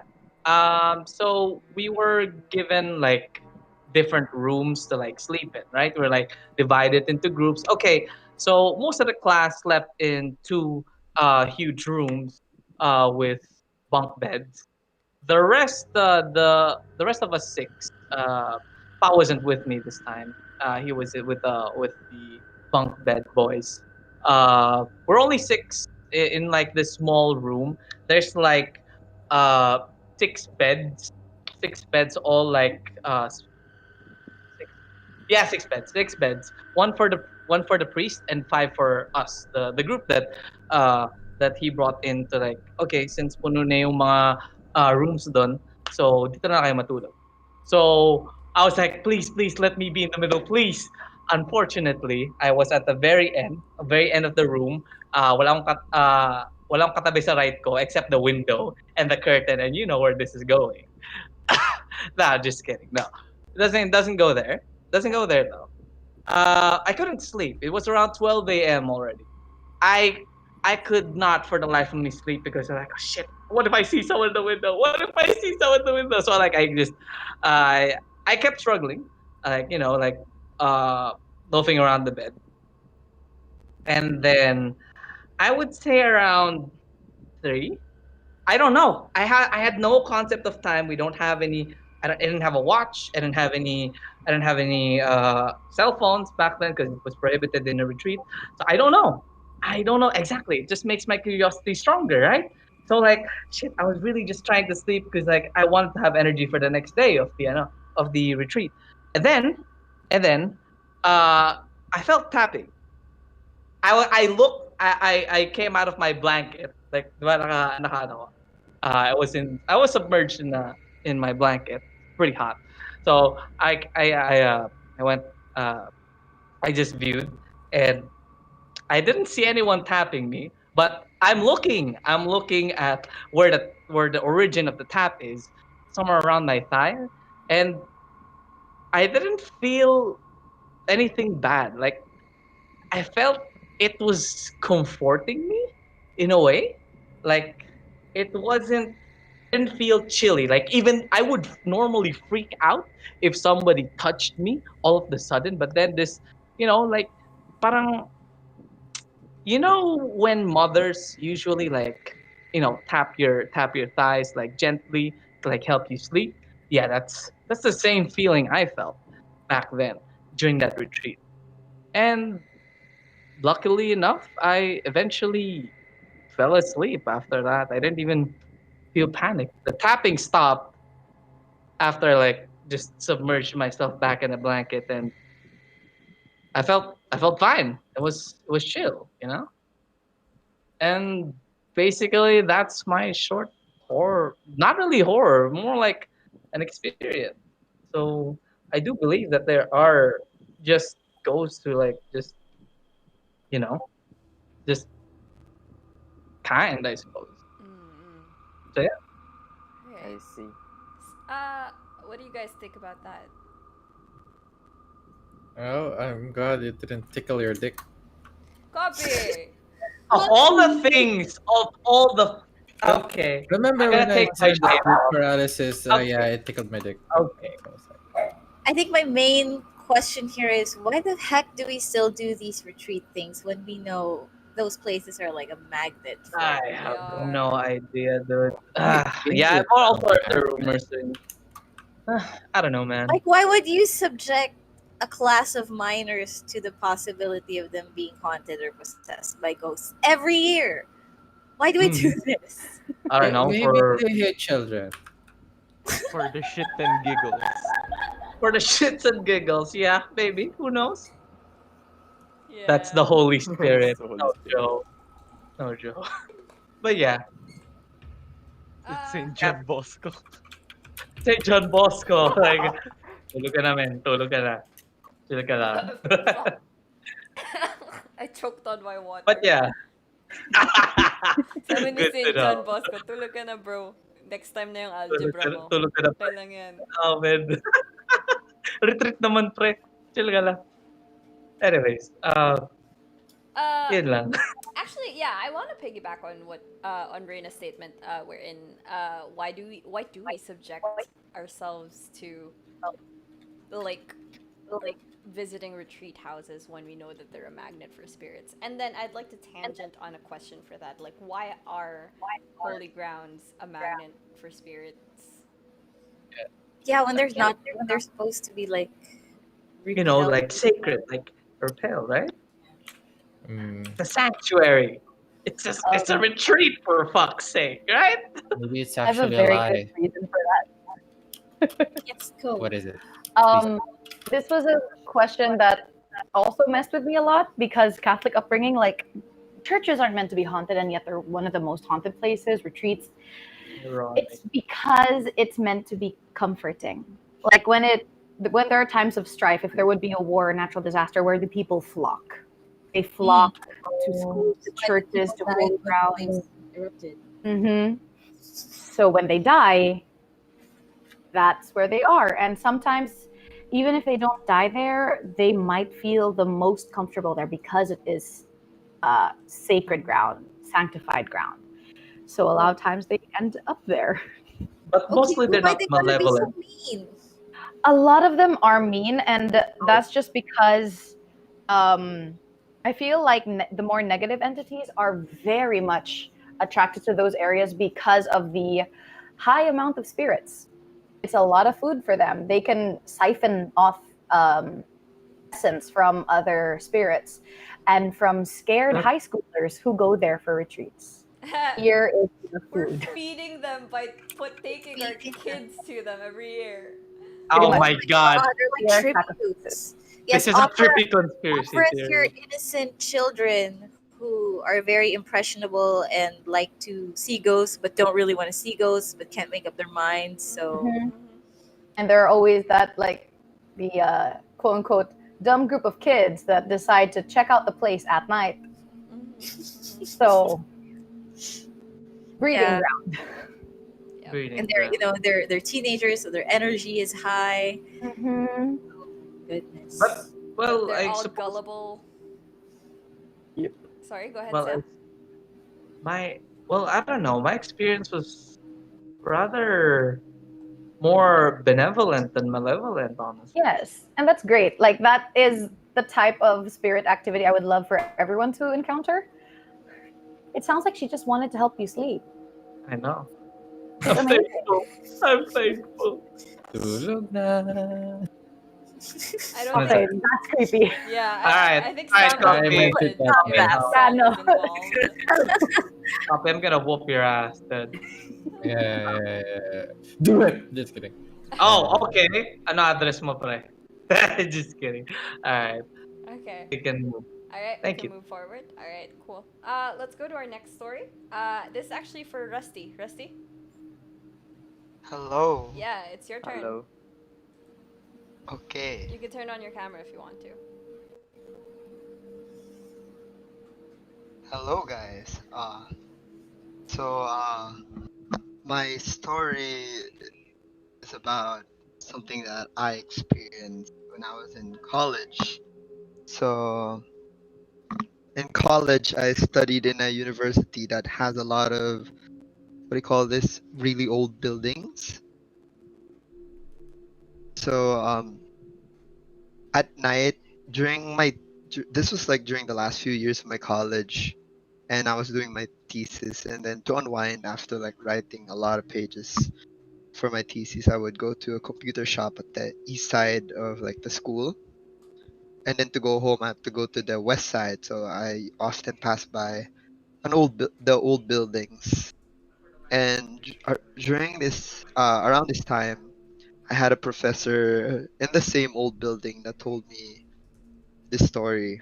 So the story revolves around how they say spirit tends to cling on to things, like physical things. And in the old buildings of this university, they say that there are stories wherein you'll hear a coin drop randomly somewhere, like at the hallways. So since at night I would usually pass by here, I would often I would often think about this, like, what if one time while going home I hear this coin like suddenly drop randomly. And then my professor told us in detail like what happened about the old buildings. Like, apparently the old buildings in this university was affected by like the war, and a lot of people died in that building, from priests to like mothers and their children hiding from like all of the chaos that was happening at the time. So this coin drop story was somehow linked to it, and then it just like revolved around like people hearing it around school and stuff. And one time when I was like walking home, the really long old hallway felt longer than usual. Like, usually you won't notice like walking at a building and then suddenly you're at the exit, but this time it felt different for me. It felt a lot longer, and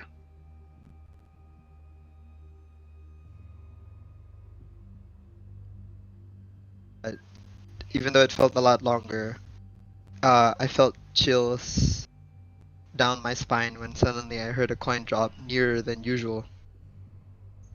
And then I suddenly remembered the story my professor told me. So I began to like search around. And then I noticed like there was a 5 peso coin right in front of me on the floor. And then I stared at it,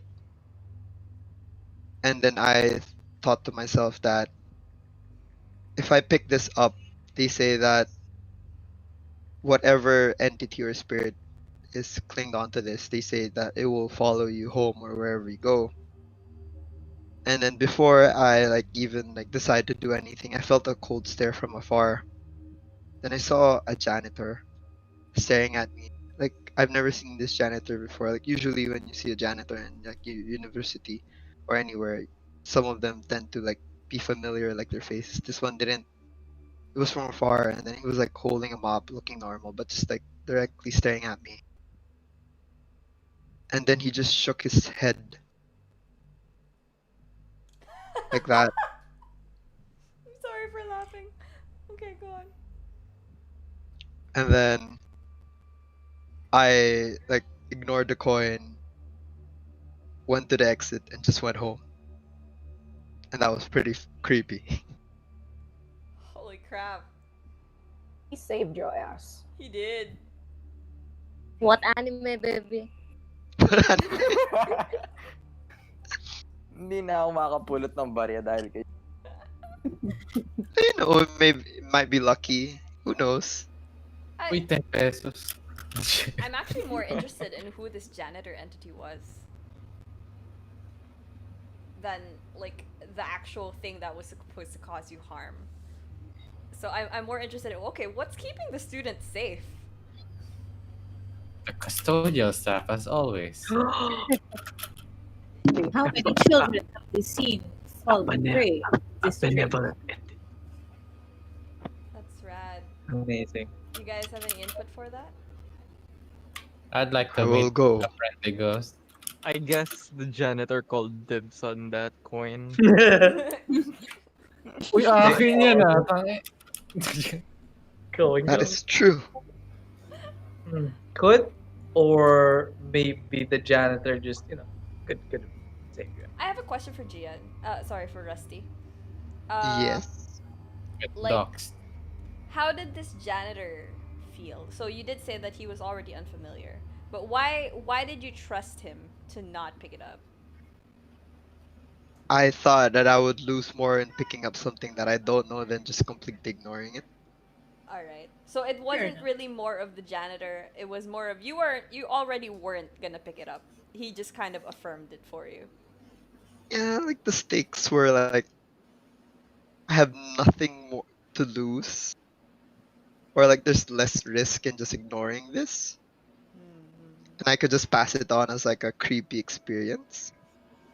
Yeah, I suppose. Did this And now janitor it's a good feel? story. Yeah, it is a very good story. It's very interesting. Did this janitor feel? I don't know, because the fact that you stayed there and looked at him and watched him shake his head means he felt it was probably not too scary to be around him. How was the area around this janitor like? Was it just a regular school day, but I don't know this guy, or did you feel unsafe in any way? It felt different, like what I mentioned. Usually when you're walking down a hallway, leaving the building of the university, you'll just be, you won't even notice that you're walking, then you suddenly just left the place. But it felt longer. It felt empty. Someone on the YouTube chat is asking you. Amos is asking, nakita mo pa ba yung janitor after? Nope. Ooh. Ghost janitor. Tsaka weird, diba? Parang first time mo siya nakita, tas bigla, and it, umiiling siya sa'yo late at night. So parang, okay, this guy knows. Yeah. That's why I'm fascinated. Who is this entity? And why? What's in it for him? Yeah, go ahead. The story of the coin dropping thing was the professor told the story, the coin dropping story is really common, and there in that story I forgot to mention lang, there is a janitor that stops students from telling them to not pick it up. Wait, what happens if you pick up the coin? They say that whatever, there's something that is lashed on or clinged on to this physical thing, that whatever it is, if you bring it home, it will come with you home. Oh, okay. I see. You met a guardian, bruh. Janitor's freaking guardian. Is it Jack Frost? Oh It's god. the janitor versus the whoever owns the coin type of situation probably. He probably knows who owned the coin, and the janitor probably knows this guy ain't great. So Yeah, I'm I guess wondering if. that's Thought of its something really job. Go ahead, Kat. I just thought of something really dark because he was talking about how it's the janitor versus the thing. 'Cause, it was said that that area was like it had shit going down before. What if I don't know during the old times or whatever? It was a thing that people would leave a coin, and if somebody took it, they would accuse them of theft or beat them up or take something more from them as a repayment for theft or whatever it is. And it was always a janitor that was looking out for those people and warning them. And maybe one day they got tired of him warning others of their modus and he died. Maybe he's continuing. That is actually a very good theory. That's Yeah. interesting in a historical That perspective. is a noble guardian spirit right there. It's a ghost modus operandi. Okay. Copy, do you still have a story, or was the story from a while ago? The story is just me having a hard time sleeping and waking up. That's it. All right. Okay. So we can move on to Dane's second story if you guys are game for that. Dane, you good? Dane's bro. Uh-huh. Where is Dane? Hello. Hello. Hi, Dane. Are you ready? Deno-chan, ikusenyoru! Alright. We Shut up. Nagsalita ang weeb. Shut up, Weeb the second. I'm We're Weeb all the weebs fourth, here. excuse me. So, You Okay, wanna camera turn on, on your please. camera, bro? Camera on, bro. We gotta see your jump scare setup. I don't really have a jump scare setup. I'm just in my room. No, it just in helps a very dark to room. watch you tell the story, because then we can see your facial expression, if you're alright with it anyway. Yeah. There we go. Oh, I did nothing. Okay, there. So, my second story is about recurring memories. We've all had them. We've all had those memories from our childhood that we forget. Sometimes we remember and then forget again, and then it just pops up a few years after. And again. You mean embarrassing My moments? story is about a very, very old house, an ancestral house of sorts. A big one with white walls inside. And I was with my parents. We were on the road, just the three of us, my mom, my dad, me. The first thing I remember from this particular memory is that I was eating on a very old table in a it was a brightly lit up place, but the light did not come from a light bulb. It came from several candles, but it was bright. It was very bright.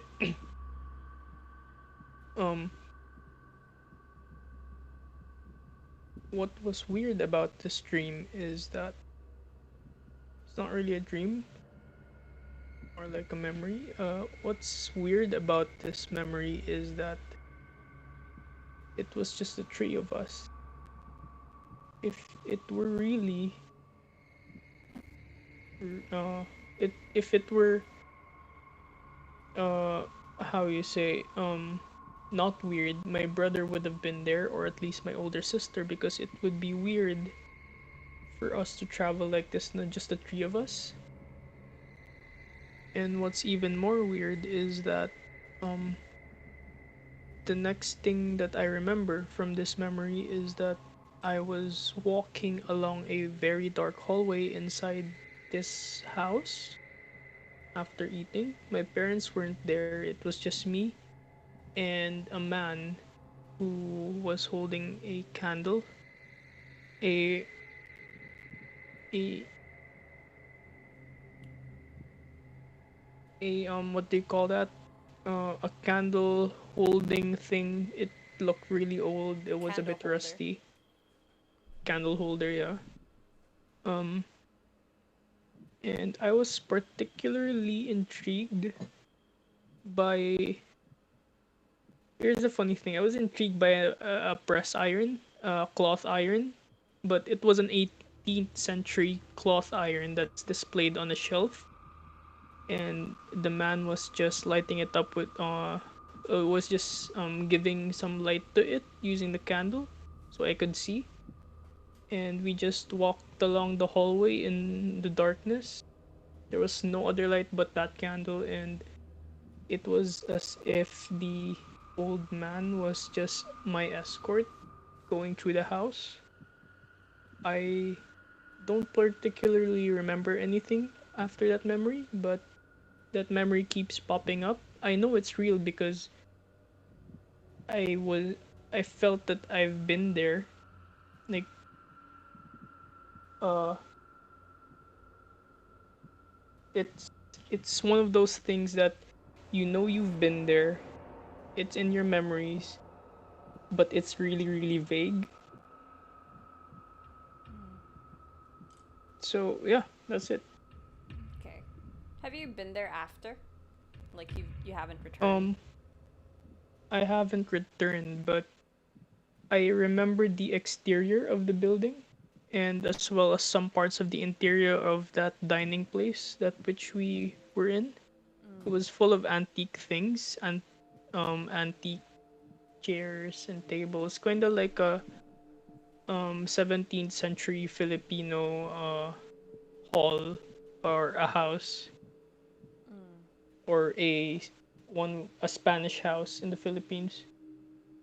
You you were there with your who which people of your My family? parents. Your parents. Did you ever bring this up and like did they say that they remember it with you or you've never brought it up?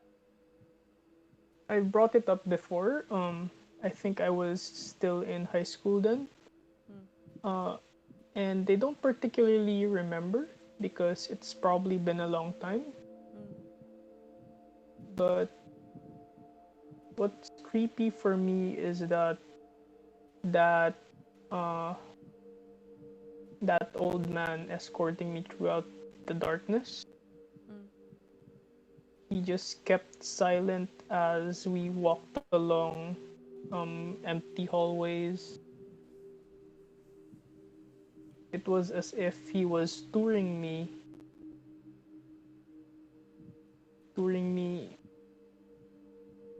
around the void. Hot. Sorry. Damn it, Unise. Damn it. What say you guys? You thought of hot? I thought of like Scrooge McDuck is the I was Scrooge McDuck? I was You know thinking when of he's in his Thanatos. nightgown? Thanatos from Hades. Oh fuck! I'm thinking of Scrooge McDuck or that that Christmas from Nightmare from Christmas. I don't know where the rich guy sees three versions. Yeah. Okay. Carol. A Christmas Carol, yeah, they're Yeah. So, what say you guys about Dane's vague memory? I have no experience with that sort of I have thing. no experience of that ever, but damn, touring to the void? Damn. You stare into the void, and does it Imagine stare a back? void, but it's just hardwood floors, empty walls, and darkness. And just darkness. Did you have a lantern with you? The candle guy. No, just the Lantern. candle guy. Sounds like a premonition of Dane taking interior. Oh. Oh. Oh. Yung nakita mo yung screen ng AutoCAD or something. No, you're in Not AutoCAD. really. The only thing I remember was, the light from the old man touring me around, the 18th century iron press, and I guess the very light, very mellow light from the moon coming out of the old windows. It seems like for a vague memory, you remember a lot of your feelings really well. Yeah, that's the thing that freaks me out about this memory. It's the feelings I had in this memory are very strong, but the actual thing that happened, the memory itself, or like the timeline of the memory is vague, but the feelings are there. Okay. Kat, do you have any input on this? I'm like thinking so much about this because that is freaking weird. Especially since, wait, were you interacting? You said that you had one of your siblings there? Oh no, it was just me. The thing that struck me weird was no one else was there besides me. But then, how I can have- you say that your parents were there too?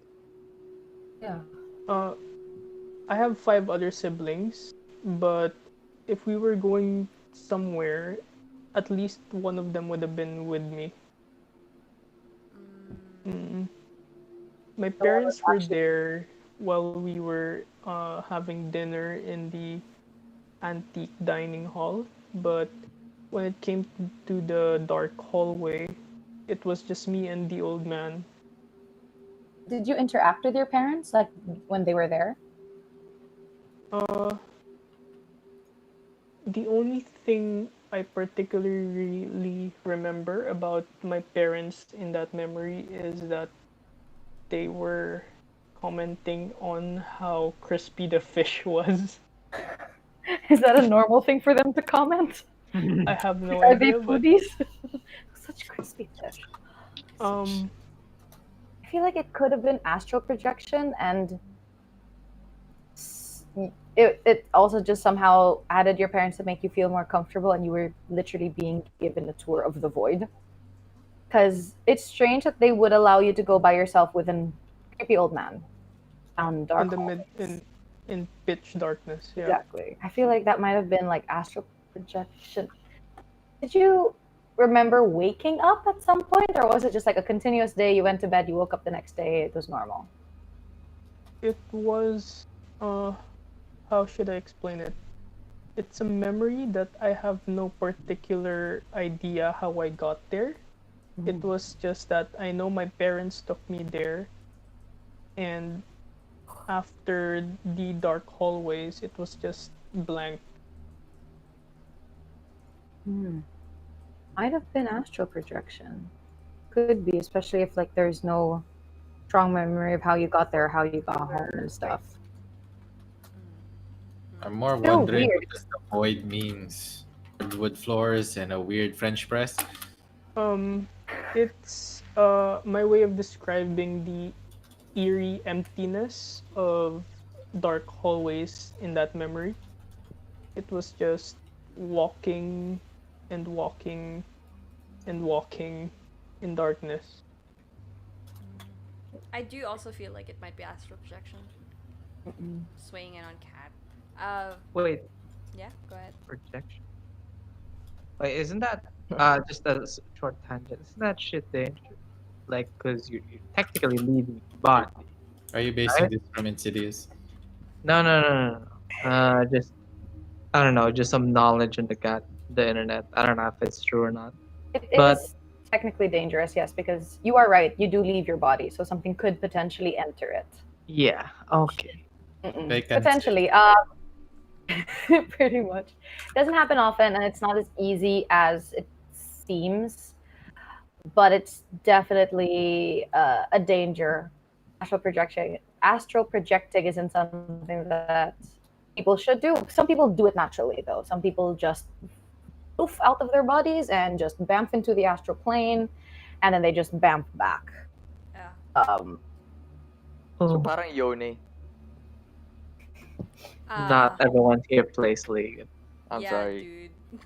Be more Pero parang ganun yung inclusive, concept man. niya. It's like, humihiwalay siya sa katawan niya and then she snaps back right So after.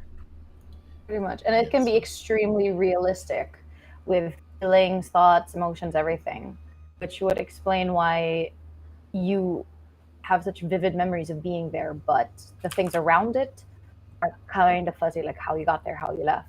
Yeah, What that's also is weirder is that he got a tour.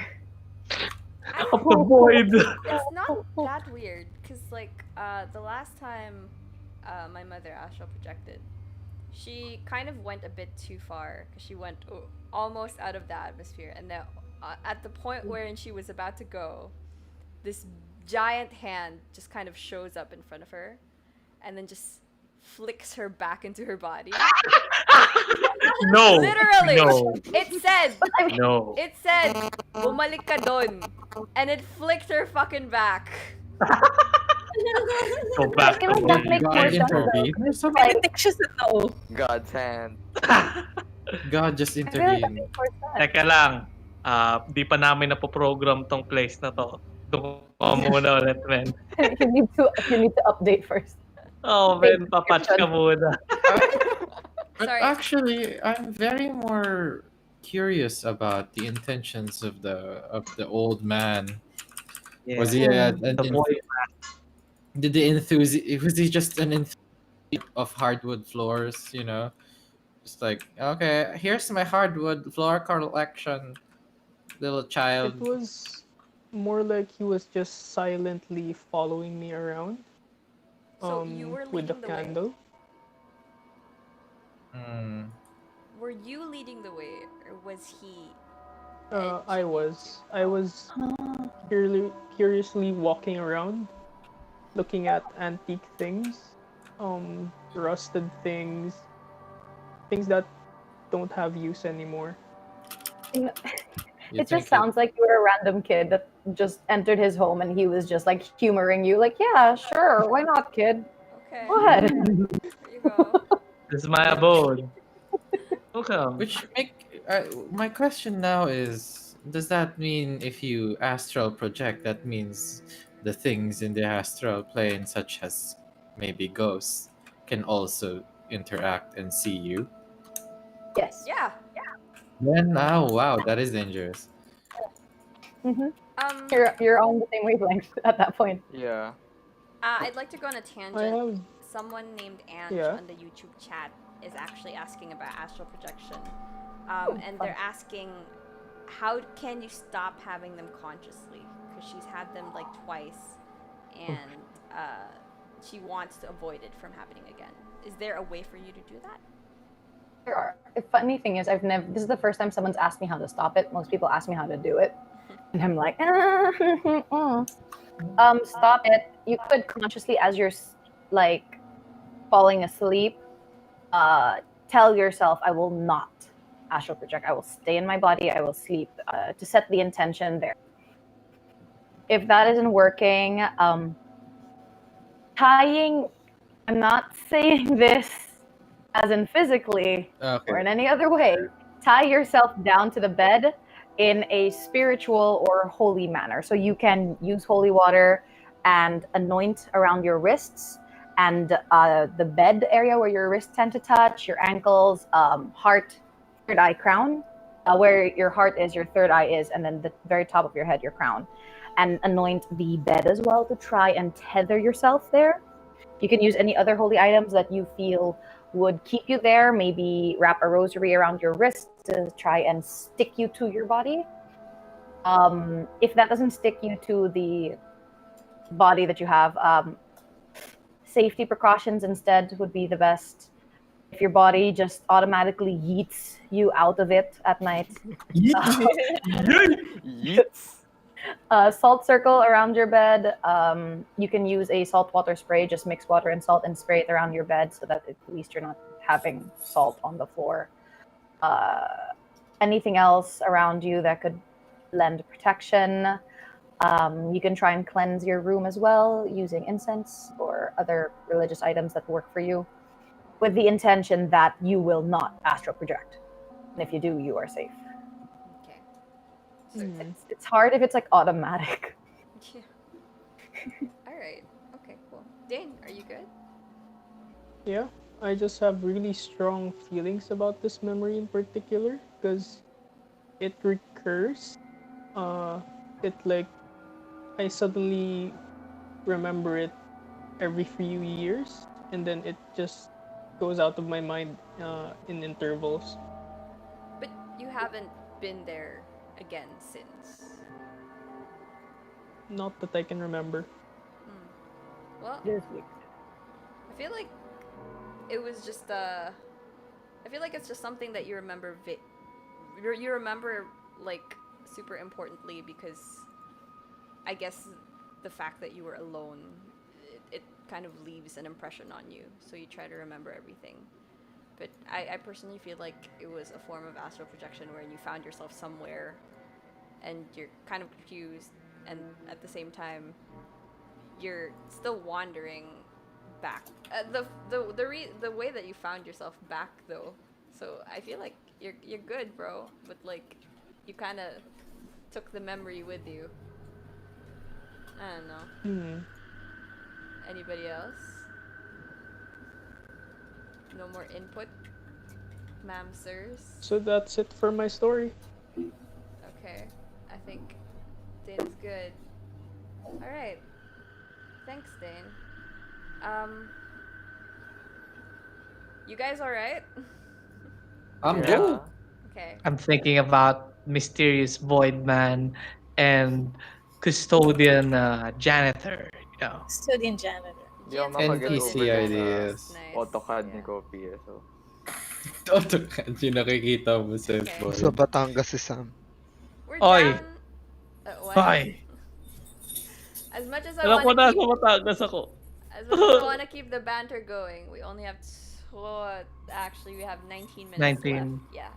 So the last you guys story is wanna actually answer gonna questions? come from me, but I don't think we Awit? have any more time for questions.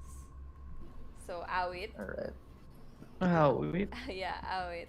So it's gonna be a really quick story lang naman.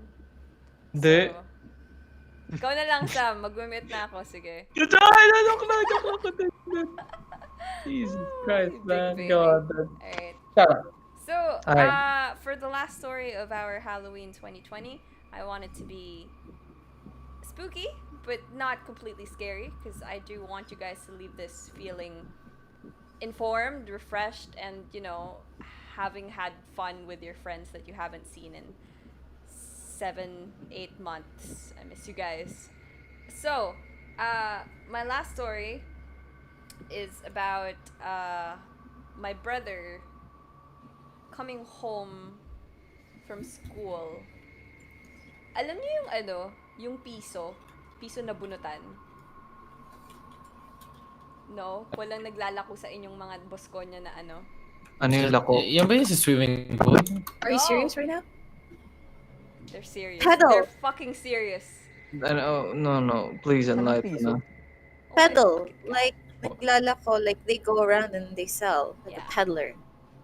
Ah, okay. Gets. We were not allowed off the campus. God. Okay. Well, anyway. There's a thing wherein there's a peddler, and then he goes around like schools and stuff, and then he sells stupid crap like for 1 peso. So either he sells like plastic balloon. Meron ganun pala. Yeah, plastic balloon, or like he would sell like yung stupid little trinket toys, whatever. Yeah, may to mga kids. nagbebenta ng gagamba sa labas. Yeah, gagamba din. Some of the peddlers would have like a game wherein there's like a sheet of paper, and then you have to choose one, and then if you pick one and then it has like a specific number, you get to win a prize. But you know, to pay to play you have to give them like 1 peso. So it's cheap. Kids get really into it. The problem is some of their prizes are live animals. So my brother did a game, and then nanalo siya ng sisiu. Sisiu na kulay pink. Yeah, the ones that sell chick, Joshua. So nanalo yung kapatid ko ng sisiu na kulay pink. And he didn't know better. He was in grade school, so sa kanya parang, uy, sisiu, ganon. So umuwi siya ng bahay galing school na meron siyang sisiu na pink. Tapos, sabi ko, la, saan mo nakuha yan? Tapos sabi niya, Ayun, dun sa naglalako daw. So now, we have a sisiu na pink sa bahay. We're like, okay, do we take care of it? How do we like take care of it? Where does it sleep? What does it eat? Um so eventually we told our parents, so we told our mom, and then she was like, "Oh, eto pakainin niyo ng ganito, and then eto lagyan niyo ng tubig." And actually we really did enjoy having that little bird in the house. And it wasn't a shy bird.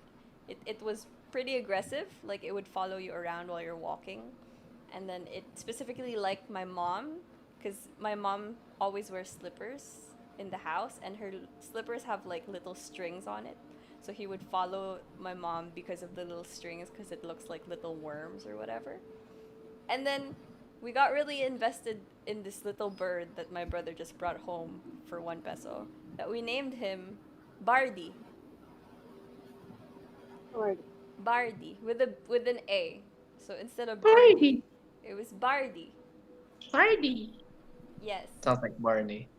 Bardi. Sounds like Bard. So, because we have Bardi sa bahay, tapos pinapakain namin siya ng mga bigas-bigas na luto na ganun-ganun, he would eat. And umiinom din naman siya ng tubig. But eventually, we were like, okay, lalaki si Bardi. So, anong papakainin natin sa kanya? And then my brother and I, like, pooled our allowance. And then, pumunta ako dun sa kanto ng street namin para bumili ng pagkain ng manok with our small pooled allowance. Because we wanted to take care of Bardi. And Bardi eventually grew out of his pink color. So, na-outgrow niya din yung kulay na pink. We had him for kind of a long time, enough to see his white feathers start to grow out. So, hindi na siya fluff. Like, he was starting to grow actual feathers because he was actually starting to grow into an actual chicken. So, Bardi the sisiu. I know. And then it was always like, you would enter the house and then you would hear him tweeting like beep beep beep, and then you would know which part of the room he was in because he's always really loud.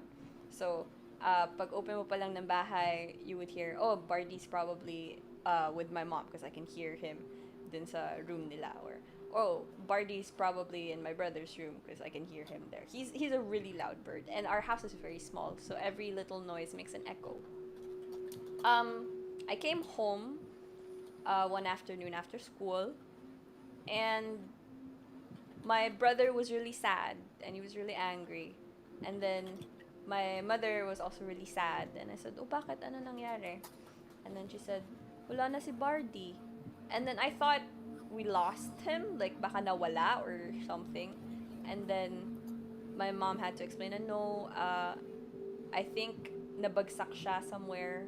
So we tried to nurse him back to health, but eventually he just didn't wake up. So I was like, oh, okay. So my brother was really sad because that was his little chick bird. And I was really sad because I got attached too. I pulled my allowance for its food. So we were mourning. We were mourning for the loss of our little chick bird that wasn't running around the house anymore. And I can't remember how long we were mourning, maybe 3 days or whatever. But I remember vividly coming home from school, opening the door, and I asked my mom immediately, "Ma, may bago ba tayong sisiw?" And then she said, "Wala." And then I said, "Narinig mo yun?" And she said, "Oo." Because the moment I opened the door, I could hear a little chick going tweet, tweet, tweet. It was literally sisiu. It wasn't the birds from the outside because it sounded like it was from the inside. It was too loud for it to be a bird from the outside. And the fact that my mother could hear it also, as well as I could hear it, it was like, okay, so we're hearing the same thing. There is no bird in the room. But we could hear it around the house. And it wouldn't be following us, but we could just hear it around the house. Eventually, my brother came home also, and he could also hear it. The little tweeting. And it wasn't a bad tweeting. We weren't afraid. We were more just nostalgic. So, sabi ko, "Ma, bakit minumulto tayo ni Bardi?" And my mom said, Baka hindi niya pa kasi alam na patay na siya. Kaya akala niya nandito pa rin siya. So that's why it stuck around the house because thought he was still there and thought he could still play. And that was the experience that I had that kind of solidified my thought process na animals do have spirits because that's like a long-standing thing with religion. Walang spirit ang aso. And I'm like, okay, but that wasn't my thought. It's just I came home and I could hear our little chick going tweeting. So, yun. F Bardi, you will be missed. Yay. Barney, come back. Next question. Yeah, go ahead. At one point, did you play the sound of a chick in your background? I did not. Okay. Sorry, Kat. Yeah, during the more or less first part when you mentioned like the chick was at home already, I heard in the background like the little cheep of a chick. Yep. Well, it's nice that Barty still remembers me. What do you mean? What do you mean? I don't know if it's from the stream or from, I don't know, my other ear picked it up from another sound outside, but I heard in the background as Unise was talking at one point just a little like the cheep of a little itty bitty baby Barty. Yeah, I love telling that story mainly because it's a nice heartwarming story, but at the same time it is spooky. But You told me this one before. Yeah, I did. I think yeah, I told you which is all why of I'm my surprised. stories. It's like the tamest ghost story I've heard from you in all the years I've known you. Mm-hmm. It's my favorite because I can tell it to children. It's true. I take care of your pets. Yeah, take care of them. It's a good one to end on. So thank you for that. You're very welcome. Okay, do you guys have any follow-up things that you want to discuss with that story before we end the stream? Do you want to ask Kat about the cheeping that she heard? Oh, most definitely, yes. Go ahead. Go ask. Yeah, what do you mean? What do you mean? I could have sworn I thought, because I've heard this story from Unise before, so I wasn't surprised. But then at one point, she was talking about, I think, like them feeding it and it being like a loud bird or something like that.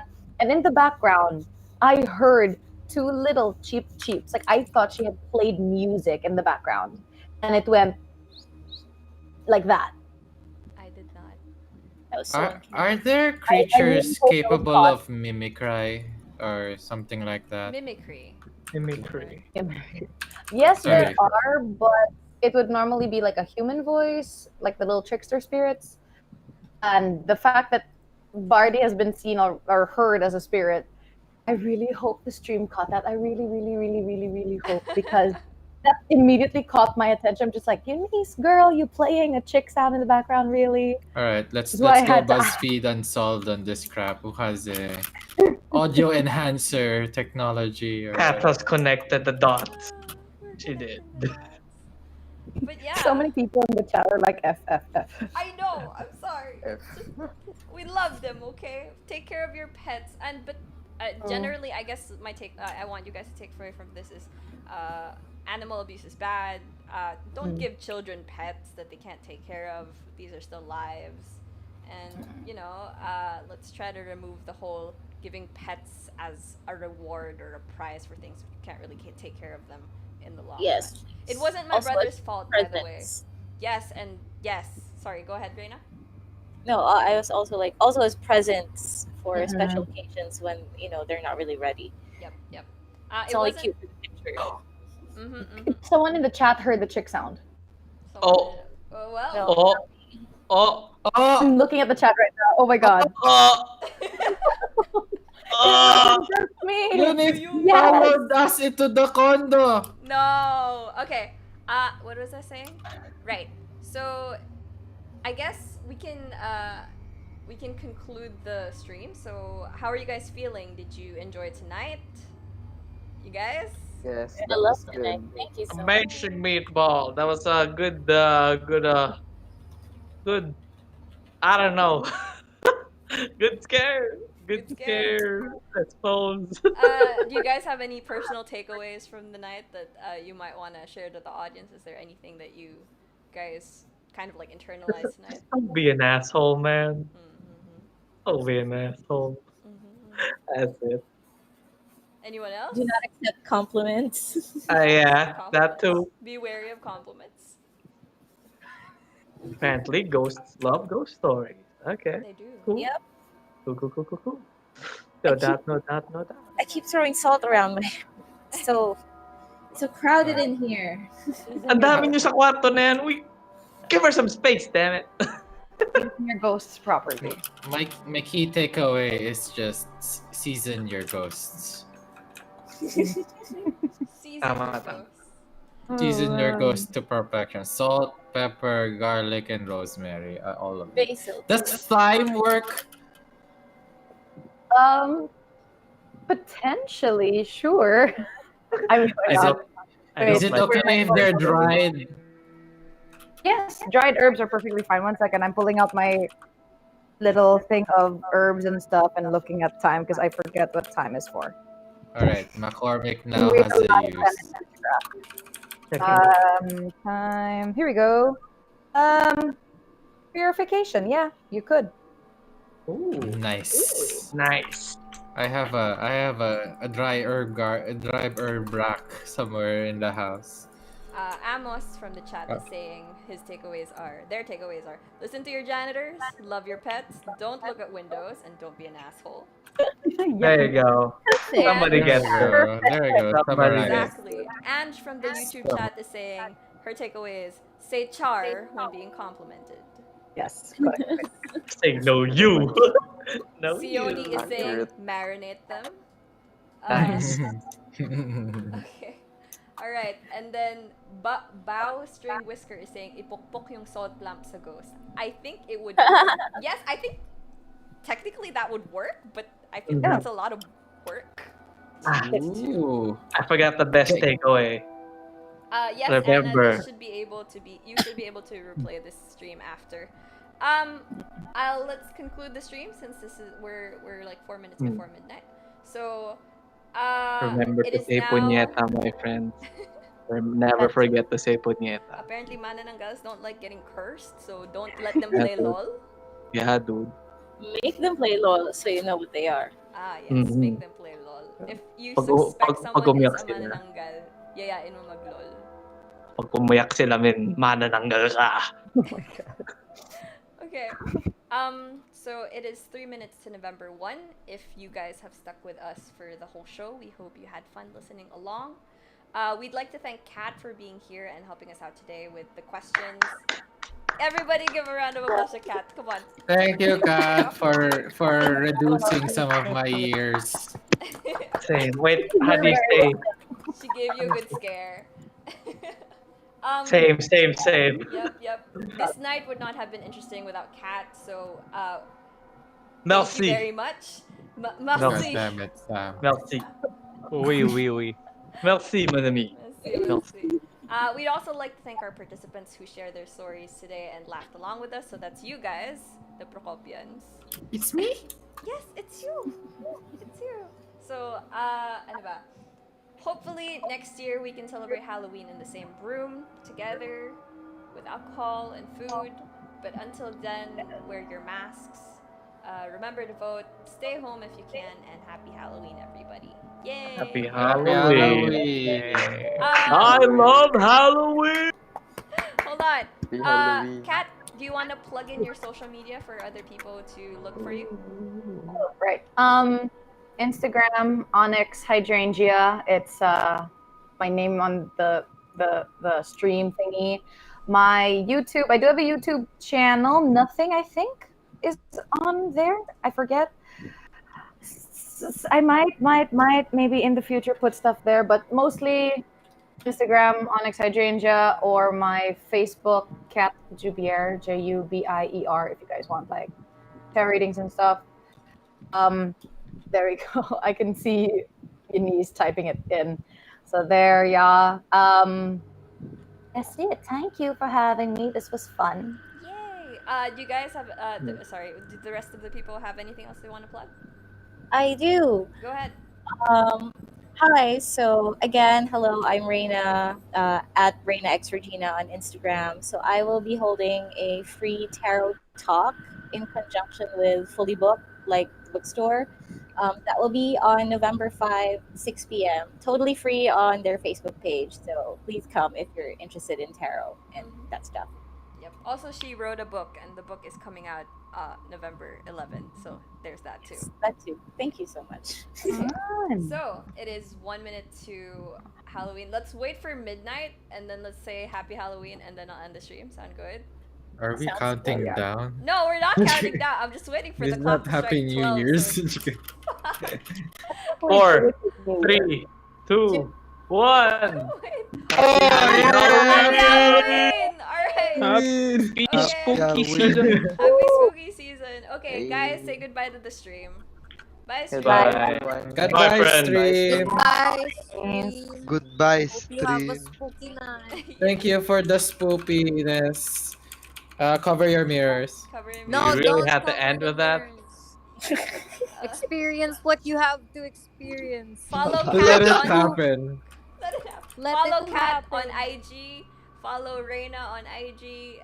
If you guys Follow everybody here. if you guys have any additional 724 questions, Ichigo Ramen Curry. subscribe to Ramen Curry on YouTube for Kiwi and then Rustypants. I Dungeon have Mom a on Twitch. Twitch. So that's Dungeon Mom 9. Is that right, Copy? Dungeon Mom only on Twitch. The Dungeon Mom 9 on Twitter because it's already taken. Yes. So the But Dungeon anyway. Mom.